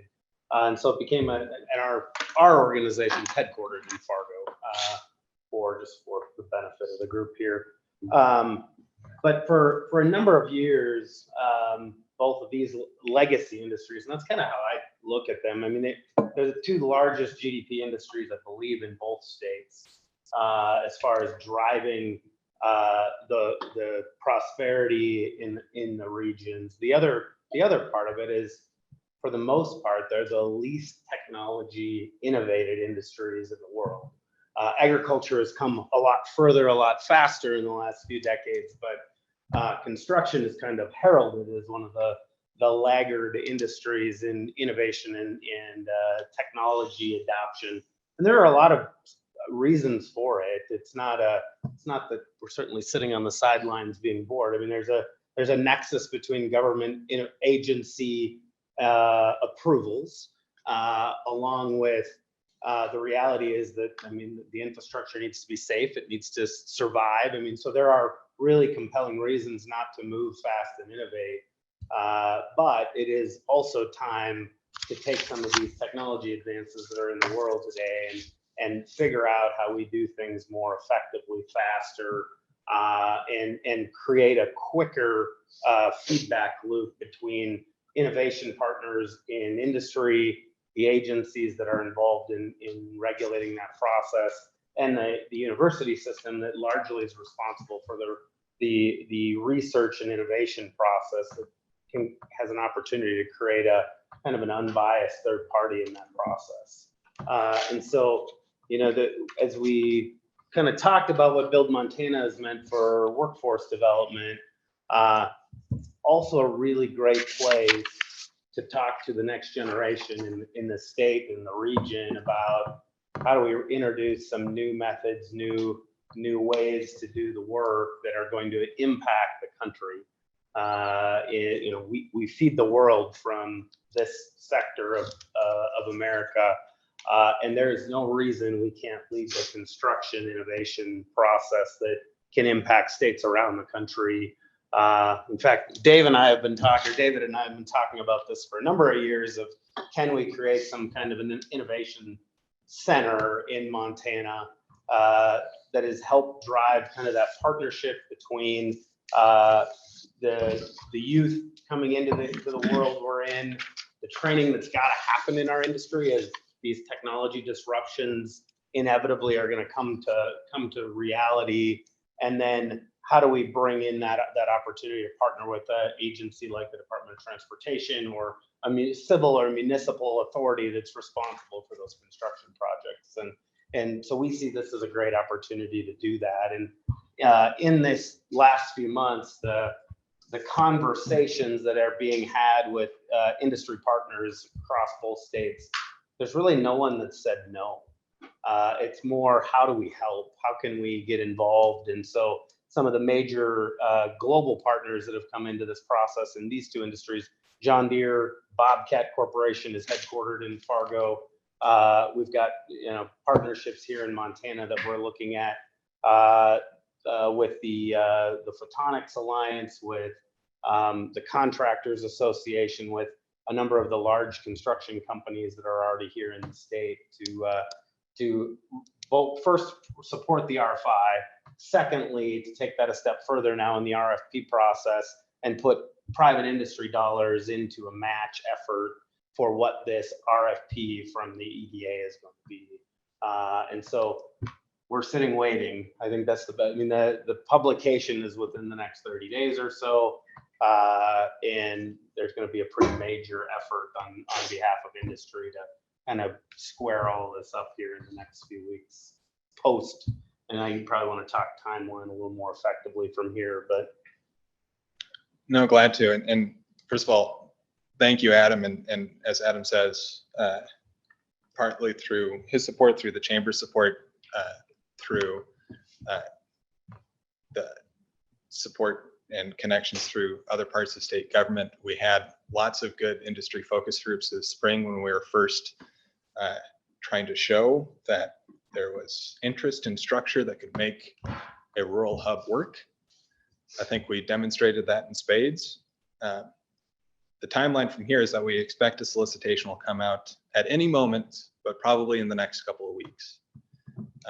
And that will have kick off a process to identify 20 hubs that will be a quick turnaround, as quick as 2 or 3 months to submit an application.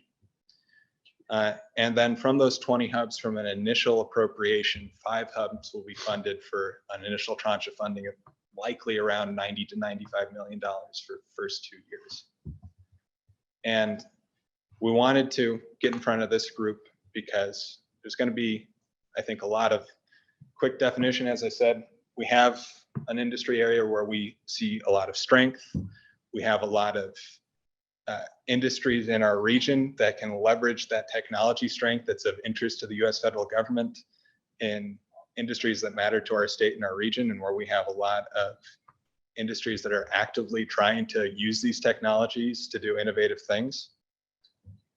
Where I think this group, in conversation with all these partners, comes in is that one of the things that we'll need to demonstrate and strategize around is, do we have the workforce and talent pipelines to make use of those disruptive technologies when they come through in these kind of fundamental industries like agriculture and construction, as well as these emerging industries like quantum computing, where we have some leadership in establishing a supply chain in Montana.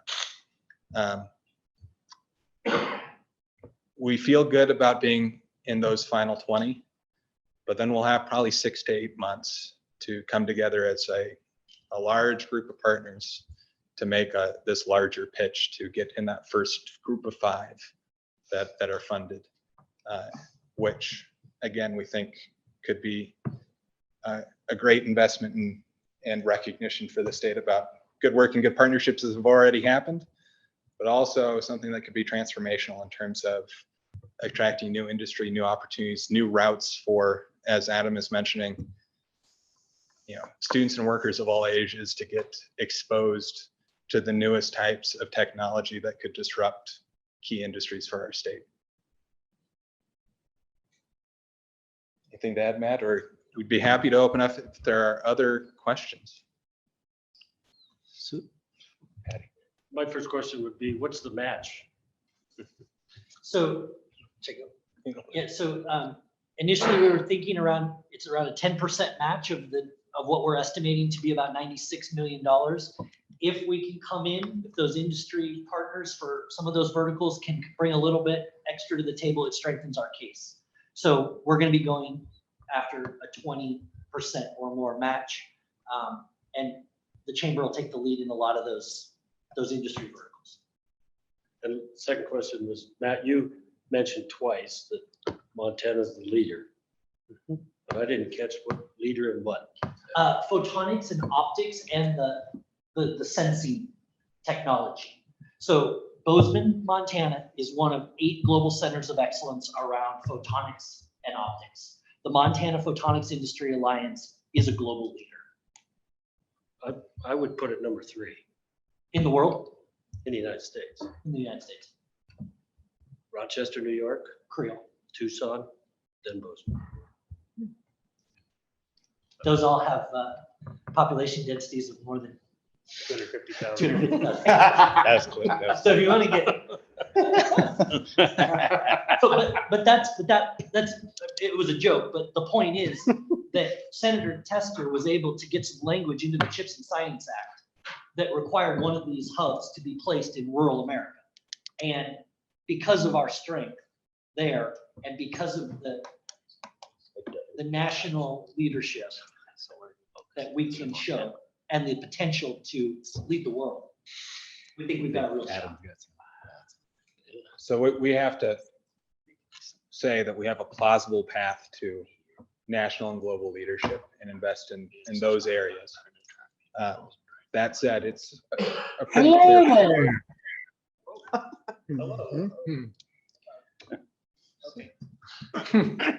I've just got a question as to how much broadband or internet connectivity is going to meet in for something like this, because I sit on the Communications Advisory Council, and we're just about to start the BEAD and digital equity projects, and that's going to be probably well over $1 billion being brought into Montana, which is going to have to provide high-speed internet access to all unserved areas in Montana, as well as many or all underserved areas.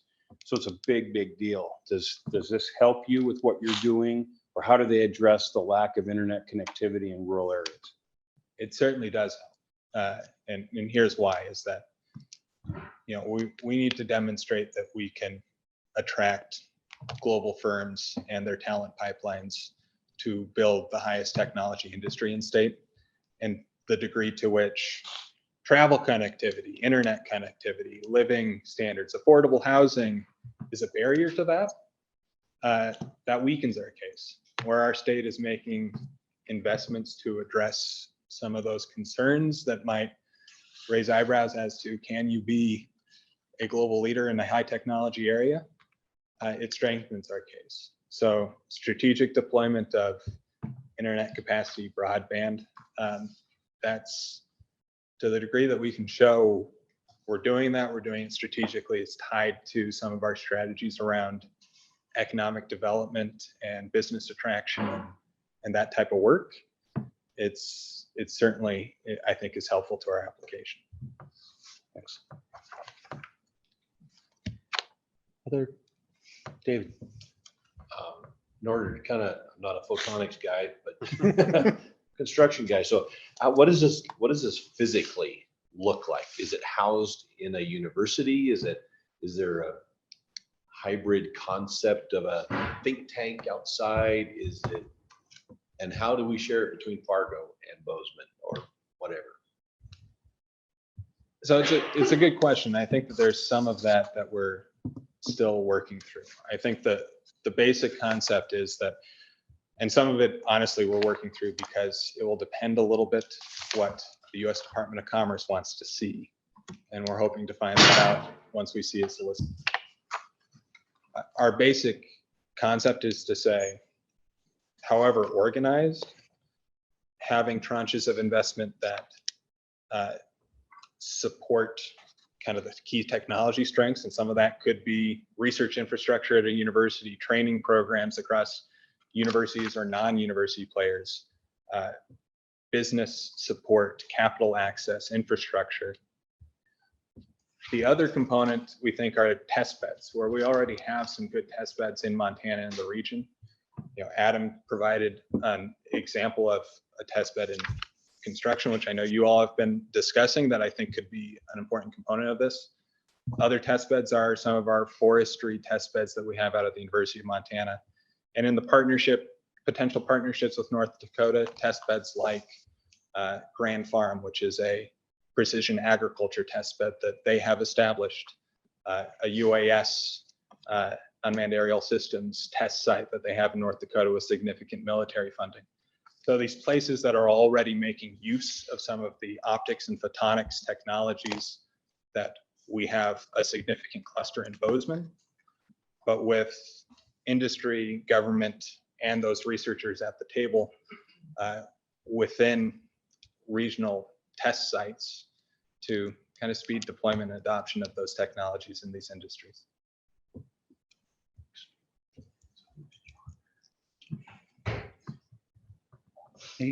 Have you already partnered with North Dakota, South Dakota, Wyoming, and Idaho? Have you already set up the partnership between the Dakotas, Wyoming, and Idaho? So what we started this project with was a partnership between all of the research universities in those states. And as I said, that led to 5 shared applications that were partnerships, not necessarily across all the states, but between different universities in those states, submitting to a National Science Foundation program called Regional Innovation Engines, where we had a really good rate of success, and we're expecting that those will grow. And I think that here, Montana's in the lead in part because of how the U.S. Department of Commerce has structured the competition. They want it to be focused in the technology area and focused in geography, but recognizing that there's a lot of strengths in our region that could strengthen an application. And those strengths are both in terms of these test beds and the university strengths, but also industry that spans our region. And so I think our goal is to have an application that builds up the Montana technology strength in optics and photonics, but that partners across the region in some of these areas where those optics and photonics technologies can be applied in big industries that are important. Also, this $500 million is the start of a journey. That I think the beautiful thing about what's happened with these innovation hubs across the country and the large cities they are kind of self-sustaining. You build that excellence, you build that reputation, and now the next phase, the next opportunity for a grant, the next place where something happens, you're on the map and have the opportunity to build it larger. So I mean, I don't really look at it's a big deal.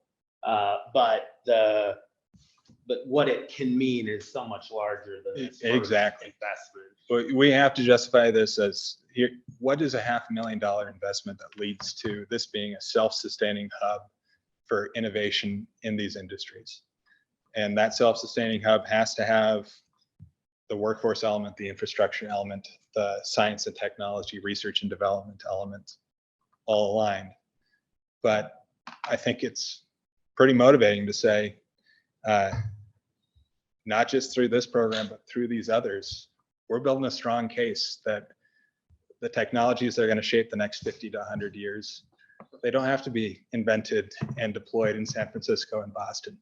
We have the case and the models and the right conversations happening where we can have those created, deployed, creating opportunities here and in this region. Are we looking at military as a component of it as well too? Because obviously with the missile upgrade, Northrop Grumman's talking billions with a B. Yep. Instead of millions, and the opportunity. We already have a lot of technology companies looking at Montana with hypersonics and wrist gesture control and things like that. So I think there's a huge opportunity, and we're courting a number of them, and of course partnering strongly with Northrop Grumman on the opportunity. It's a huge opportunity that would play well into what we're doing. We've had some engagement, but I'd love to connect afterwards, because I think that every piece that we can connect to this technology focus is a benefit. Perfect. Other questions for Joe and Matt? Thank you very much. Super exciting.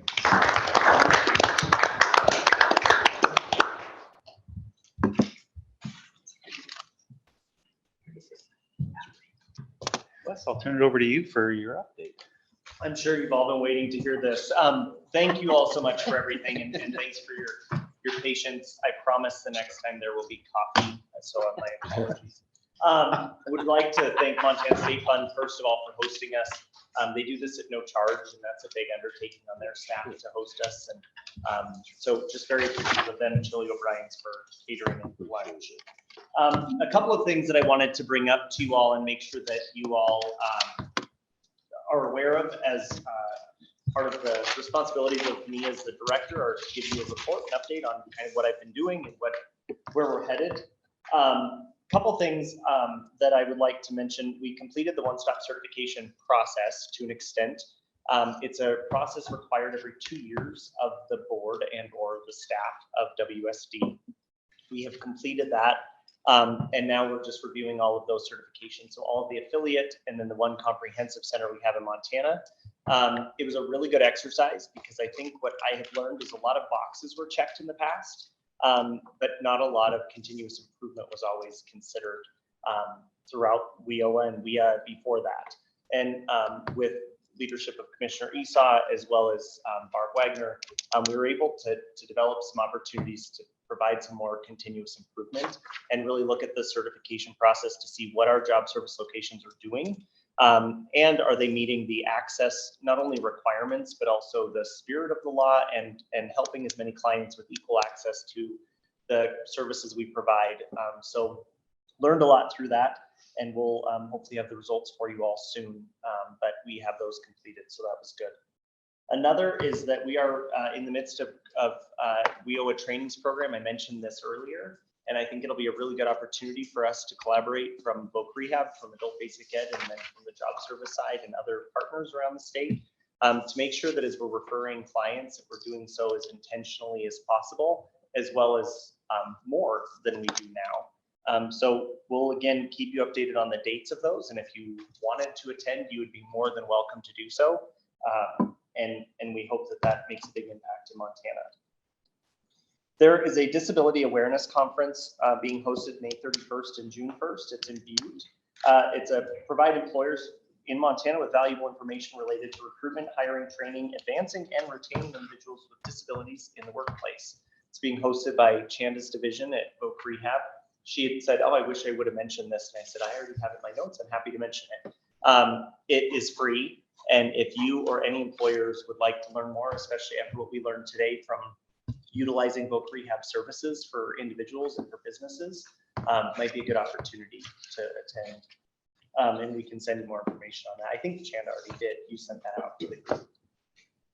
Along with voc rehab and voc rehab and OPI, but the special education unit out of OPI. We're all attending a capacity building institute. It's actually next week.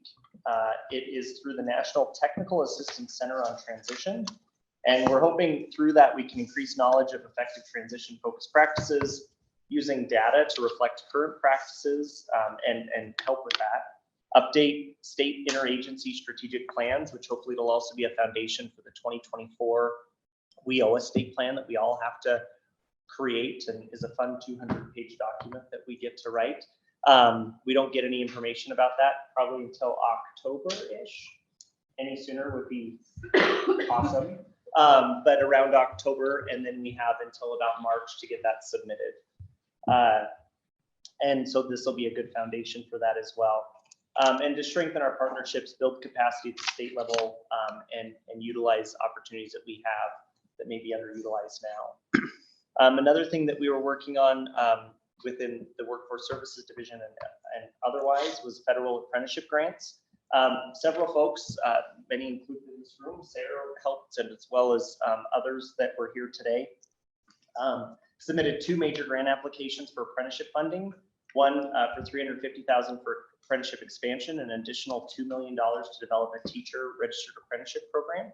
So keep you updated on that, but it's a really great opportunity, and we submitted those applications 2 weeks ago. There was information sent to hopefully all of you, and if not, please let me know. The Lieutenant Governor's Office has spearheaded a Robert's Rules of Training dashboard as well as opportunity. I know some of you were online. There was also some confusion at the beginning as far as how it was supposed to be implemented. You should have all received an email with a username and password. It came from the governor.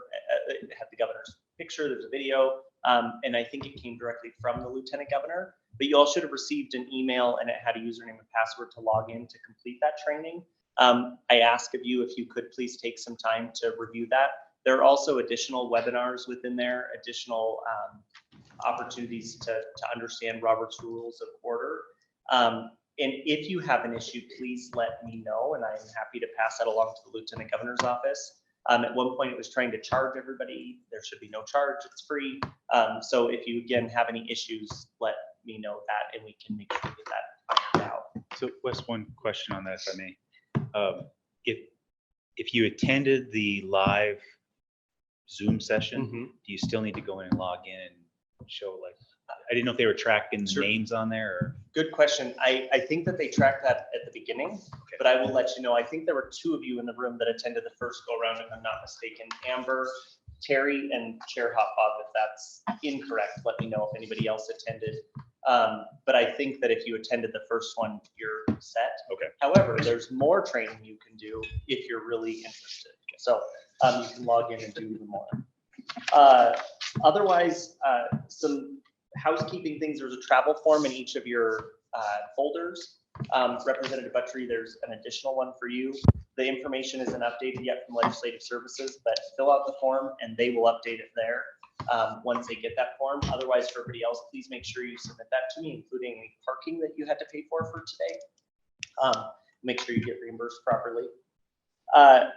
Otherwise, the last thing I just have for you all, Paul and I attended National Governors Association State Workforce Board Chairs and Directors or Liaisons meetings in Washington, D.C. in February.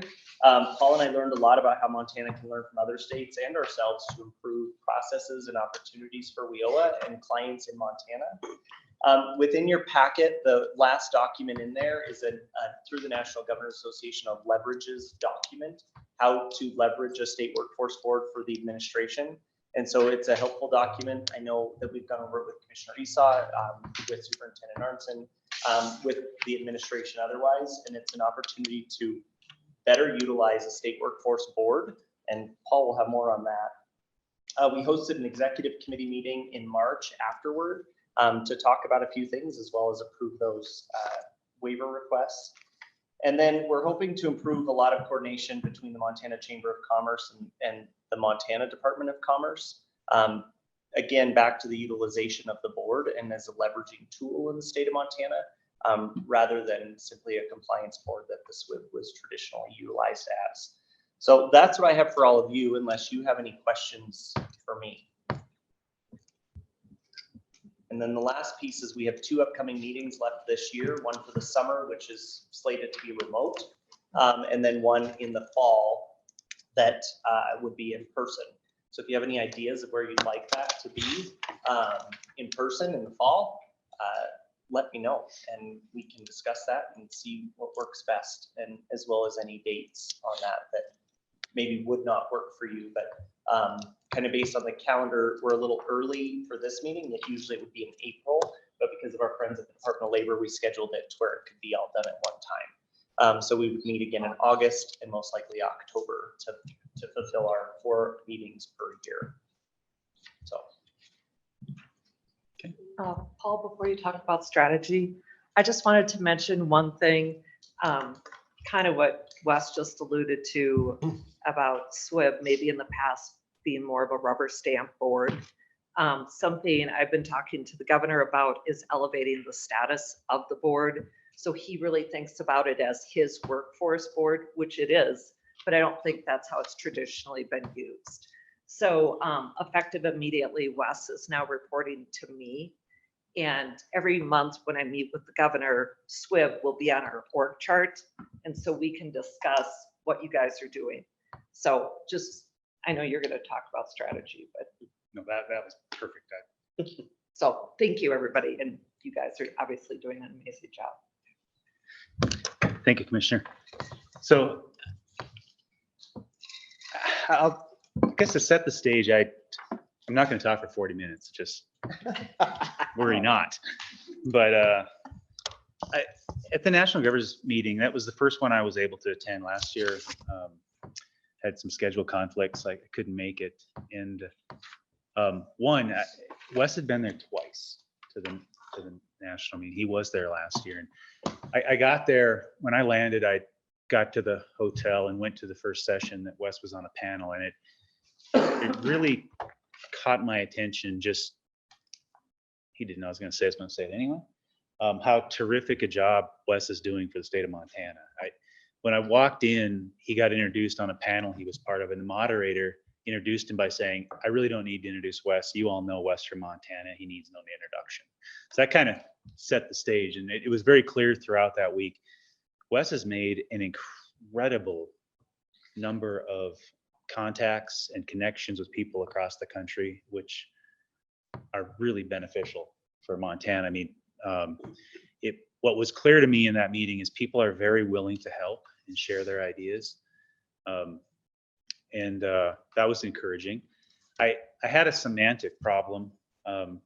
We've talked about this since our meeting in Bozeman over a year ago, that we've always been kind of a policy board, and how do we move into a more impactful role?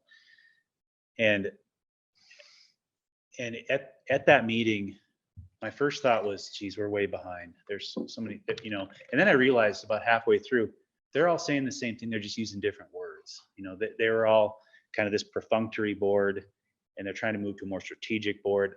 And I realized, okay, we're in the same boat that a good 2/3 of the states are in that were represented. So I felt a lot better. And as we were taking notes, one of the things that came up, and I mentioned it earlier, Iowa talked about this high school apprenticeship deal, and they were free to, we're happy to engage, help you out if you're interested in that. And so when we got back, we've spent a lot of time talking about how do we move fully into this more strategic realm. And I'm going to be honest with all of you, that this is the toughest thing to talk about up to this point. And it's been difficult because how we become a strategic board isn't going to happen by, there's not a pre-made roadmap to follow, if you will. It's going to be up to us to find that value pathway. And I think hopefully what we're going to talk about are at least glimpses of that road, and they make some sense to you. So monthly, Commissioner Esau, her chief of staff, Barb Wagner, and Wes and I, we meet every month to talk about, what's important to the department. Where's the SWIB at? How do we interact with the department? What can we do to further those goals? What are those goals? And I think that's been tremendously helpful. As the commissioner said, elevating the SWIB in Wes's role, incredibly helpful to connect us with the governor's office, to better position the SWIB to be that support mechanism that we're intended to be. When Joe and Matt were talking, I kind of wanted to close the loop, but I didn't want to take pieces of this out. But they probably thought, geez, I said twice, we're here for a discussion about how the SWIB can interact. And I thought, well, I could close the loop, but I'll do it now. So one of the things that we've done to help support them, Wes has reached out to his counterpart, Katie Ralston Howe. She's the workforce director in North Dakota. Her husband happens to be the Secretary of State right now as well, and talked about this idea of the tech hub from a workforce. Matt talked to us and said, hey, at some point, everything we do in this grant, there's going to be a workforce thread that weaves through it. And we just, need some help on that. And the thought was, if we're going to have a joint proposal with North Dakota, how do we really sync up with them? And their workforce board's impressive. I mean, every year they lay out 15 priorities to the governor. They're very proactive, engaged, and they've been established as a strategic board for a very long time. So there's a tertiary benefit that can we learn from them through this process, and I think we can. So I reached out to the North Dakota chair as well and just had a discussion about, hey, I don't know a lot about this tech hub, but I know it's a Montana, North Dakota thing. As we just were talking, the thought was, can we create, as needed, is there a way to create a joint subcommittee between the states of workforce boards to support this initiative that Joe and Matt talked about? Thought that was a fairly exciting idea to do some cross-state collaboration. As Adam mentioned, we were driving in the car, our industry, Adam's industry, energy industry, so many companies cross that border daily with investment, people, and infrastructure. So to help facilitate that, the education committee, I talked to Adam. He's willing to take this on as a role with the education committee, since education is such an integral part of this grant, that maybe that committee can house that effort. And then as we look to need, no point in doing something that's not needed. But if there's value in creating this cross-state board, we now have a committee that can pull from other resources across the SWIB to meet the needs of this grant. I mean, to basically, we're in it to win it. And but if we can sync up our workforce initiatives in terms of how we'll approach the grant together, and we're on the same page, I think it strengthens our argument for why Montana and North Dakota should be in that top 20, as Joe mentioned. The other thing that we're looking at is about a month and a half ago. It came from an idea that came out of Washington. So many of the states use their workforce board in the business attraction realm. So as every state's trying to find people to move their companies to. We're in a different position. South Carolina talked about, and they said, we got tons of people. We have nowhere to put billion-dollar projects. And thinking, we got a lot of places to put billion-dollar projects. We just don't have people. So the thought was, and what happens is then as they talk to companies, they're able to bring forward sort of workforce programmatic solutions, education opportunities. How do we solve the workforce needs of your company as you're looking to move into this state? So we met with Director Osterman at Commerce and just pitched the idea to him that is there an opportunity to form a committee, if you will, to be very clear, we're not looking to get in the way of the business attraction effort. It's more of a support role. As workforce needs become a discussion point, potential hindrance to getting businesses to come to Montana. How can we help plug in and solve that problem, or at least articulate our position? He was very open to that. His suggestion was, business attraction is maybe a little unclear. Let's call it business development committee. After we left his office, I gave a call to Todd O'Hare, the CEO of the state chamber, and just said, hey, Todd, how, here's a thought. Would you be willing to have, if not you, somebody, might be Matt Olson, serving on a committee that's related to business development? We plug in from a workforce perspective, and Todd got excited. He said, hey, that would be fantastic. He said, is there a way that committee can also plug in and help us with business attraction? I mean, we talked to a lot of companies outside of commerce that workforce is an issue across the board.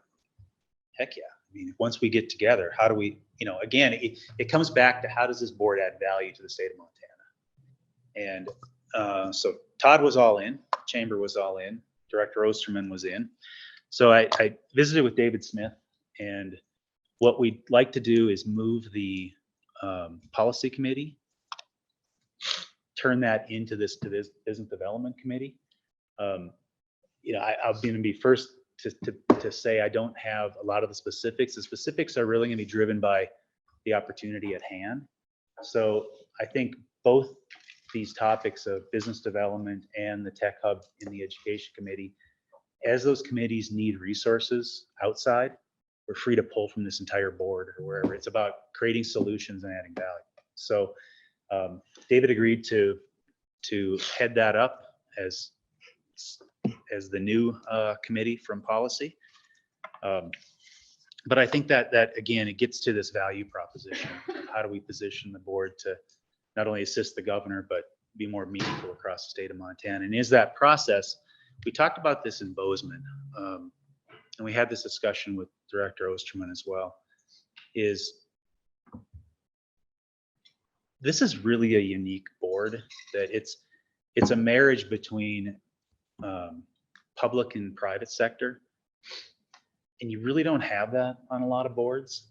So as such, how does this board then become a bit of this unique repository of programmatic workforce solutions across the state? Wes has said, we've got that on the public side. We've got it on our website. We've got a list of things that are going on that we can offer. David, you talked about, and Adam talked about, Bo as well, Build Montana. Now that's an example of that private sector workforce solution. So if there's a way, again, it's not about getting in the way of those programs. It's just a way to have a list of those things so we can articulate, this is a list of things that Montana has to offer, and we can direct that to those resources to solve workforce problems. And as Wes and I talked, it's a bigger challenge hurting all of the private sector workforce solutions, but we're a very broad board, and it may take some time, but if we can create this repository of opportunity that goes to the heart of not just the tech hub in terms of what solutions does Montana have to offer, but from a business development perspective, we've got a list of solutions that may or may not fit depending on the industry that commerce is looking at. So those are it's what we've been working on, and it's an attempt again to move toward a more robust value position for the SWIB. I kind of maybe rambled there. If I did, I apologize. So I'm happy to do my best at answering any questions if I was unclear. Or just, I'd like your thoughts directionally. Does this make sense? If it doesn't, I'm happy. It's all about pivoting to the proper solution. I think the opportunity, like you mentioned, is to partner up with the Montana Chamber and the other chambers that are starting workforce development initiatives. So Kalispell, Billings, Helena, and us, and we're already hired our second person. We'll probably hire 2 more by this fall. We just built out a brand new entity. We've called it Central Montana Works. We just received our official designation recently. So I think the opportunity is there to do that, to do and help with talent attraction. At our Montana Association and Chamber Executives Conference 2 years ago, we had Director Osterman and Frederick Van Heel come as well too. And he's also trying to recruit businesses as well. So, and Edward Johansson was brought on as well. So very specifically trying to target businesses to bring them to Montana that feel it'd be a good fit. And so I think the more that we can partner up with them, with economic development, with the chambers, with this board to do that, I think the strategy is important. Like you said, workforce, because that's the second question is, well, where's the workforce coming from?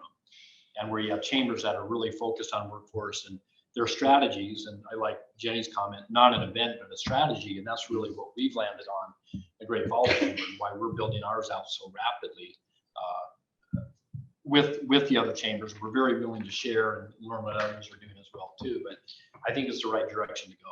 Good, thank you. I think it's the right thing to do because we do need businesses, but that workforce is such an important piece. And I think the more we can get into our schools and talk about not just the job, but the career and what they're doing and share that vision with them, that you're not just a carpenter, you're building a home, you're building a dream for somebody. You're not just,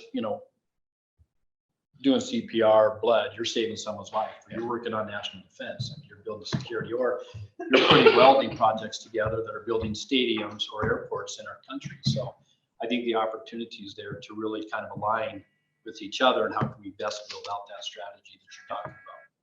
And, it makes me think, Shane, that of something that Commissioner McGinley says often that I like, Montana's just one big town with long streets, but that really became clear in Washington. When you talk to these other states, their universe of connections are way more limited than, we all serve on multiple boards and oftentimes we're on the same boards together. It's we're 2 degrees of separation and everybody in the state. And that's really unique in terms of being able to connect dots to help with solutions. Okay. I was just gonna say that the Montana Ambassadors is also kind of tasked with this type of thing. And so maybe it'd be nice to encourage as many of you as possible to go to their next annual convention, which I think will be in the fall. Okay. That was, I brought that up with Director Osterman, the ambassadors as well.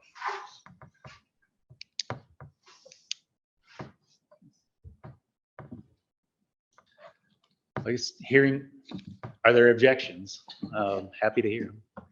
Hearing none, I guess we'll continue to plod down this path. And again, it's really about trying to steer the board from that policy-driven board to a strategic board. And we're gonna have to find our way through. And if we set forward committees, but in that quest for value, if committees need to change, we'll change them. But thank you all for coming. Wes, this is a fantastic meeting. It dovetailed one topic to the next so well. Safe travels home, and thank you again. Oh, public comment is our last item. Thank you. Is there any public comment before we adjourn?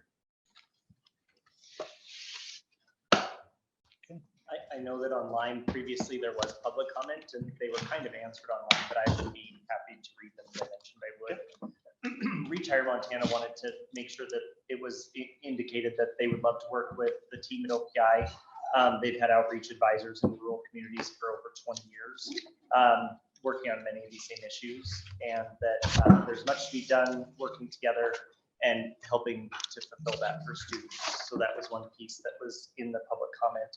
Another piece from OPI also was to see more partnership with adult basic education with the career coaches as well to help those students that may not be in school, helping them find career opportunities. So those are 2 pieces of public comment that I just wanted to mention that came from the chat. And one other, Barb Wagner had mentioned that the IT system upgrades will make reporting easier. So to kind of answer your question, maybe not directly, Dean, but it will overall definitely help make reporting easier so that the data we do get is much more accurate and stronger. Cool. Perfect. Well, thank you again, and thank you to the U.S. Department of Labor folks for joining us today. And with that, we're adjourned.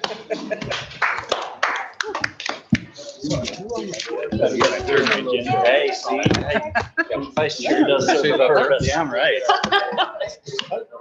I apologize, but I missed that Robert's Rule of Order training. I was just trying to look, I just wanted to. Oh. Yeah, he. Yeah.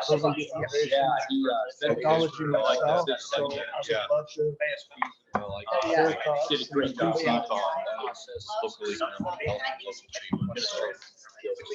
I could have missed it, but security's pretty hard. But, yeah, I was just digging through there. for primary, yeah, something like that.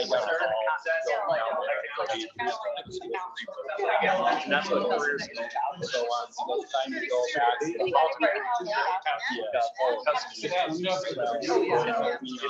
So right now we're in a huge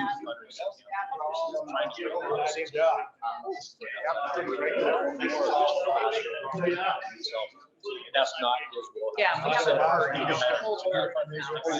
not your guy. Really. No, you're saying that maybe you're not. So then our advanced person who's been in charge of